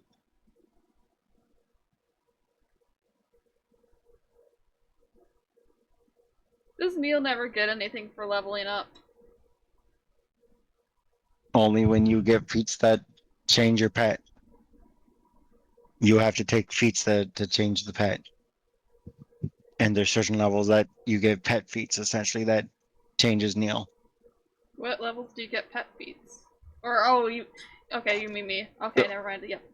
Well, you get feats that add to Neil. Like your first feat was your animal companion, that gave you Neil. Your 6th level feat was your mature animal companion, which buffed Neil up, made Neil stronger. Then you got incredible at level 10, which again made him stronger.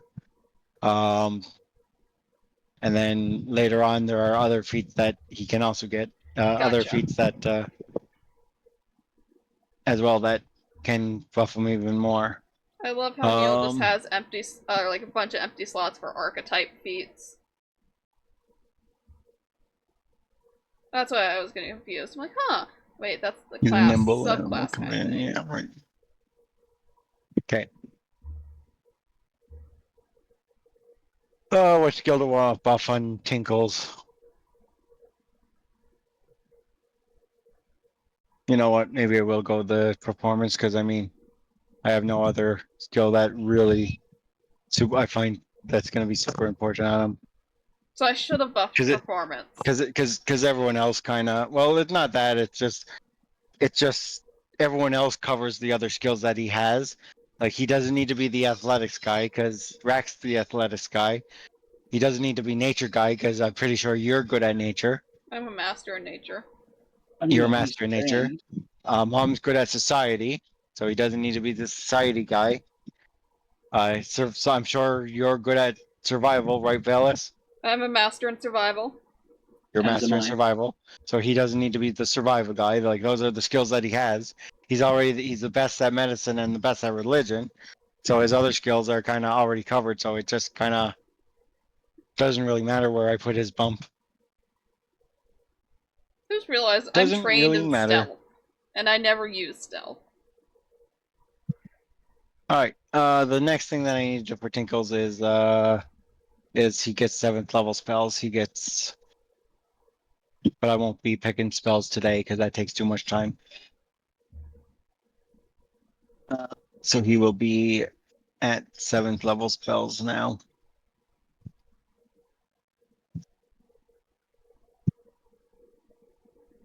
What level did I say we are? We're 13 now.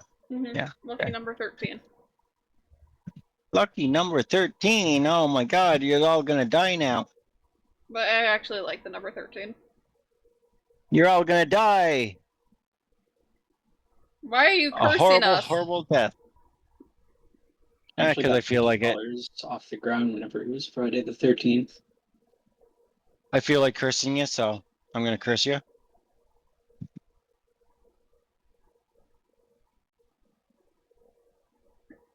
But it's not Friday. What? I can curse you on a non-Friday. Why does it have to be Friday to curse you? Who said I have to only curse you on Fridays?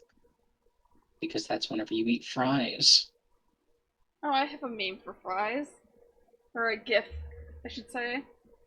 That makes no sense. I'm also going to rest him because his spell should have been recharged.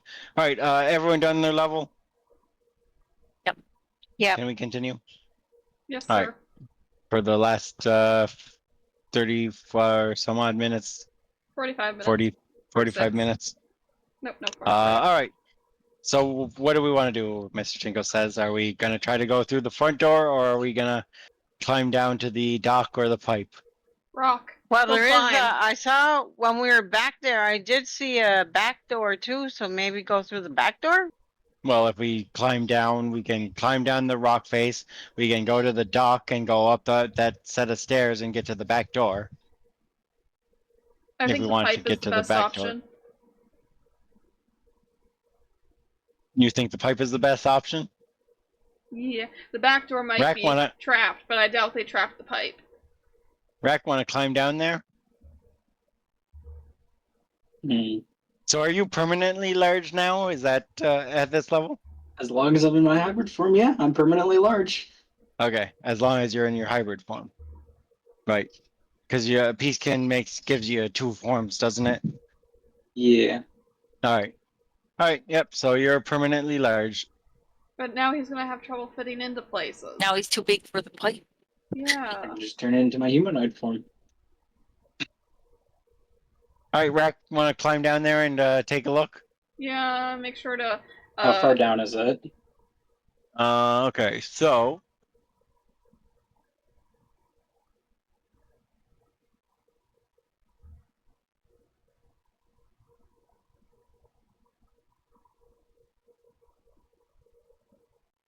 the cliff is about a 20-foot, probably about 15-foot drop into the water. No, we'll say 20 feet. It's 20-foot drop. Actually, there it is. See how It does small actually. It does actually say 20 feet drop. So give me an athletics check to climb down.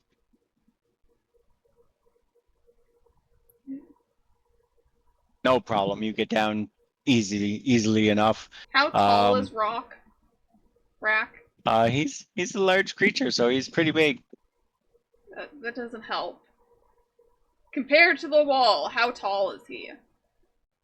Compared to the 20-foot wall, so he would be probably somewhere between 9 feet if he's on the lower side of large, and probably maybe around 15 feet on the bigger side of being a larger creature if he's top of the chart. Maybe probably 10 feet. No, I'd say 9 feet for borderline. Isn't border Rock line. normally big though medium too? is. Like he's larger for a medium sized. Well, the thing is with medium, it's either 4 feet to 8 feet. Oh, there you go. So 9 feet would be if he's 9 feet, he would be small size, large, and 15 feet. I would say would probably be the top of large, somewhere around there. Rack is normally 7'6".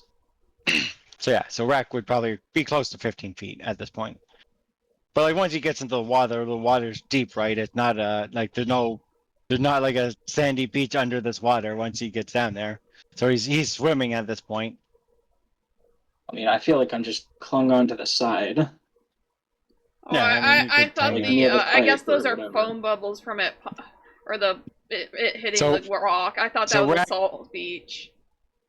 Rack, you could definitely, a medium or small size creature could definitely get into the pipe. A large creature would very much have a hard time trying to fit through this. But even a medium sized creature will be squeezing through. It'd be a tight squeeze. And it smells very badly. Why does it smell bad?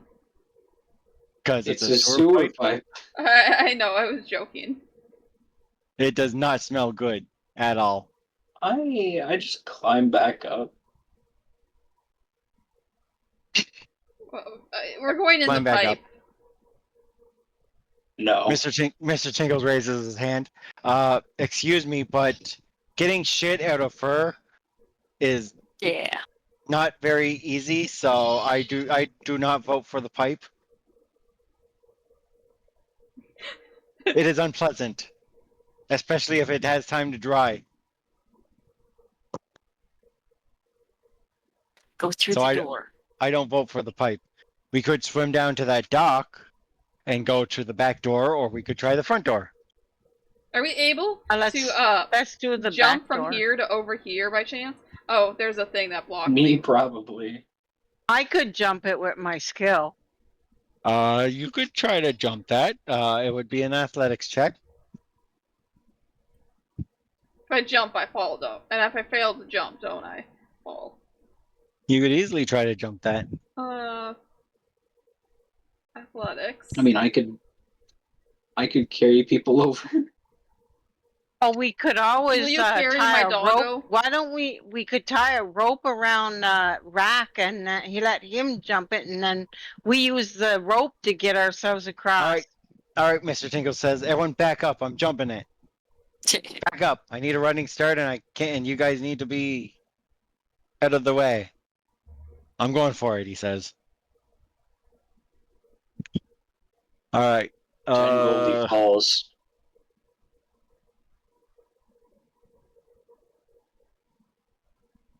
He runs. He takes a jump. Hey, critical success.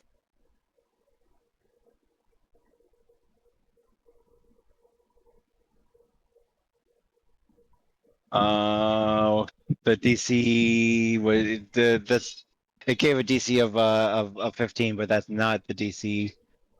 Give me a second. Actually, hold on. The DC is only the distance that's jumping, so he's not actually jumping that far. He's only jumping. Only 10. If he's leaving there, he's jumping about 20 feet. So the DC would be 20 feet. So he doesn't critical. What? That's not a full square, though. I'm gonna say it's 20 feet. That's not a full square. You don't need a full square to jump from. Uh-huh. Do you see like anime characters putting their foot on the very edge of the building before they jump? Yeah, but if you try to jump from there, you might hit this corner of the building, Angela, You and just throw need a off your jump. foothold. He's a small creature. He's not going to be knocked out of that corner. Regardless, he makes the jump. He passed through that square and he didn't touch the building. He makes the jump. He does succeed at the jump. Ah, piece of cake, he says. No problem.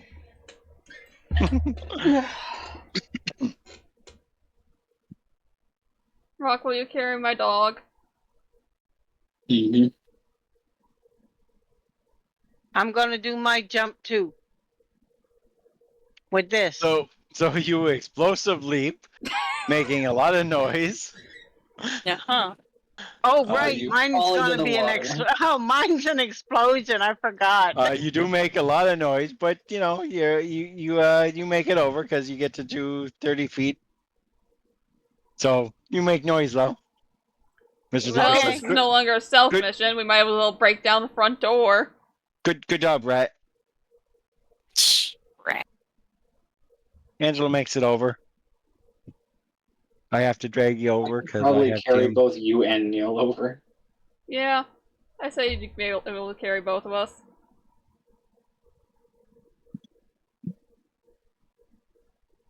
I mean, you guys are decent at athletics. You can make the jump yourselves. Well, he was You're originally just 21 gonna in carry my athletics. dog, and then he offered to carry me. And I You're suck at. 21 in athletics. You can do your own jump. Yeah, but you know how my rolls suck. Uh-huh.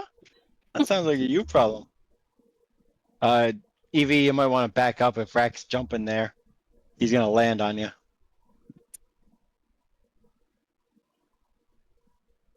All right, so athletics roll. Yep, athletics to do the jump.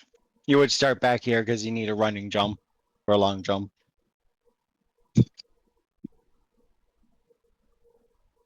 But roll me athletics.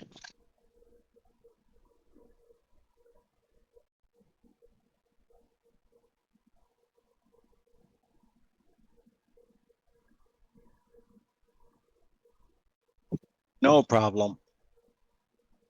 You get over and you were carrying these two, I guess.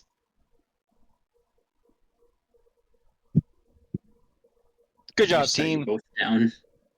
We all made it. I made a lot of noise with an explosion. No longer a stealth mission. No longer a stealth mission. Well, I They forgot it. heard a loud explosion and then a loud thud. From I you forgot jumping. it made noise. Okay, God, I forgot it made noise. It's I an thought you were supposed to be explosion. How do you forget? I thought you were supposed to be smart. You're an inventor, right?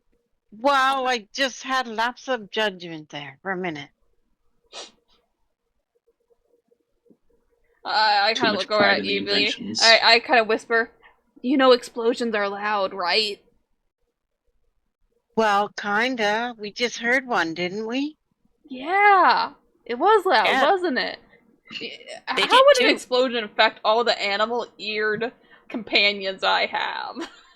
Mm-hmm. But if they were to come out through the door, I would just be a rat munching on cheese in the corner. What are they going to be scared of? A rat wearing clothing and goggles. Got it. You don't Eating look like cheese. your average rat. First of all, you're bigger than your average rat. You know. It's a skeever. Rack opens the door. All right. Well, enough arguing. He opened the door. All right. Hold up a second. I don't have. Loot! What can I Hold loot up. in here? Back up. I Back can't up. see. Back up. Get a flashlight. Rack does not have dark vision apparently. I have dark vision. Can anyone cast light on Rack? I think Nope. my priest can.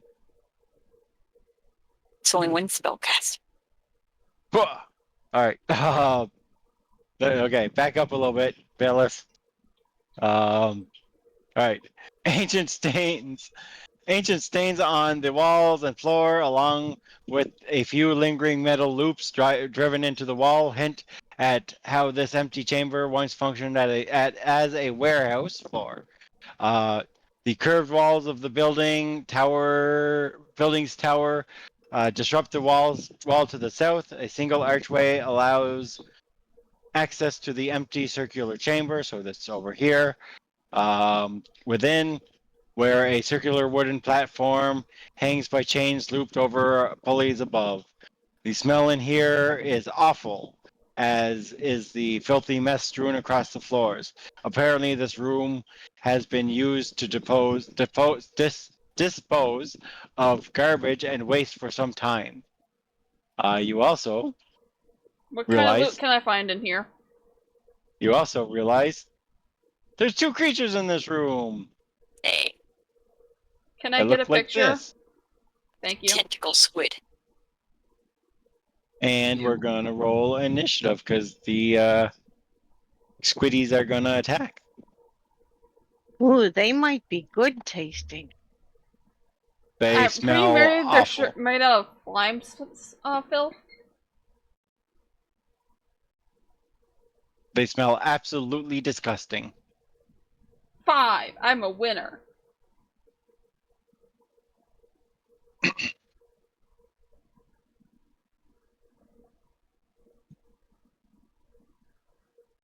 All right. So we will start combat with this guy down here.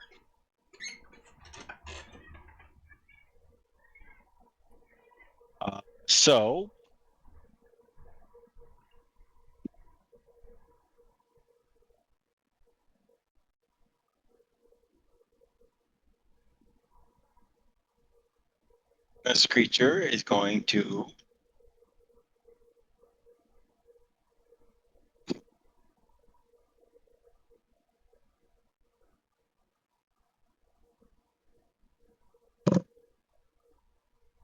this creature is going to start by I don't know why I brought out the measuring tool. I can just measure using my mod. 60 feet. Okay. This creature is going to start by spitting some acid slime at Carly and dealing 16 points of damage to Carly. It then moves up a little bit to what's its movement speed? It only has 15-foot movement speed, so it can only get to there with its first action. And then it spits acid slime again into Rack, who misses. Rack gets to go, and the first thing I need Rack to do is, as I said, these things smell absolutely, positively horrible. One of the worst smells you've ever smelled. I need a fortitude save. I forgot to put that on.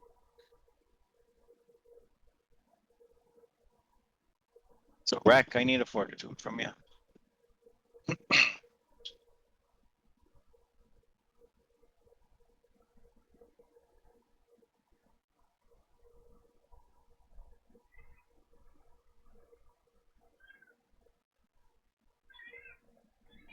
I assume, is this like a disease of any kind?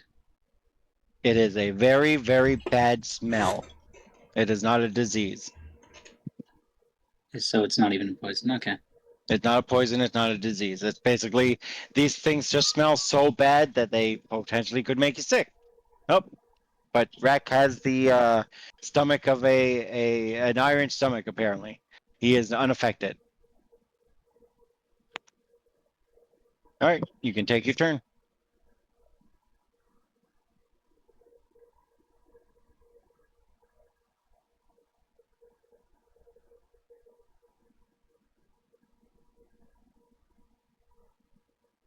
You're sudden charging down to that one.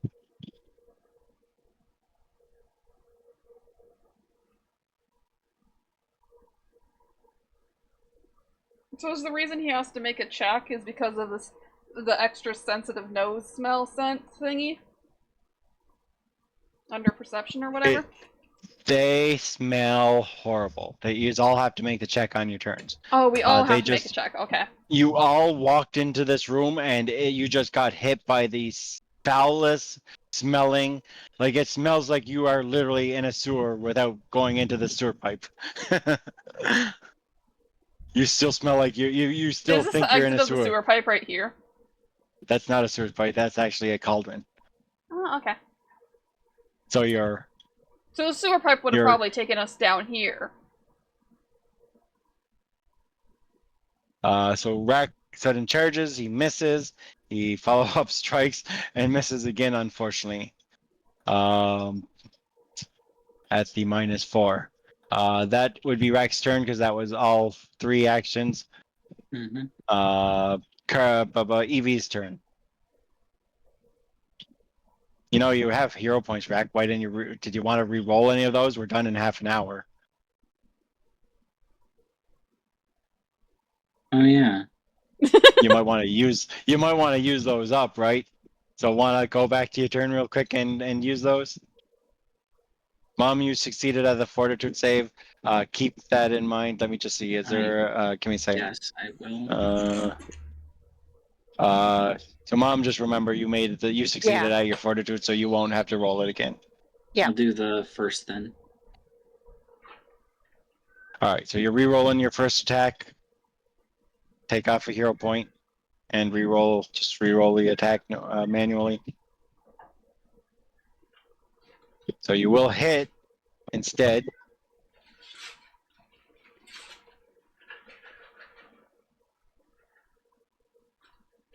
Or fucking barbarian damage, man. 60 damage. Of course, that's with your double range bonus because of your first turn. Mm-hmm. Yep. Okay. That's a shit ton of damage, as he seems to take extra from that. So you re-rolled one attack. You're not going to re-roll the second one, right? Just the first one. Well, that just means that I can't use that second one, and I would have to do that. But yeah, I'm not doing. Well, you made 2 different attacks, so you can re-roll the second attack as well. Yeah, but the thing that I used I can't use. But we'll just say that it was a fail. Okay. All right, Evie, you succeeded on your check for the second, so you can take your turn.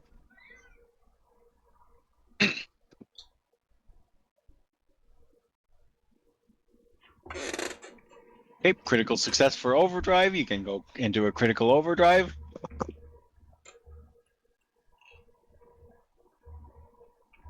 Overdrive ally. Give it buffing up your ally.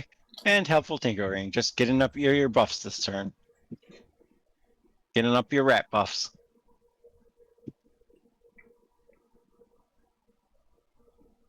All rat buffs have been applied, right? Did you drag the help? One space behind. Yep, they're all on. Did you drag the helpful tinkering onto Velis? I don't see it. I did, but it doesn't seem to be going for me. Velis. Oh, there. I think there it goes. just did. There, now she has the buff on it. All right, so you put up your buffs this turn. Angela's turn.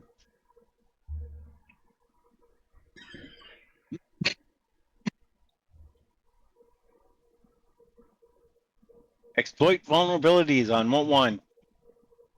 It affects both of them anyways, doesn't it? I mean, they're the same type of creatures, I guess. Yes. All right, roll me your check for that. Critical success. So that's essentially a recall knowledge plus you learn one weakness, right? Yep. Okay. Why did you just move for Evie? Huh? I didn't move. Evie just moved. Evie, why did you move? Get your ass back to your square. How come it moved me? It shouldn't have been able to move me. Yeah, you're not supposed to. You can't move when it's not your turn. Why did it let her move? I was measuring. Because this is not set up right. Movement change to combat turn. There. She shouldn't be able to move now. I was just trying to see Well, how far the guy was from me. If I move you, I can move you, but okay. Angela, you learn that these are called. They're a type of aberration. They're called Furnuricos. Furnuricos. Uh-huh. FurnericO. That's how they're spelled. They're called green tentacle Nuricos. Nuricos. You learn with the critical success, they are immune to acid and disease. They do have a weakness of 15 to slashing damage, which is why Rex weapon attack was a little bit of extra effective against them. What about fire? They are a mass of undulating tendrils and nerves. They stalk sewers systems below large cities, reveling in the filth and rotting detritus created by those who dwell above the middens and sumps they call home. Fortunately for sanitation workers and other civilians, other civil servants who ply their trade in the sewer tunnels, these creatures are exceedingly rare and solitary. So they're rare, so they'll sell for a lot? You also know, Angela, that they have their lowest saving throw is going to be reflexes. Okay, that's what you learn. All right. Well, I tell everybody what I know. All right, you got 2 actions left. I will share weakness on the bottom one. With Velis? Yeah. All right, Velis, she is sharing a weakness on this one with you. So if you attack that one, you get extra damage against it. Got it. No. Up to this one.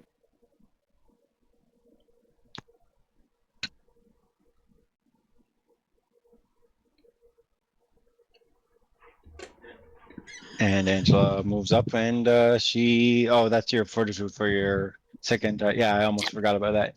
Yep, you are not second.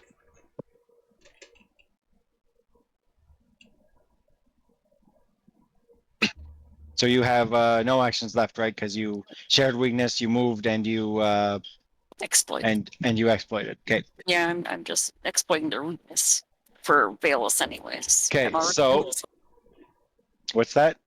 12? I already do slashing, so it doesn't matter. Oh, Angela, roll me a recovery check because you're taking persistent acid. You fail. Velis, I need you to roll me for the stench and your wolf. Both What you do I roll? and you are going to roll a fortitude save. Got it. I will link it to chat. I just linked it to chat. Oh. And that's a failure. I'll take the That's, other failure better. Why? Because I collected on the wrong person. Well, that means Neil critically fails it. But me and Neil don't have the same fortitude. A nat 1 is still It's a nat 1, so it's still a critical fail. Still would have been a critical fail on Neil because of the nat 1. Sag. So are you going to re-roll any of that before Yeah, I guess I'll re-roll. So I'll re-roll with... what happens? Will I just be vomiting the whole time? You're going to be sickened. Big. I'll try re-rolling for both of us since I have a lot of hero points. That's still a failure on you. Still a failure on Neil. At least it's not a nat 1 anymore. You become sickened. Neil becomes sickened. Basically, the sickened condition is a -1 to any d20 roll that you roll. It's also a -1 to your armor checks. And if you ever want to try to get rid of the sickened, you can try to get rid of it. It is one action to try to retch to get rid of it. You also cannot consume any foods, including healing potions or potions of any kind, while you are sickened. Okay? Okay. So that's what sickened does. All right, so you can take your turn. I'll try to go unsick. All right, so you're going to try to retch to go unsick, so you can roll me the same fortitude check that I linked earlier, because it's the same check. Critical success. Well, you are no longer sickened as you kind of throw up a little bit into the cauldron that's right next to you, and you're fine now. Good thing there was a cauldron next to you. Then you hunt prey with this guy down here. You get a shot hit with your hunted shot for 25 damage. Roll me your second shot for your hunted shot. And she triggers weakness. I'm aware. She'll trigger the weakness. I miss. Okay, Evie, do you want to shoot? Yeah, I'll take a shot. Okay, so she's gonna deal.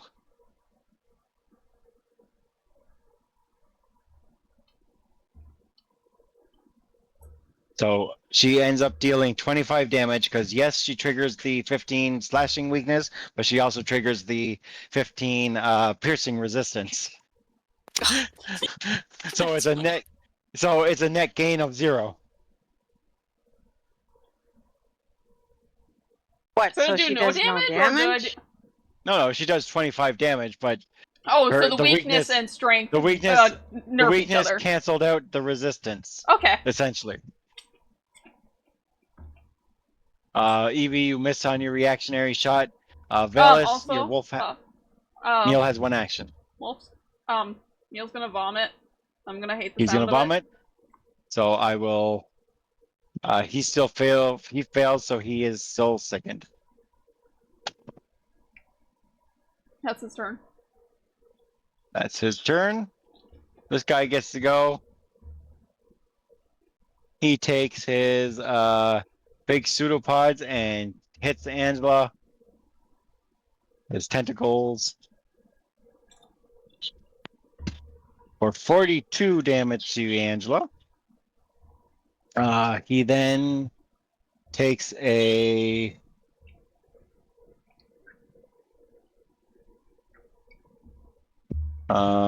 he moves 15 feet to here. I will reaction that. You can react.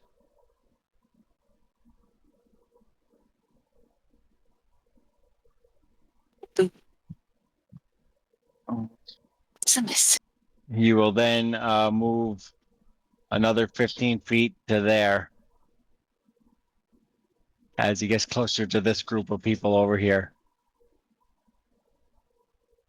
Mr. Tingles gets to go. Mr. Tingles moves up to this guy. He will raise his shield, and then he will take a sword slice into him. Critical miss. Am I We'll going re-roll insane, or that. did I thought Mr. Tinkles had a mace and not a sword? Nope, he has a scimitar.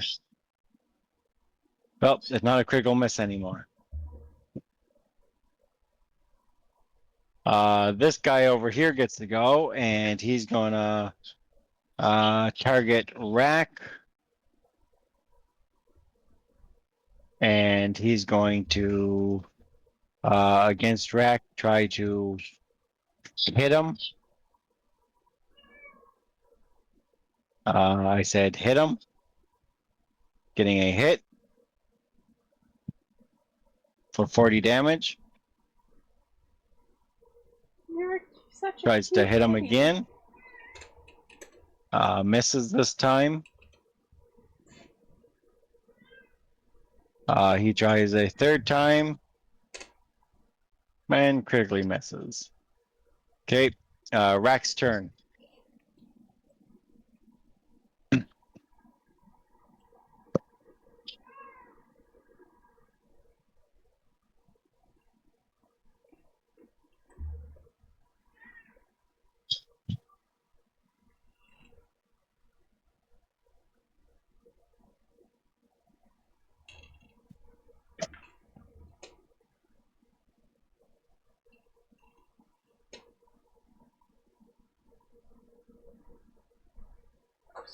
I'm gonna re-roll that. All right, go ahead. The dice have betrayed Rack at the moment. The dice have betrayed Rack. What do you want, girlies? What do you want, Turkey? Turkey? Yes, I call her Turkey. Who's Turkey? She's a monkey. She's also a turkey. Do you have a pet monkey? I do have a pet monkey. Yeah, we have four. There's four of them in the house, actually. She's a hybrid between a monkey and a turkey. Follow-up assault does hit. I need a photo. Yeah. It's a joke. Okay, good. She's our niece. Oh. She's not your niece. I get it. Yeah, she's not my niece. She's my granddaughter. I get it. Okay. I was Greg, you confused hit. by this anomaly of a creature.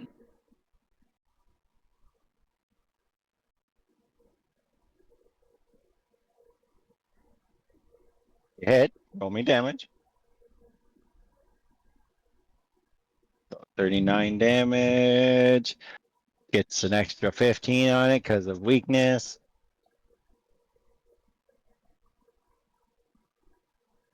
Gets another 10 on it because 15 to weakness to slashing, but also 5 immunity to your acid damage.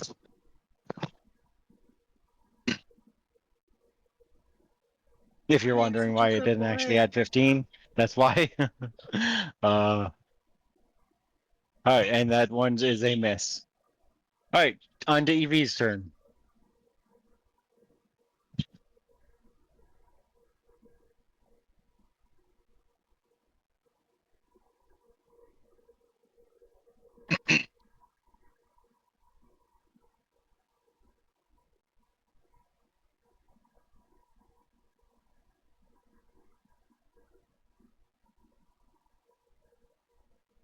I thought I turned that off before. I can go into this for a second.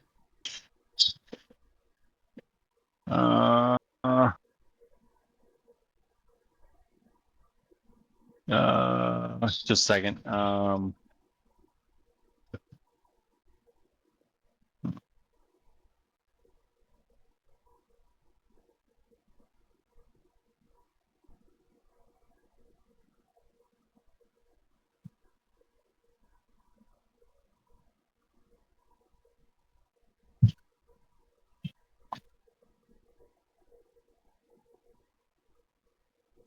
Oh, fuck it. I'll look for that later. All right, what happened with Mom's attack? So she did a duo's aim. She hit, dealing 34 damage, and you moved, right? Yep. All right, so it ends up being 19 with all of the, with some of the damage resistance in there. And Angela's turn.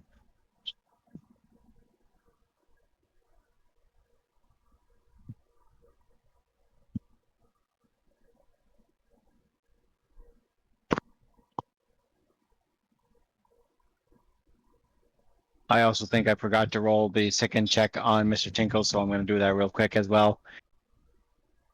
No one's called me out on my cheating on Mr. Tinkles. Mr. Tinkles is fine. Angela, you hit.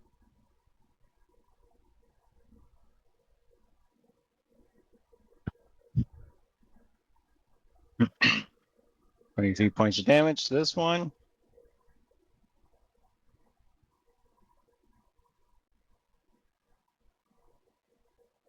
Okay, and one more action, Ange.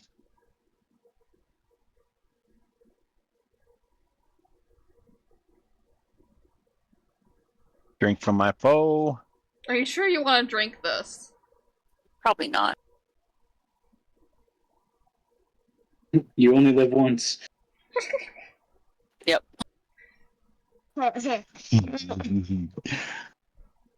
You big turkey.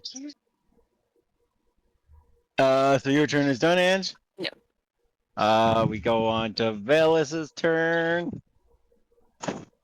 Angela, the recovery check. Acid that's burning you. You fail.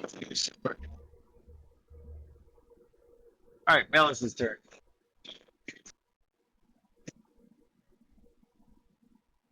Shoot. Shoot and a Rat, miss. would you like to shoot?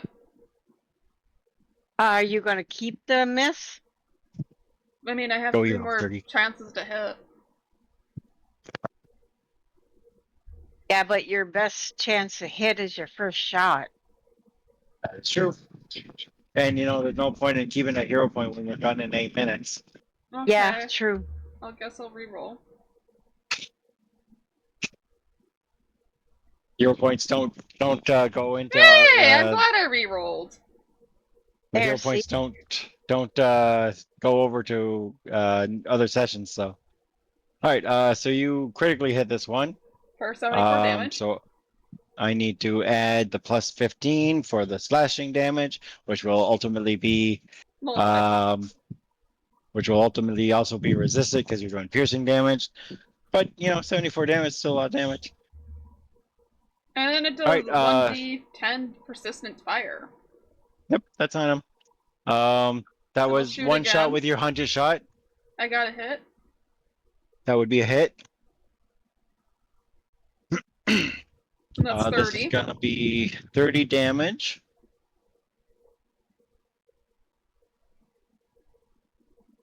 And we'll shoot again.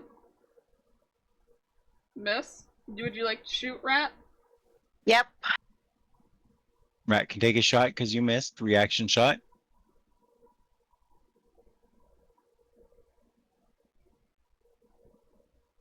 Rat hits. For You're 29 so damage. handsome. Sorry, I'm talking to my cat. So a lot of that does get resisted though. About half of it gets resisted from the rat. And you got one more action left and one action for your wolf. I will just shoot again. I won't command Neil because I don't think Neil will really like to eat one of these. Critical fail. And you used last hero point already, didn't you? I'm sorry, Rock. I'm sorry. You critically hit yourself instead of the target. Oh, I thought I would hit Rock since he's in the front of the target. It says you critically hit yourself. So you accidentally do something so stupid that you end up hitting yourself. I hit the cauldron and it backfires on me.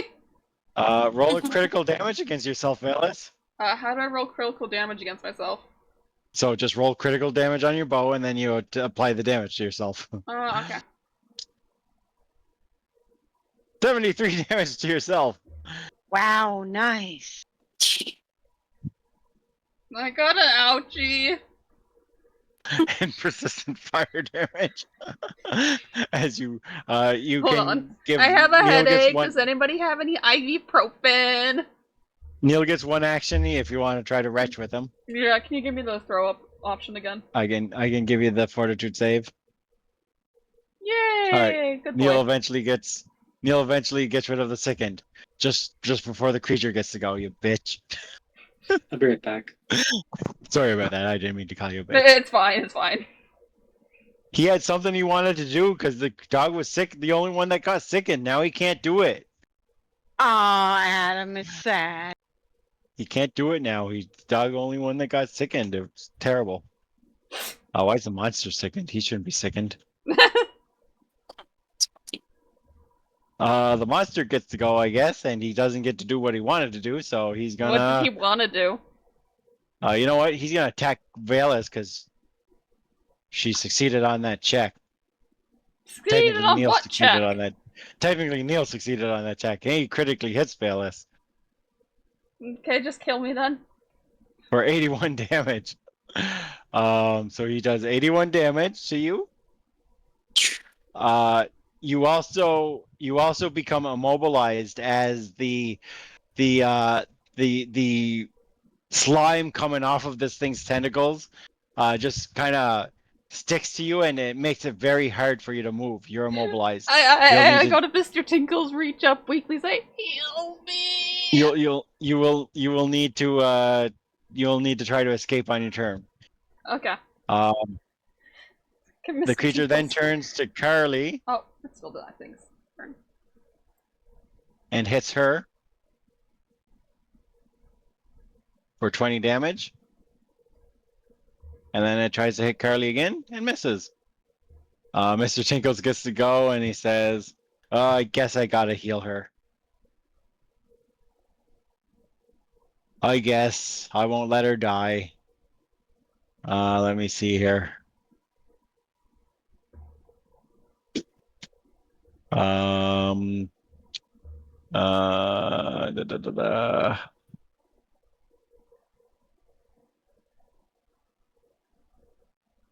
I need to fix something here because these spells should be higher level now. His divine innate spell heals should be higher level. How much health do I have left? I have 27 Not health. much.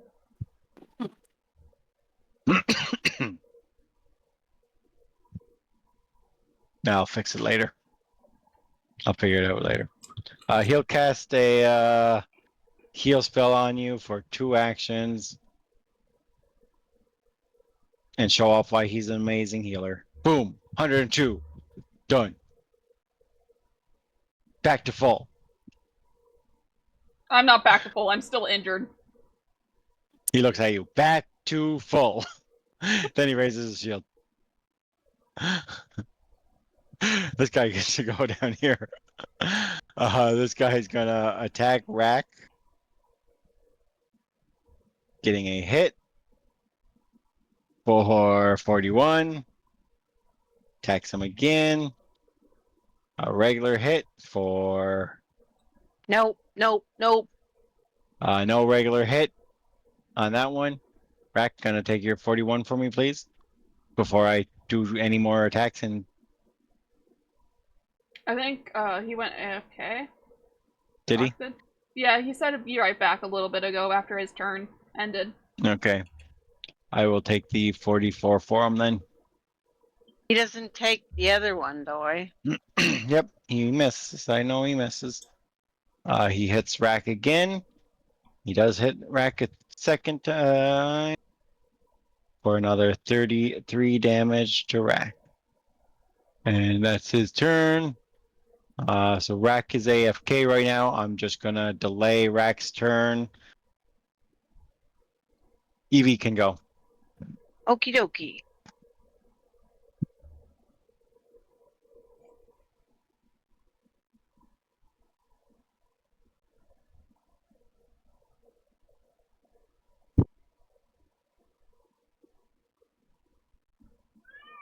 Meow. Meow. Meow. Meow. Meow. Meow. Meow. Meow.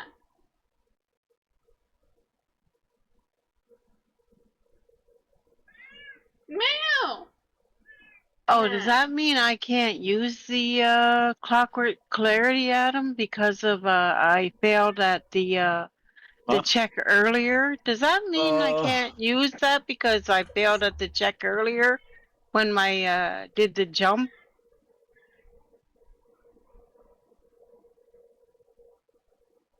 I think it does, right?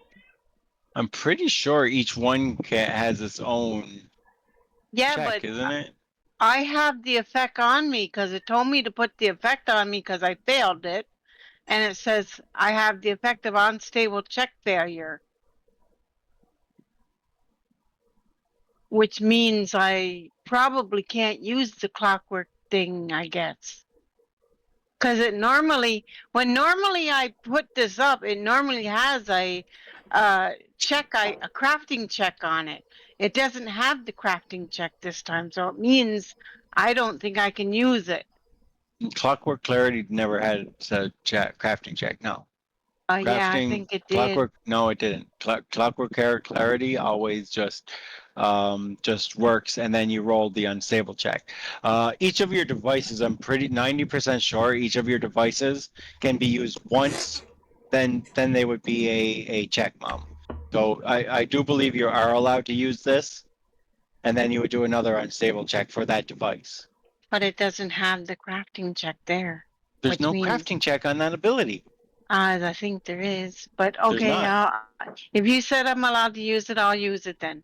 So does that mean I have to roll a crafting check then? You need to roll a unstable check, which is a flat check. Yeah, flat check of what? 11? Of 11? Yeah, I believe so. I can't remember. Well, failed it anyway. I'll check it later, but doesn't matter. I failed it anyway. I think it's actually higher than 11, but you I failed got a crit one for God's sake. But you will be quickened for one turn. But yeah, I'm quickened for this one turn, so I'm gonna do the one turn. duos Correct. By the way, I delayed you, so yeah, I noticed.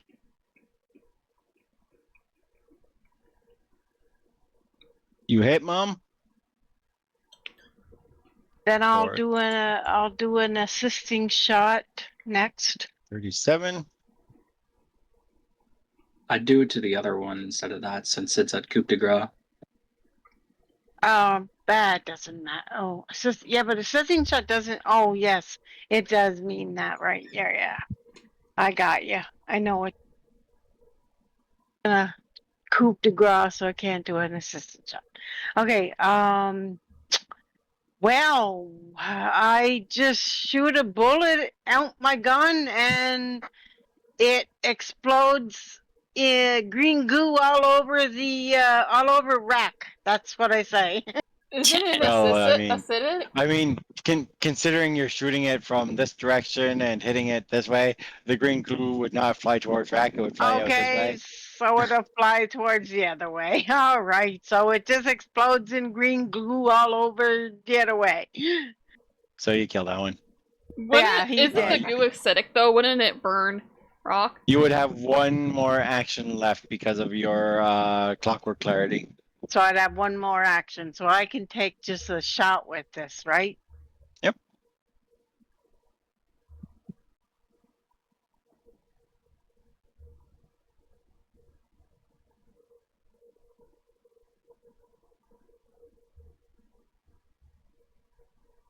All right. So you hit. Geez, I was actually hoping I'd get to do an assistant shot. I've never done an assisting shot yet. Okay. So with that, we are at game end time. So we will continue this combat next session, and continue discovering and helping the dragonfly to help Fallenta to find. You gotta find this lady, Gus Wormwood, and find the goods that she sold. Remember, we have to loot this room afterwards too. It's quite messy in here. Yeah, don't that you makes think? it makes more sense for something good to be hidden here. Mr. Tinkle says, I don't think we're getting paid for this, so we're definitely getting looting this place. Well, Yeah. I suppose if Mr. Tinkle says we can loot, we'll loot, I guess. Why are What, you listening to Mr. Tinkles and not me? Do you have something against stealing from smugglers? Well, it's not ours, but I mean, Exactly. we only came in here to do what we needed to do, and then to get out. So that's what I was going to do. We're just reconfiscating already stolen loot. Exactly. Okay, then that's fine. If the group says it's okay, then I'm with you. All right, with that, we're done. We will continue next week. All right, thanks, guys. Good night. Good night. We are already committing murder. We might as well rob his ass. Hey, we didn't say we were committing murder here. I said we are defeating a bad guy. I have a bunch of memes for like Dungeons and Dragons and stuff. Even though that is Pathfinders. I just have a album in my phone filled with Dungeons and Dragons memes. Most can still apply. Take it easy, folks. I'm dropping.